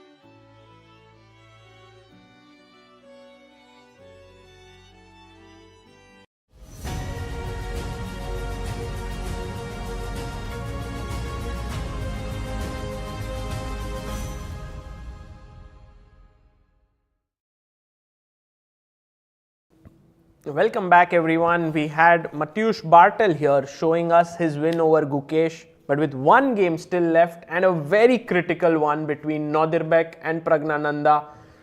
Something very unusual has happened, Amruta. I mean, when you left, Pragg started winning. We'll just go through that. But as of now, the live board, when Nodirbek brought his queen back, the general understanding of everyone here was that Pragg would not trade the queens because the white king is weak and keeping the queens on would give you good attacking and sort of mating chances. But Pragg actually went in and traded the queens, which now feels that this endgame might not be very trivial to win. It was a very difficult decision though when you said that the queens should be kept on the board. For me it was not so clear as to, Yes, but if why we- keeping queens on the board helps. But we had Mateusz here and he explained it very well that here you can go check. If the rook comes back, put your queen here, bring your knight here, push the With pawns. the king is weaker. Maybe the Yes. king is weaker. And Okay. it could be a very, very dangerous attack. But that being said, it's not like Praggnanandhaa has sort of squandered his advantage. He's still better. It's just that now to win this is going to take a lot of time. Isn't it like David and Rapport also have rook and two pieces? Yes. Rook versus two pieces? Yes. What's happening there? No, but Was if you Rapport- remove these 2 pawns, then it's a draw. But by keeping them on, Pragg is trying, and that's why he plays the move b3. So just in case, like if you can win this pawn on b3 for the pawn on b2, that is Nodirbek's dream here. But he can't, for No, sure. he cannot do that easily. And I Okay. think that is the reason why Pragg has also gone for it. Also, Pragg sometimes takes these very practical decisions where maybe to win might take a lot of time, but he's not really worried about you it. mean it's maybe practically slightly easier for him to play, like he played b3, he fixed the pawn on Yes. b2, now he will make it a target. Now he'll play the h5, knight will attack. he'll put pawn g6, And- he'll bring his knight, then he'll slowly bring his king. And I think that's how he will do it, like step by step. Yeah, actually if you see the bishop on e6 defends the b3 and f7 both. Yes. The king has a clear cut route to come ahead. It's nice for black. Yeah, it's In fact, risk-free I here am for very sure. surprised that Nodirbek blundered, but I believe he was under time pressure and I can show you where the blunder happened. just that Amruta. one move maybe So if you could. here Nodirbek was actually doing fine, and as we discussed, there were many ways perhaps here to keep the balance. Maybe one of them, and I'm just thinking without much thought, like maybe bishop e3 back also seems fine. But what he did was he went knight d6, which was okay, queen b3, and now this pawn was under attack. And so he defended, first he played bishop f3, and here we were analyzing, I think queen takes, bishop takes b2, rook b1, queen c3 if you remember. Yes. Attacking here, if you take with the rook, then check back on the No, back no, rank, yes, I remember and so this on. all. But then he played h6, bishop h5, then they repeated. Yeah, we thought they might agree with a draw, but And it was a Nodirbek- psychologically interesting moment because Nodirbek, instead of repeating, made a blunder. And the blunder is that if you now, he took, and the point What? being, Bishop d6? What's happening? check, Queen. and you win this. Ah, But because bishop d4 no, you just win 2 pieces for a rook. directly. Yes, but when he played this, Nodirbek was banking on the fact that he would give a check, so that now the bishop controls this square, and then he would pick it up and he's won an exchange. But what he missed was that after take, there is no longer this check because the bishop controls, but Queen there is a d3. winning move. Queen d3, bishop d4 idea. No, but the queen d3, I think you have bishop c5. Like, Ah, you stop bishop d4 Yes. instantly. so there is a winning move here. Maybe our viewers, if they haven't seen yet, would like to find. Bishop d4, fantastic. And this is what I think Oh, Nodirbek nice. might Queen have F- missed. 3 and it's a forced Takes. mate, yeah? There is a Wow. check here and here. So he had to play queen f2, and then a check came from d1 and he won this. Oh my god. So beautiful combination there by Pragg. But from nowhere, this is really a good chance that you get to press your opponent over here. But with this the was, black if you pieces. look at the bar, it's totally winning right now for black. and that is the reason why Exchanging this queens may not exchange have of been queens might be a slightly. But this is still winning, right? Like, No, let's say. this should be winning, yes. But again, this requires effort, and I'm not so sure. And Nodirbek is a very, very big defender. And what I love about Nodirbek is that if you look at him, he doesn't look like He's blundered. sad that he's got into this position. He just looks at this position as a fresh, new position where he's worse. Let's defend. So true. Look at him, yeah. Like, it doesn't even feel like there are other people who generally are shaking their head, who are like, yeah, what a sad position now to defend for 4 hours again or 2 hours. But this is why he is one of the best in the world. This attitude, fantastic. So king f2. And Pragg is thinking. No, I believe Pragg will go h5 here. h5, g6. Not king g6, also possible. Yeah. But Sagar, one moment, because I have no idea what's happening in David Navara versus Rapport. They drew, yeah?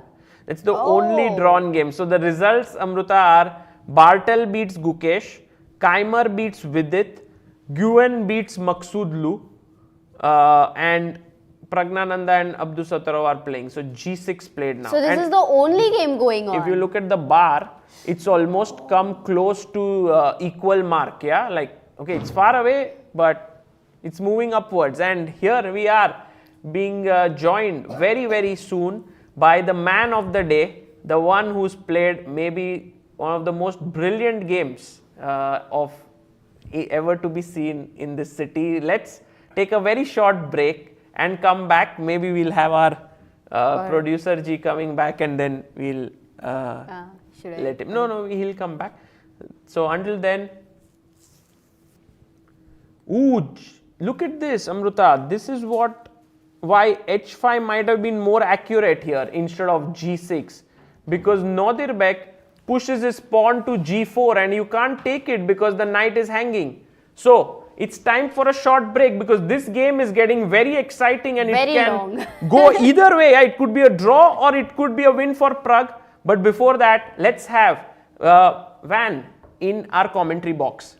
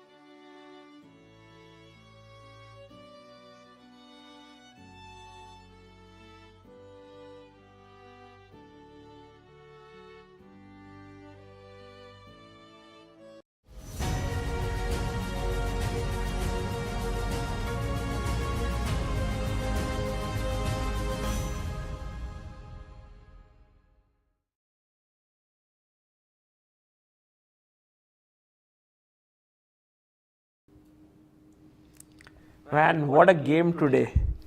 Would you say the best game of your life? First of all, thank you. I don't know if best game. I don't have that good of a memory that I can recollect all my good wins, but it's definitely one of the very sweet wins, because I'm normally known for positional grinding wins, and today it was in a completely different style, which made me quite happy. So You beat Maghsoodloo in his style. in his type of position. In his type of position. H4, that's not what I usually play, but today it worked out very well. Let's look at your game. Till what point was it your preparation? Well, to be honest, I expected him to deviate somewhere, because that's his style. he can play anything. So I repeated what I prepared against Prague, and he surprised me with his early b6, because normally, let's say the line is, for example, b6, knight f3, and short castle here. This is the main theory. Instead of bishop a6. Yes. And now it's like bishop g5. There's thousands of games here. Bishop a6 and queen a4. And now black has to go c5, and it's some theory. Yes. But he went bishop a6, and now I was confused, because now I understand that it's not transposing, because after queen a4 check, he cannot castle, so he has to go queen d7. But now, queen c2, I don't know who So this you were benefits. already out of your prep. I was out. Wow. I had never seen this before, but I also understand that in this line I should not risk too much. So he short castles, which is logical, bishop g5, c5. Yes, this is all very standard. D takes c5, rook d1, and now I think queen b7 is like so dubious. He should play maybe rook takes c5 or queen e7. For example, queen takes c5, there's a nice line here. Queen e4 and queen c7. Mhm. And here I think I should just play normally, because if I take that rook on a8, bishop b7, queen takes a7, rook a5, and I don't want to take on a5 because his queen will be very active, but I probably have to, because now if I try rook d8, which at first might seem like I'm winning, then queen takes d8, queen takes b7, and probably rook c5, and it seems like, Wow. or maybe rook d5, one of the two moves, and it looks really dangerous. It could be just lost. Beautiful. So that's why maybe he could have tried this, but I would not have taken the rook. I would have just developed somehow. So Right. anyway, But queen b7, you felt it, that something I felt is wrong. something's wrong. I mean, at least you can go queen e7 closer to the king. Yeah. But do they even allow gf6, you mean? That is okay to This allow, is very yeah? standard in this Uh-huh. line. It happens in basically every single line in this particular Nimzo. So the structure is common, but queen b7 just looks like all his pieces are on the queen side. And now I have time to go h4, because But this, I think this he underestimated move, this it's a lot. not at all easy to find. I think it's the only move Yes, that it's- can give me anything. Because we were thinking e3, g3, Yes. we Rook tried d4, everything. A lot of moves were tried, and then h4 was. I spent a lot of time Amazing. here, but I at first I thought at least I can play e3 and make it raw, but then I still felt like it's so raw, queen b7, and then I saw this idea with h4, Oops, sorry. and the H4. point of h4 is that with rook h3 and queen coming to h6, it can be a mate immediately. Right. And I don't know how he should defend here, but in the game it's definitely lost. Did you see this beautiful Rook line? c5? I'm sure you Rook did. c5? Yes. Yeah, wait. So I don't want to take credit. So I just knew that rook c5, rook d8, king g7 looks very dangerous, and at least I have queen a4, which is draw. I was just in the Czech commentary, and they told me that h5 here, Yes. amazing move. And this is what we were analyzing, and then Tadeusz came and showed us because he could see it. We didn't have the engine, but what a move, yes. It's unbelievable. h5, Wow. rook Rook c2, h6, king g6, rook g8, and rook h5, and just mate. And this is like, It's so beautiful. This h5 move is like so. It's a dream. You know? it's that, you know, Exactly. that's why we fell in and love actually, with it is H4. very possible to fall for such a trap, right? I mean, did you analyze later after the game with Maghsoodloo, where did he I speak just about told rook him- c5? I told him actually that rook c5 looks so dubious, but I actually did refute it. So maybe you could have tried it. And then in the Czech commentary, they told me h5 is the only move to win, and it's just gorgeous. So, but it feels so wrong, you know. Yes. So that's why he went 97, and he was still confident, and he. But this was a beautiful idea again, like you found. This was what I had calculated. h4, knight c5, queen h6, and now if he goes queen e7, trying to stabilize Yeah. with, for example, king h8, rook g8. Now I have knight g5. Oh, here it works, yeah, not rook h3. No, because rook h3 just king h8, maybe. King h8, and now knight g5, f g, a g, f5. It's not so clear. But that's why I need to start with knight g5. This is always very tricky, Finally right? Which your move move order? came, Amruta. Because Exactly. she I was wanted all the to time make wanted this to work play. so much, but it wasn't working at the right time. Yes. But move order matters a lot, like when you're attacking. So this Because is beautiful. when you what sacrifice a piece, one tempo can mean winning or draw or loss even. So here f5 is needed, g takes f6, Yes. queen f7. And the point is that I don't want the rook from h1 to go, I want rook d4, the other rook, to come. And now if king h8, rook g4, rook g8, and now queen h7. Oh, Queen h7, rook h4. my It's beautiful. God. What? Whoa! What a Crazy. This is amazing. beautiful. You calculated this on the board. Wow. It's just like so. I mean, but I understood that Parham would not go for this because It's he. very defensive. It's a very straight line, but it's very beautiful. beautiful, yeah.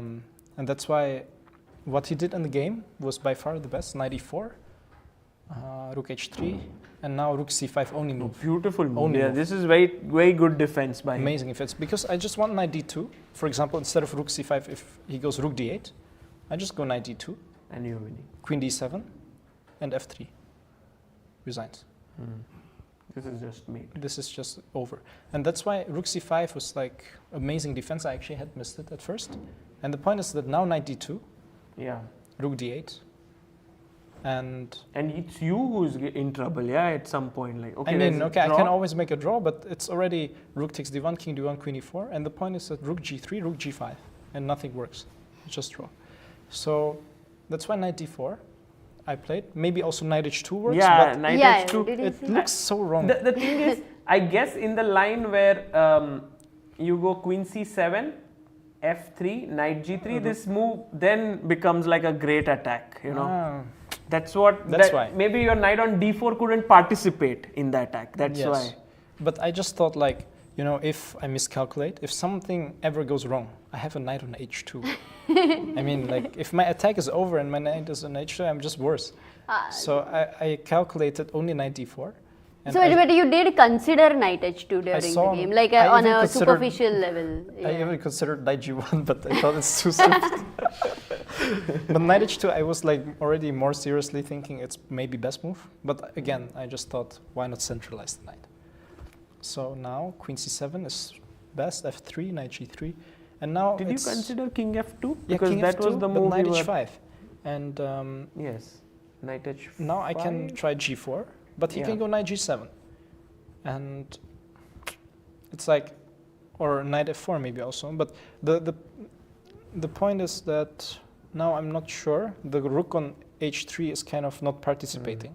Like I'm sure computer will show some win, but you know I play rook h3 not to go g4. Also, yes, you never want to go. You want the rook I on want g. the rook. I want to mate him, not like take a pawn, you know.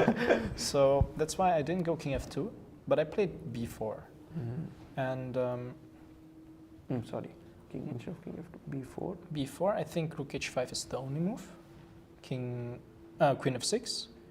Now I don't know how to defend for him. I mean, if he takes on f1, what does computer say here is best for him? Rook d5 maybe. No, we didn't check, but sorry. Oops. Instead of queen c3, Yeah, I did think he would go queen rook c3. d5. Yeah, rook d5. This was what I was expecting, and probably I'm not sure if knight takes e6 works here, but I can at least go king f2.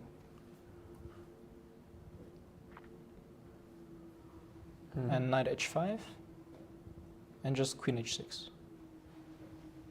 And it should give white some significant advantage here. Yes. I'm not sure if winning, but it looks like at least I can get some endgame with pawn up and maybe even more with knight takes e6 coming sometimes.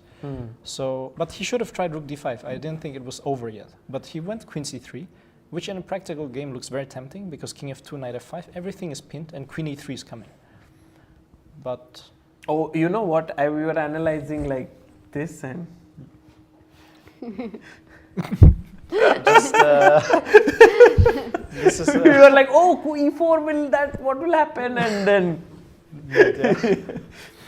so f4 was also beautiful. This was a great move. Oh, but Thank today with its game did happen something like that. Where? Rook h7 blunder. Ah, yes, in this blunder. Yes. So I mean, f4, if he tries to keep the pin with queen b2, I will go rook b3. F4 was a nice you move just actually. remove the queen from this diagonal. Yes, and now knight takes f5, rook g3 mate. So he has to go what he did, knight d6, amazing defense. King, I think here, rook e3 was winning, like very winning. This is, they showed me in the Czech commentary, but I mean, not an easy move to find. No, for sure. So I calculated king g1, knight e4, queen e7, queen c8. And now, actually my initial idea was to go rook e3 Huh? to remove the knight. And now if bishop b7, which Yeah. I calculated, then knight takes e6, queen takes e6, queen takes b7, rook e8, rook d4, and I will take on e4, rook g3 and mate after f5. So this is completely lost, but actually I had missed from afar that after rook e3 he has queen b7. And now my queen is trapped, so I have to trade queens, and suddenly I'm just pawn up, and it's like, you know, from mating him to playing an endgame. And also Parham is escaping in all Like the games. every game. I was Yes. already thinking like, come on, he cannot escape again. So then I saw b5, and now he can try bishop b7. Yes, bishop b7 was possible. But I was gonna go rook dd3. And the idea is to go rook g3 with mate, and it's very hard for him to defend. Maybe rook h6 is already the only move, I believe, but it looks super could dicey. also go something like h5 maybe. Yeah, maybe h5, but I mean it's clearly lost. I'm pawn up, better king, better pieces, so something should be there. But still, in time trouble, I can go wrong. But then he went bishop takes b5, which I was very happy to see because I saw this rook e3 trick. And Yes. now his knight cannot be protected easily, like bishop c6, just rook c1, I guess. Looks complete. No. Bishop c6. Maybe. Knight c6, queen c6, rook d4, rook e8. This is not so clear. So take, and now what? Rook e8. Maybe you have to No, go just easily rook d8. I get the rook piece. d8. I could have started also. Oh, nice. And queen d4 and knight f6, rook g3. So this is how I win the game. So that's why he cannot protect the knight on e4, and he cannot move it because of mate. So I expected bishop a4. It's like the typical Parham blitz move, you know? I attack his knight, he attacks my rook. But now rook d3, he just helps me because it's mate on g3. His knight's hanging. So in the game, actually, yeah, rook g3. He cannot take because it's immediate mate, and queen f7, mate is threatened. Knight takes g3, just knight, queen f6. Yes, this was a key move. This is key move, and then it's And mate. then you take here. So yeah, this is Rook g5, you took and he resigned. yes. Wow, what a game. Beautiful. Yeah, this I think your second win in this tournament, and you sort of took down one of the person who was unbeaten in this Yes. event, and I think now this looks like a very nice event for you. Plus, I think you're No, on I'm 50%. 50%. But after the start I had, which was quite difficult because I lost the first two games, now I'm finally back on, like, not on negative score anymore, and beating Parham is, of course, he's very slippery. Yes. And I had played against him multiple times. I was having so many chances to win in many games against him, but he always escaped. And today finally he did not escape. So Well, thank you so much for showing us this game of yours, so beautifully played, and well, we wish you good luck for your remaining games. thanks. And we'll take a short break and be back.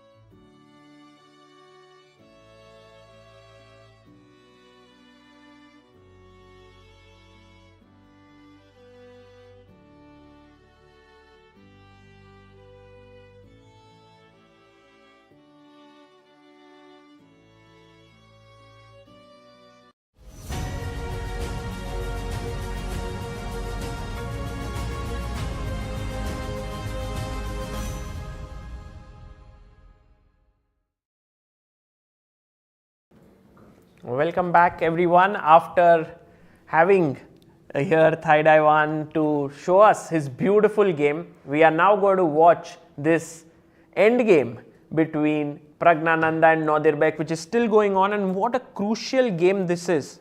Amruta. Absolutely, Sagar. I really enjoyed the game analysis with Nguyen, and he had a lot of interviews today. He played such an amazing game, and beating Maghsoodloo, we had seen how hard it is. That guy was not letting anybody beat him. So yeah, a great analysis. And here, Sagar, 15 minutes for Nodirbek, 13 for Pragg. Yes. What do you think? What does your sense feels? When he played the move G6, Nodirbek found this excellent move G4 because then he doesn't let Pragg's knight settle down on this square, which was like a nice outpost if the pawn had come here on H5. So H5 was important. Maybe it was more accurate. Okay. But then Pragg went here, G4, King G7, Nodirbek pushed his pawn, King F6, Rook E4, and finally he played H5. And here, if he took, then maybe he takes back, and then this pawn is slightly weak, you get the F5 square anyway. F4 is also weak. I mean, GH5 is the last move to consider. Yeah. So he defended it with his king, and now knight came to D5, King H4, provoking him to take, and King G7 by Pragg. So Pragg, in a way, is being patient, which is the right thing to do here. Not to hurry. Yeah, he's looking here and there and very relaxed actually. He knows that his position is kind of winning, but for me it feels like Nodirbek will keep on sort of posing problems to Pragg. And one of the questions is, how does Black actually try? What should be the plan to win here?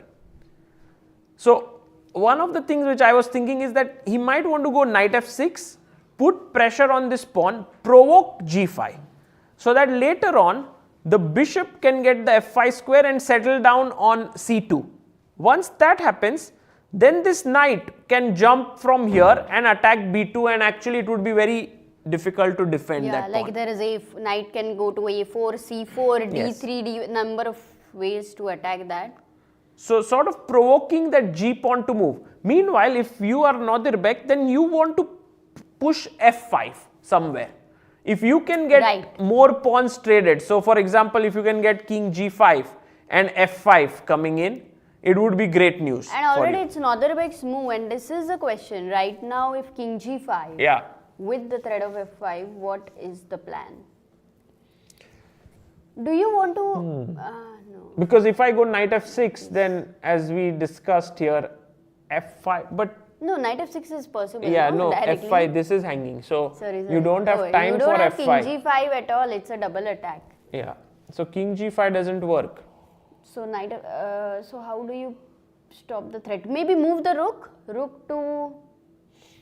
I wanted to keep my rook on e3 to put pressure here and try for f5, but the knight has taken away that f4. square.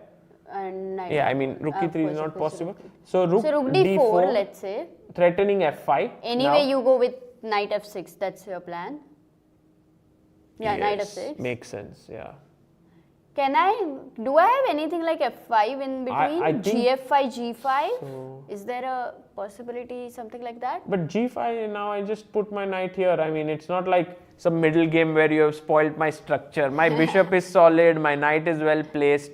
So it doesn't feel like that move. The pawn works. sacrifice is actually a pawn blunder. Yeah. And you can try knight e3 from d5. yes.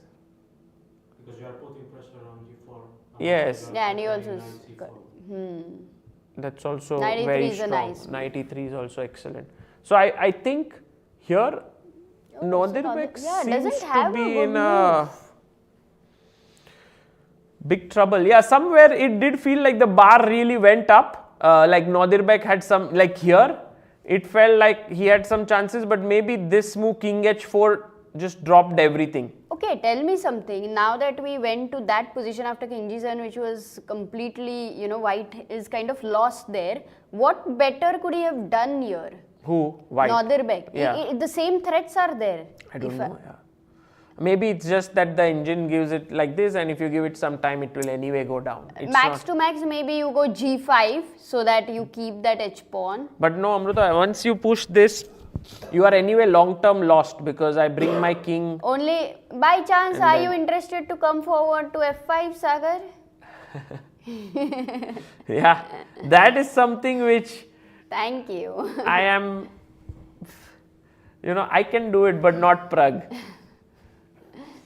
So, knight d5, king h4, we took king g7, and yeah, Pragg is, Oh my! So this is much winning than I thought. yeah, g5 played by Nodirbek, but he doesn't make this move happily, yeah, like this is a move you do not make in such positions, because now you have given up this f5 square permanently, and as we just discussed, we want this to happen, bishop c2, but if you go bishop f5, maybe it works, yeah? Yeah, where do you go? By the way, I have some nice Rook idea of d4 maybe, I attack here. elegance. Is knight c3 elegance happening, or it just show off?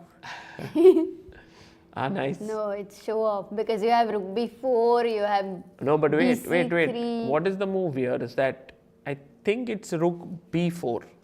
Okay, bc3 is lost. Yes, b2, because rook then b4, b2, b1, yeah, and that's winning that's for lost. black.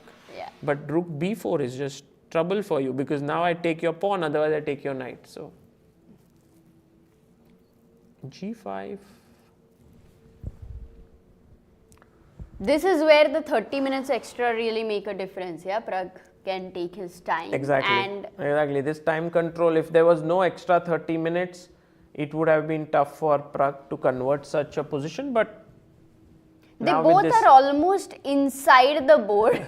If you look at them, it's like I'm thinking about this. We edit a video, right? Every next day there's a highlight video, and we put a board in between the players and commentate. yeah. Here it's impossible to put the board because they both are like so close to each other. It will be very It's small. very tough. They're like, Sagar, you making us calculate tough positions will also make your editing a little tough. Yes, bishop f5 comes on the board, and now I'm expecting rook d4 by Nodirbek almost instantly, because if he moves anywhere else, let's say rook e2, then just bishop c2, and then the knight comes here or here.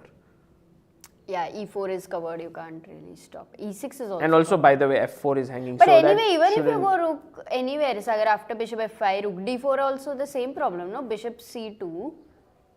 No, Oh, this sorry, is hanging, right now yeah. that is hanging. So knight e3 I will go. Yeah.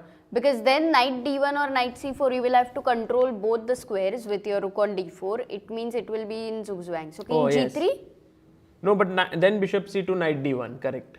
He Yeah, goes rook anyway. c4.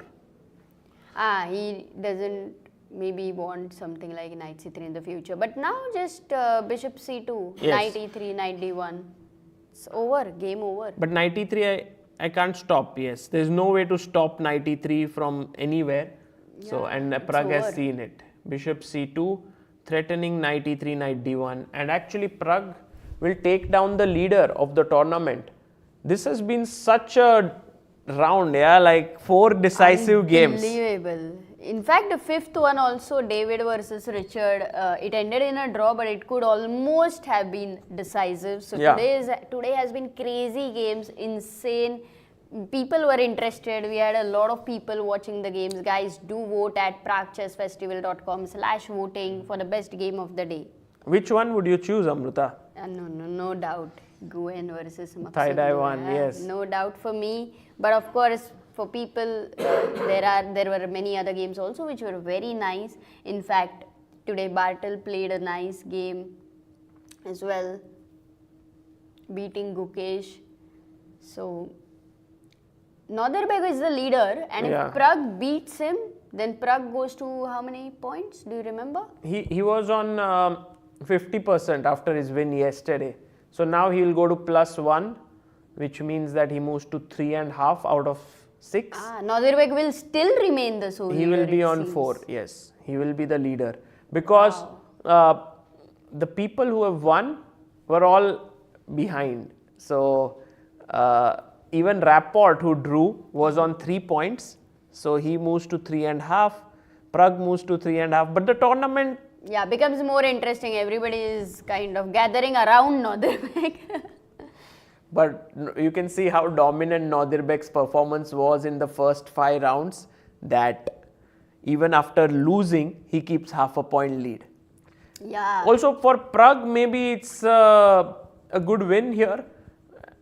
And the thing is, he lost like this game with Rapport, Yes. which was quite a Pretty heartbreak heartbreaking. for him. But then he scored 2 wins against Vidit and now with Nodirbek, which just shows his mental strength.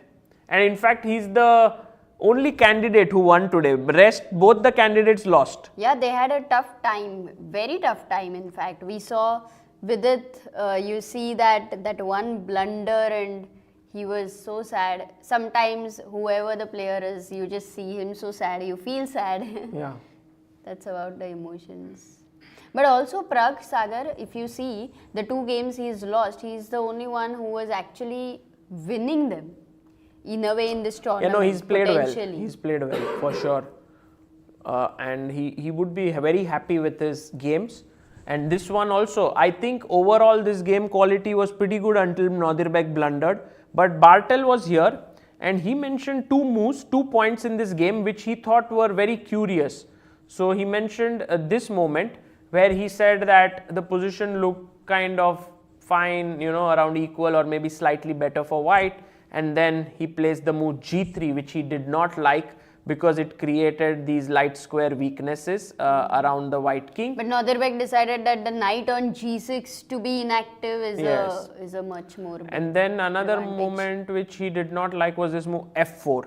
And I think these 2 moves were the one which went and made this tactic possible at this point, where, you know, this bishop D4 and you see the light squares became weak. In hindsight, we can say that, but I really like that Nodirbek went for G3 F4 because that's the kind of a player he is, who creates such tension and is actually able to manage that, follow it up usually. Such a blunder by him was not expected, but you see it was a very tricky blunder. It was not like the obvious, oh, I missed 1 move thing. So Pragg was very alert in time pressure.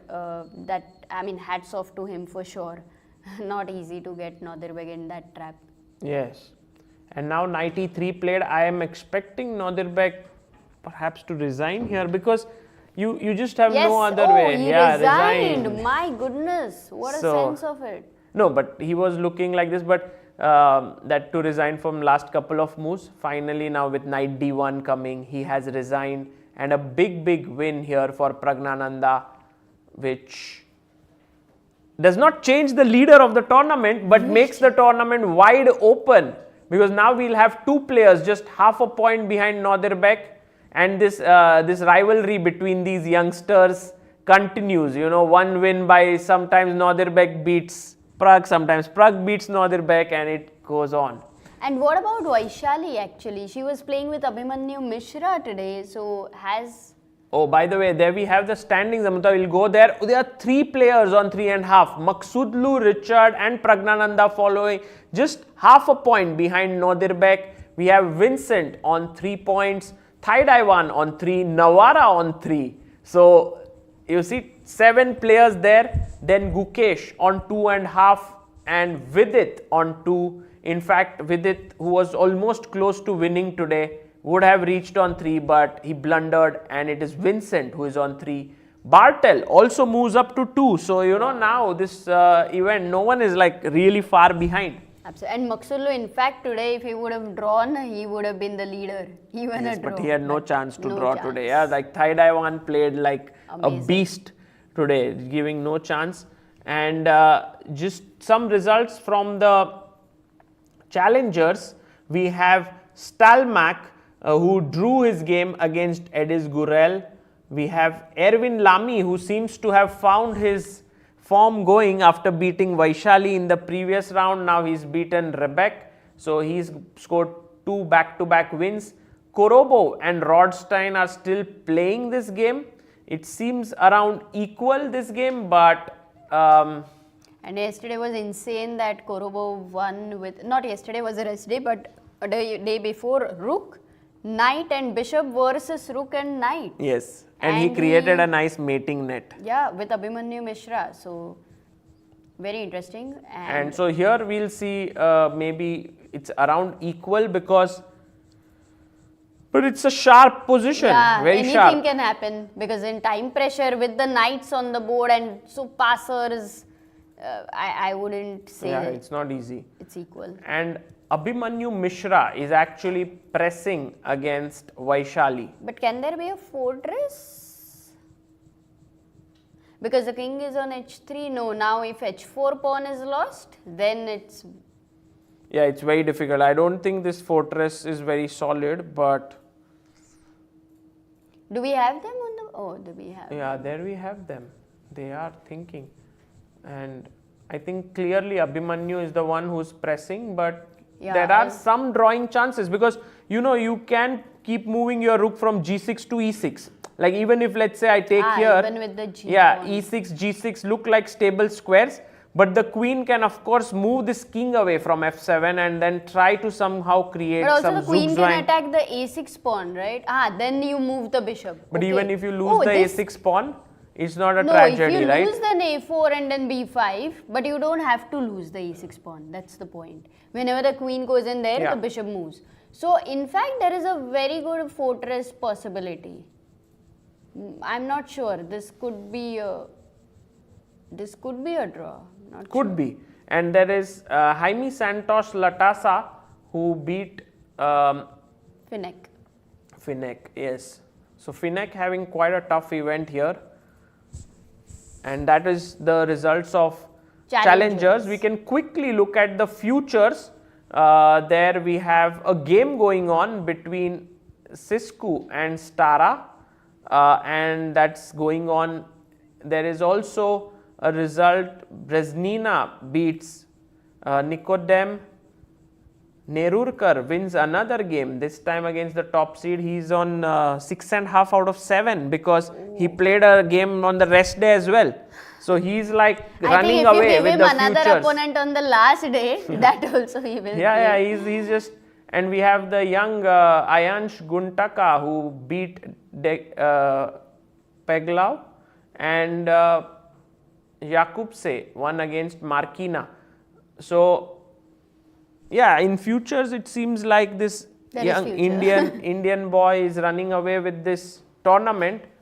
But yeah, challengers is the one where the key game is going on right now. Two key games, Korobov Rothstein and Vaishali Mishra.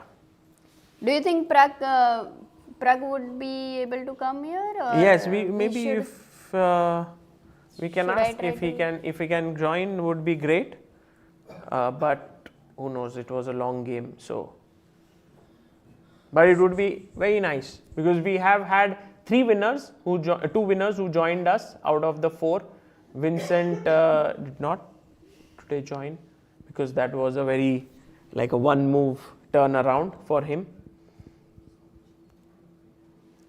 One thing that I love about Abhimanyu Mishra, who by the way became the youngest GM in the world at the age of 12 years, 4 months, then also crossed 2600 recently, now has a rating of 2630, is his intensity on the board. He's always so intense and also keeps on calculating so many lines. Yeah, he's just tremendous.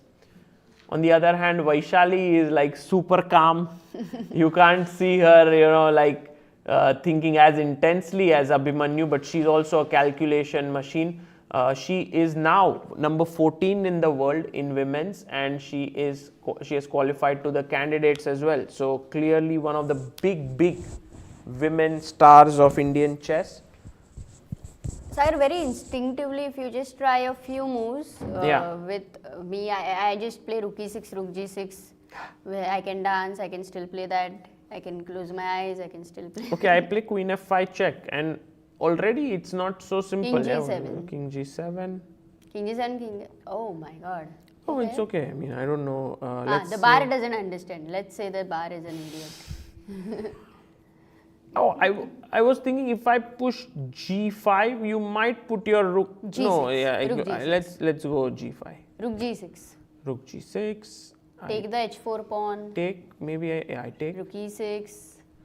Rook e6. King h5, you go and you stop rook g6. Okay, Maybe I that's the first point. play g4. Should have taken on g2 or what? No, d7 was hanging. But Yeah. why g4 a mistake? You play g4? But if I play this, then you might really go and take this pawn. It's blunder. No, I think it's something else. Oh Rook yes, e1. this would be blunder Rook e1. because of g6. Yeah, And then- threatening here. If rook f6, then there is take. So I yeah, have to maybe- make sure that I don't allow g6, for which I'll need to keep bishop e4. Okay, doesn't seem like a fortress. No, it's very suddenly. difficult, right? But one question is, when you played the move g4, why was it a mistake? Is it because of bishop e4 that you stopped g6? Here, yes. And you stopped g6. Right. Okay.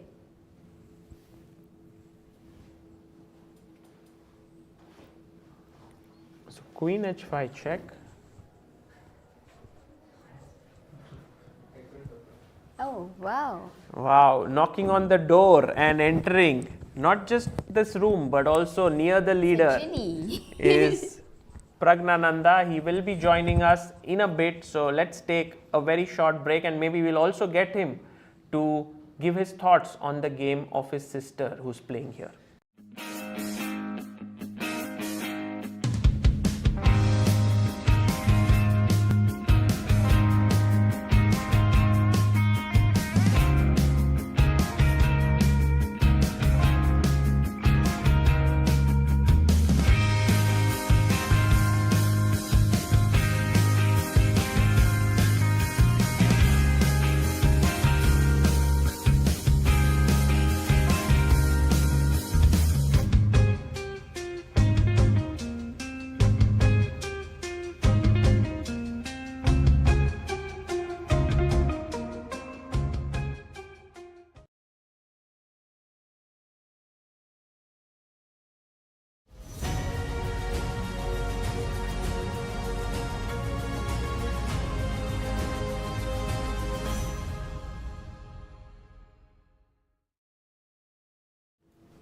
Taking down the leader is none other than Praggnanandhaa. Pragg, congratulations for Yeah, your thank win you. against Nodirbek.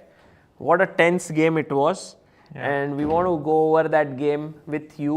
But first, the live game that Vaishali is playing against Abhimanyu Mishra. If you could just give us your thoughts. Does this seem closer to a draw or win for White? Maybe it is a fortress, but I think in a practical game with this time situation, I think it's much easier to play with White. Yeah, it's just very hard for Black to defend. But you know, Abhimanyu had like 7 minutes, but he's been thinking a lot. I think he's trying to find a very direct way to win. Yeah, I think he wants to keep this g2 pawn maybe. But I don't understand. Maybe you can just go queen d2 and grab the pawn. No, what is the problem? Yes, you can. So Black is trying to say that it's Black wants bishop e4 and d5. Yeah, maybe. Yes. If you get this, then maybe g6 never comes. Yes, then it's a fortress. Yeah, then yeah. So Then actually it's not easy. Queen d2 was played? no, queen he h4. took on h4. But bishop e4, what does he want? And then if d5 comes in, then suddenly the rook protects here. Yeah, then I can understand Black holding in a practical game too. Unless there is some way to break, yeah, which I don't see right now, but maybe there is still. Maybe something, but Like- a4 doesn't look like any good pawn break there. Yeah, to me it looks like a draw. So there is still some tactic hanging in there. Like it's not clear. Like you can go. After bishop e4, But why is the bar saying it's bad? Bar says it's bad because of queen d. No, it's still okay, yeah? Yeah, this is what I was worried, like, and then go g5, king h4, king h5, and somehow, Yes, and then sack. and your then, queen- yeah, sack the with- queen at the right point. True. Because Also, it's not clear. I think it's a very, very tough defense for black. Like, Yes. such a white has all the fun, but of In course, one way, like with this time, you don't have to suffer too long because moves will be faster. But in another way, it's just very hard to defend. yes. But also very hard for white to find a plan, come up with plans. If you were white, would you like try to really come up with a plan, or you would just make moves and hope that something works out? Yeah, if I don't see a plan, I will just Yes, keep because playing and somehow try to trick. Yeah. I think for Abhimanyu, maybe that might be the more prudent way to go. Yeah, I think that's much easier to do. So do you want to stick here, or should we look at your game? Yeah, maybe we can just look at my game, then come back.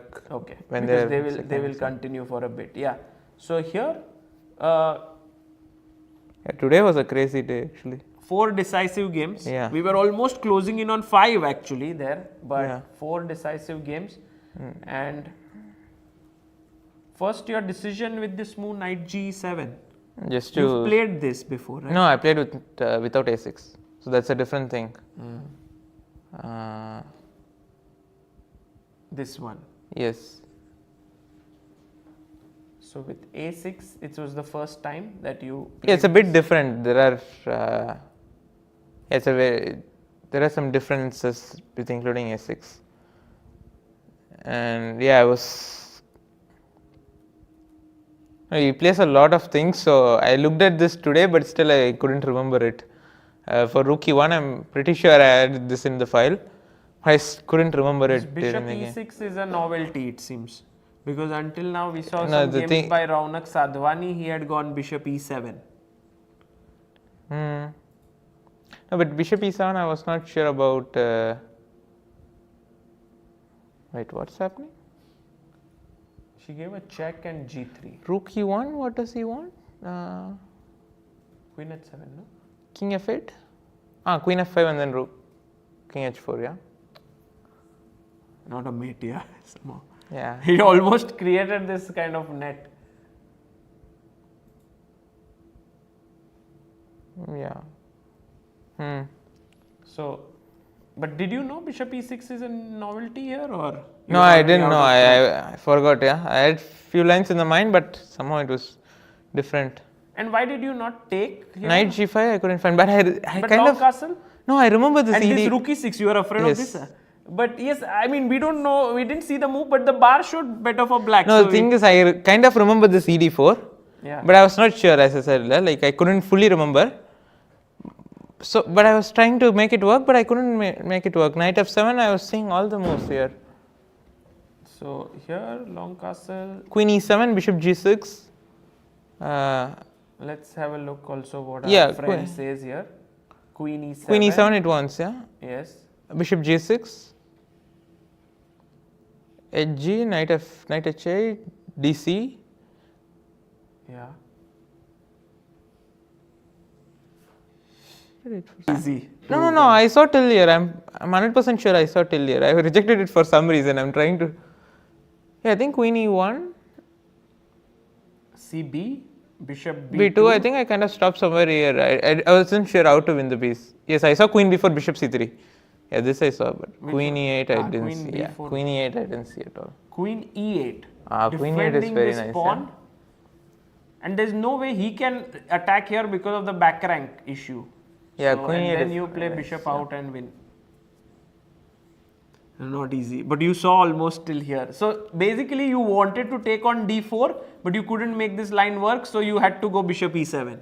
Yeah, I didn't like It's bishop such a e7, pity, but yes, yeah. because long castle is. But okay, it's bishop e3 takes. It didn't look Sorry, so long castle. bad actually to me, but then somehow And it was. here, were you tempted by long castle? Yeah, I was looking at it, but I didn't think I was going to mate him in this position. Yeah, I thought castle is Safe. No, I was not sure how to play this position actually. Were you? Queen c7 is bad, yeah. Yeah, maybe according to the. I should put the queen on c6, rook a8, queen h5, queen c6. Yeah. I wanted to stop this f4 thing, so that's why I went queen c7. Kind of anyways allows it. But were you a bit surprised when he put his pawn on g3, or it's because We had Bartel here who also mentioned that he didn't like this move. I thought it was making sense during the game. Yeah. But now I see queen c8 is just strong, yeah? Okay, it's a very, very bad game then. Not a bad game, come on. It's just like it went very slightly up and down. I don't understand why I didn't go queen c8.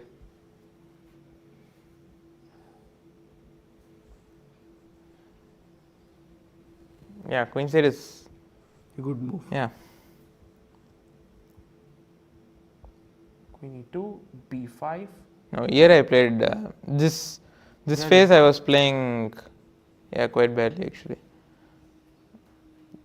Yeah, it was fortunate that I didn't end up in a very bad position. What is the gist of this position? Like what is black trying to achieve and what is white trying to achieve? White is just trying to take all the pawns, yeah. My queen side pawns are very weak. These pawns, okay. Yes, and knight on g6 is misplaced. And it's also getting knight b3. That's terrible. Yeah, knight b3 is coming, rook a7 is coming. Yes, just basically free roll unless I do something immediately. So you want to trade these bishops? Yeah, I want to trade at least one bishop because if I trade more pieces, it's actually good for me. Bishop h1. And then I was very happy to find this actually, b4, c4, bishop f6 idea. Maybe there is a way for white to... Yeah, we didn't find it. We saw knight e4, bishop d4, but what was the move here we didn't find. So I don't know if there was... Yeah, I also couldn't find. Maybe there's something very special. Yeah, here I saw knight g5. This was bothering me a bit, but... No, the move is take and rook a5. And you lose the pawn, yeah? This was missed, yeah. Now I was... I didn't like knight g5. This is something I was concerned about. Bishop is coming to d5. It's also much easier to play with white. But actually, this rook a8, what he did was very tempting because it looks like he's just winning a pawn. Yes. But this queen d3 is... Queen d3 is a classy move. Yeah. The main thing is it look like from afar it looks like this knight f6, gf6, you kind of stop, easier to stop. But actually this position is okay for black. Yeah, bishop c5, queen c4, and my king is very safe and his king is very weak. True. It's not easy for him to progress. So he was a bit ambitious here, I guess. Knight d6. It's also difficult to say at what point you started getting ambitious and where No, somewhere here actually, because he started to go low on time and I thought he is kind of losing control. And I thought if I... What is the move here? Bishop b2 I think. No, I was spending all my time on bishop b2. Knight f7. Why did you take? Knight f7 because rook b1 queen c3. No, rook b1 queen c3 I saw. Knight f7 was a problem. I spent all my time on this and then queen f7, yeah? Queen f7. Yeah, queen f7. Yeah, queen b2, queen d5 or queen f5, I saw both. Bishop b6 here. Bishop? b6. Rook d6. And here there was something I didn't like. Bishop d1, yes, threatening bishop b3 maybe, or not? Can you flip board? Flipping board. Here. Okay, wait. So something here. No, bishop b2, knight f7, queen f7. This whole time I spent on this line. King f7, f5, I didn't like it. And this I was actually trying to make it work. King g8, fg6, bishop f6, but I felt like I am in more trouble than him. Queen e2 something and then my king is weak. So bishop b2, knight f7, queen f7, queen b2, queen d5. Yeah, here there was something which was bishop b6 or bishop g6 maybe you. But bishop g6, queen c5 looks okay, no? For you? Yeah, bishop g6, queen c5, I liked it. Yes. And so you have to play bishop b6, rook d6. Something was bothering me here. I remember seeing till here and... Bishop g6 maybe? Or bishop g6 or g6? Yeah, I don't know. But then I thought, okay, I'll just repeat once. Ah. Um, I don't think you would have also agreed to a draw, yeah, if he played bishop h5. no, or I would what? have definitely thought more. Correct. I knew that he won't repeat somehow. Like He's also very he's kind of player. yeah, he has to But fight. actually, maybe I thought here maybe he will repeat because he's on +3 Yeah. and Param is losing. So it's like get a point lead, yeah. But I think Nodirbek didn't even see what others are doing. Yeah. And this rookie too, Yeah, it's did, just did you instantly Yeah, understand? sorry, it felt wrong, yeah, this rookie too. I mean, allowing queen d1 check ideas. But he had rookie 8 in between. Yeah, I quickly spotted it. It's kind of everything is forced, yeah. Cannot stop after bishop takes d6. And here, how did you assess it? Like totally winning, or you thought? Yeah, it looks totally winning, but he's a tricky guy, yeah, so I had to be sure.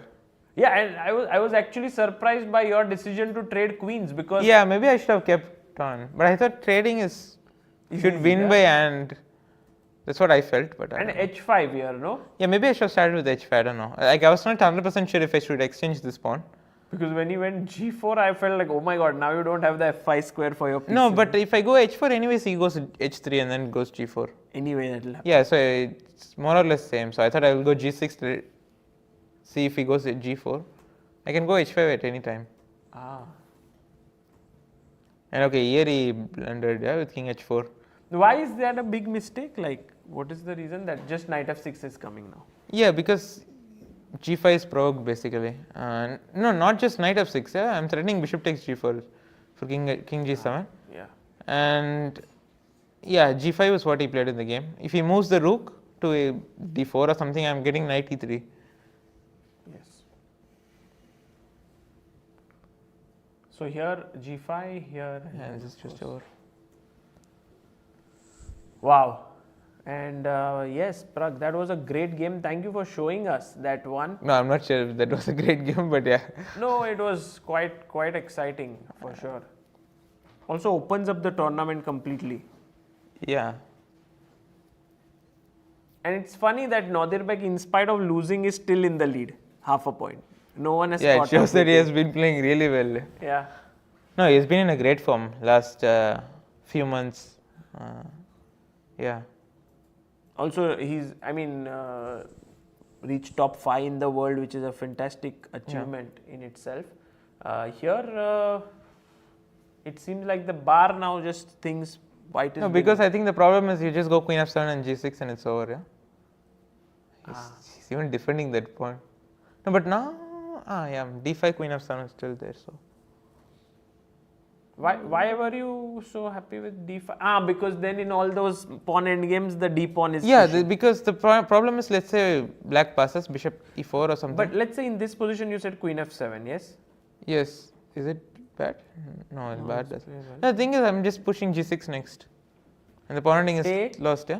Take. With pawn on king d5, takes, you just start pushing. d5, King f5. king f5. With So pawn on if d5, I prepare for it with king c6, g6. still you are Yeah. faster. Because my king cannot go out. Yeah, it's king. Yeah, with pawn on d5, if you do the g6 thing, I just take and push d4. d4. Okay. So very interesting. d4. Yeah, now Maybe it's kind for of lost. Yeah. Vaishali, d5 might be a move, or Maybe a3, d5 should have been right. she goes bishop e4, queen g8, king d6. Yeah, g6 now. Yeah. G6.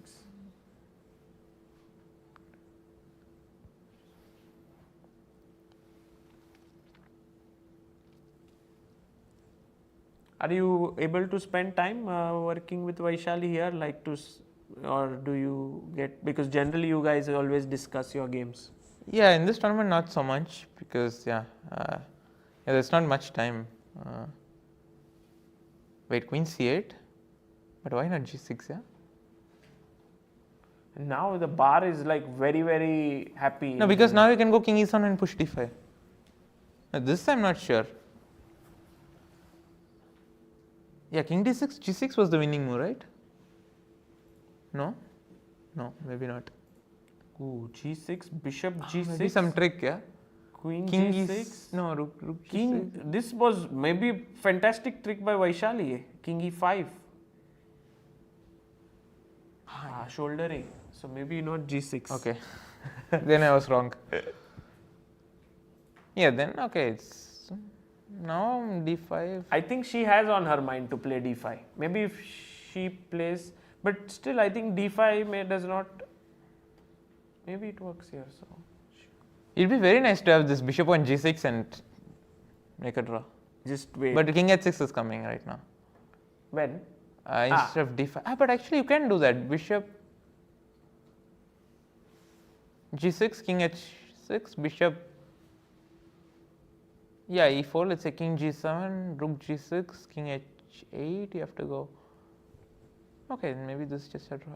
Yeah? d5 something. You just wait. This looks like a draw. But then at some point it was totally winning for white. Maybe it was Yeah. important not to waste time with a3 then. But still, queen f7, king d6 is the problem. Queen f7, king d6. Just do zooks. Because now again g6 is not possible. This queen f7, king d6 is the idea, yeah? Anyways, looks shaky.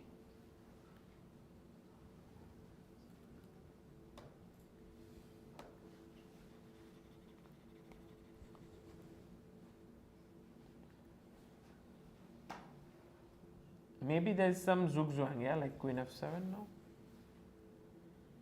How do you nothing? Bishop moving. b1, yeah? Bishop b1, Yes. like in the yeah. Check. King c7, c7. Check. king d8. d8. Then queen f7 maybe. Queen f4, king c6. And now g6 is a threat. Queen f4, king c6, then queen b8 or You have something, to- yeah. you have to stay there. Yes, king. Yeah, c6. no, it looks. Queen c7 also you can win a Queen piece. Yeah, c1 okay. and You lose the bishop. Okay. No, from this calculation, I understood one thing, that I'm just tired. Yeah, we'll let you go. It has been a very long game. Yeah. Thank you for joining us and congratulations thank for you. the win.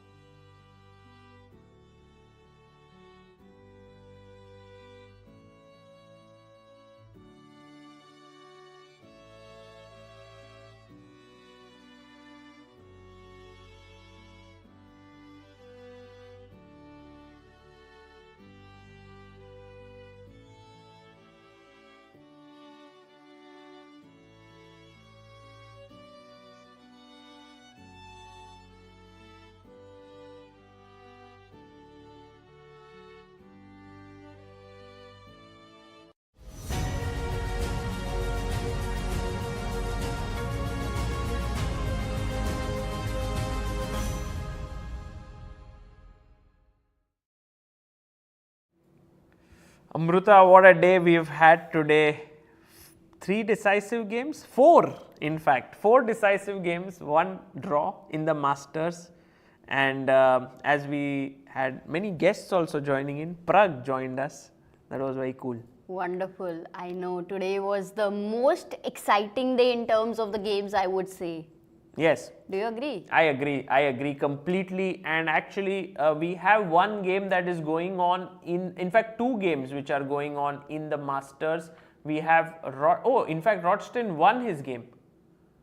So, only one. Vaishali is playing against Abhimanyu Mishra. And Amruta, my feeling is that while Abhimanyu had a great position, Yes. it seems like Vaishali is getting very close to holding this, that fortress which we were talking about with d5, bishop e4 has arrived here. And No, but the only thing is, I don't know if she will go rook g6 and from there where she will keep shifting, but d pawn is another force, which is, you know, Yes. white can't just say that no, so I now have king and all pawn the end time game in is the not world. possible. Not possible. So Once if d5 you is go played. king here and I do this, you G6. take king g6, now suddenly d4, d3 is a very quick queen happening. Right. So So I think Vaishali will hold this with Abhimanyu. and that would be- good chances, but I wouldn't go to that extent that it's a dead draw. There are a lot of possibilities for white, especially with the king coming down from here and trying to enter from the other side. So Vaishali will have to be tremendously careful. The to good hold part this. is when she keeps her rook on g6, after that she can keep moving her king. Everything else is defended. The a6 pawn is defended with the rook. Yes, that's true. I don't know actually how white is going to make progress, to be very honest. Yes, one is of course the bringing the king in. That might be Where? the only this way, like just get the And king in you get to dead end c5 or here. and e5. e5 and c5. I agree, c5 but are Amruta, dead once ends. you get your king here, then you have many possibilities. Sometimes g6, sometimes you know. No, you your can rook is on g6. yes, no. I mean, you will No, have to make a move. literally have Zugzwang is a very king important. d8, king f8. No zugzwang, not even a No, but dream king of d8, zugzwang. when your king is on f8, I can put my queen on d7, and generally in King such g8. endgames, there are some zugzwang opportunities for sure. I mean, this is normal. Because I can't- was upstairs and I was calculating about this, and I really did not see much to do with white. Well, let's see how it. But time pans pressure, out. of course. But we will not be covering this entire game for now because I think it's been quite a long day at the office, and we wanted to cover all the games of the Masters. These are the pairings that we have for tomorrow, with the big matchup between Praggnanandhaa and Gukesh, who always have some exciting games to play with each So other. two Candidateans tomorrow playing against each other. And yes, there's also Bartel versus Navara, which is an exciting matchup.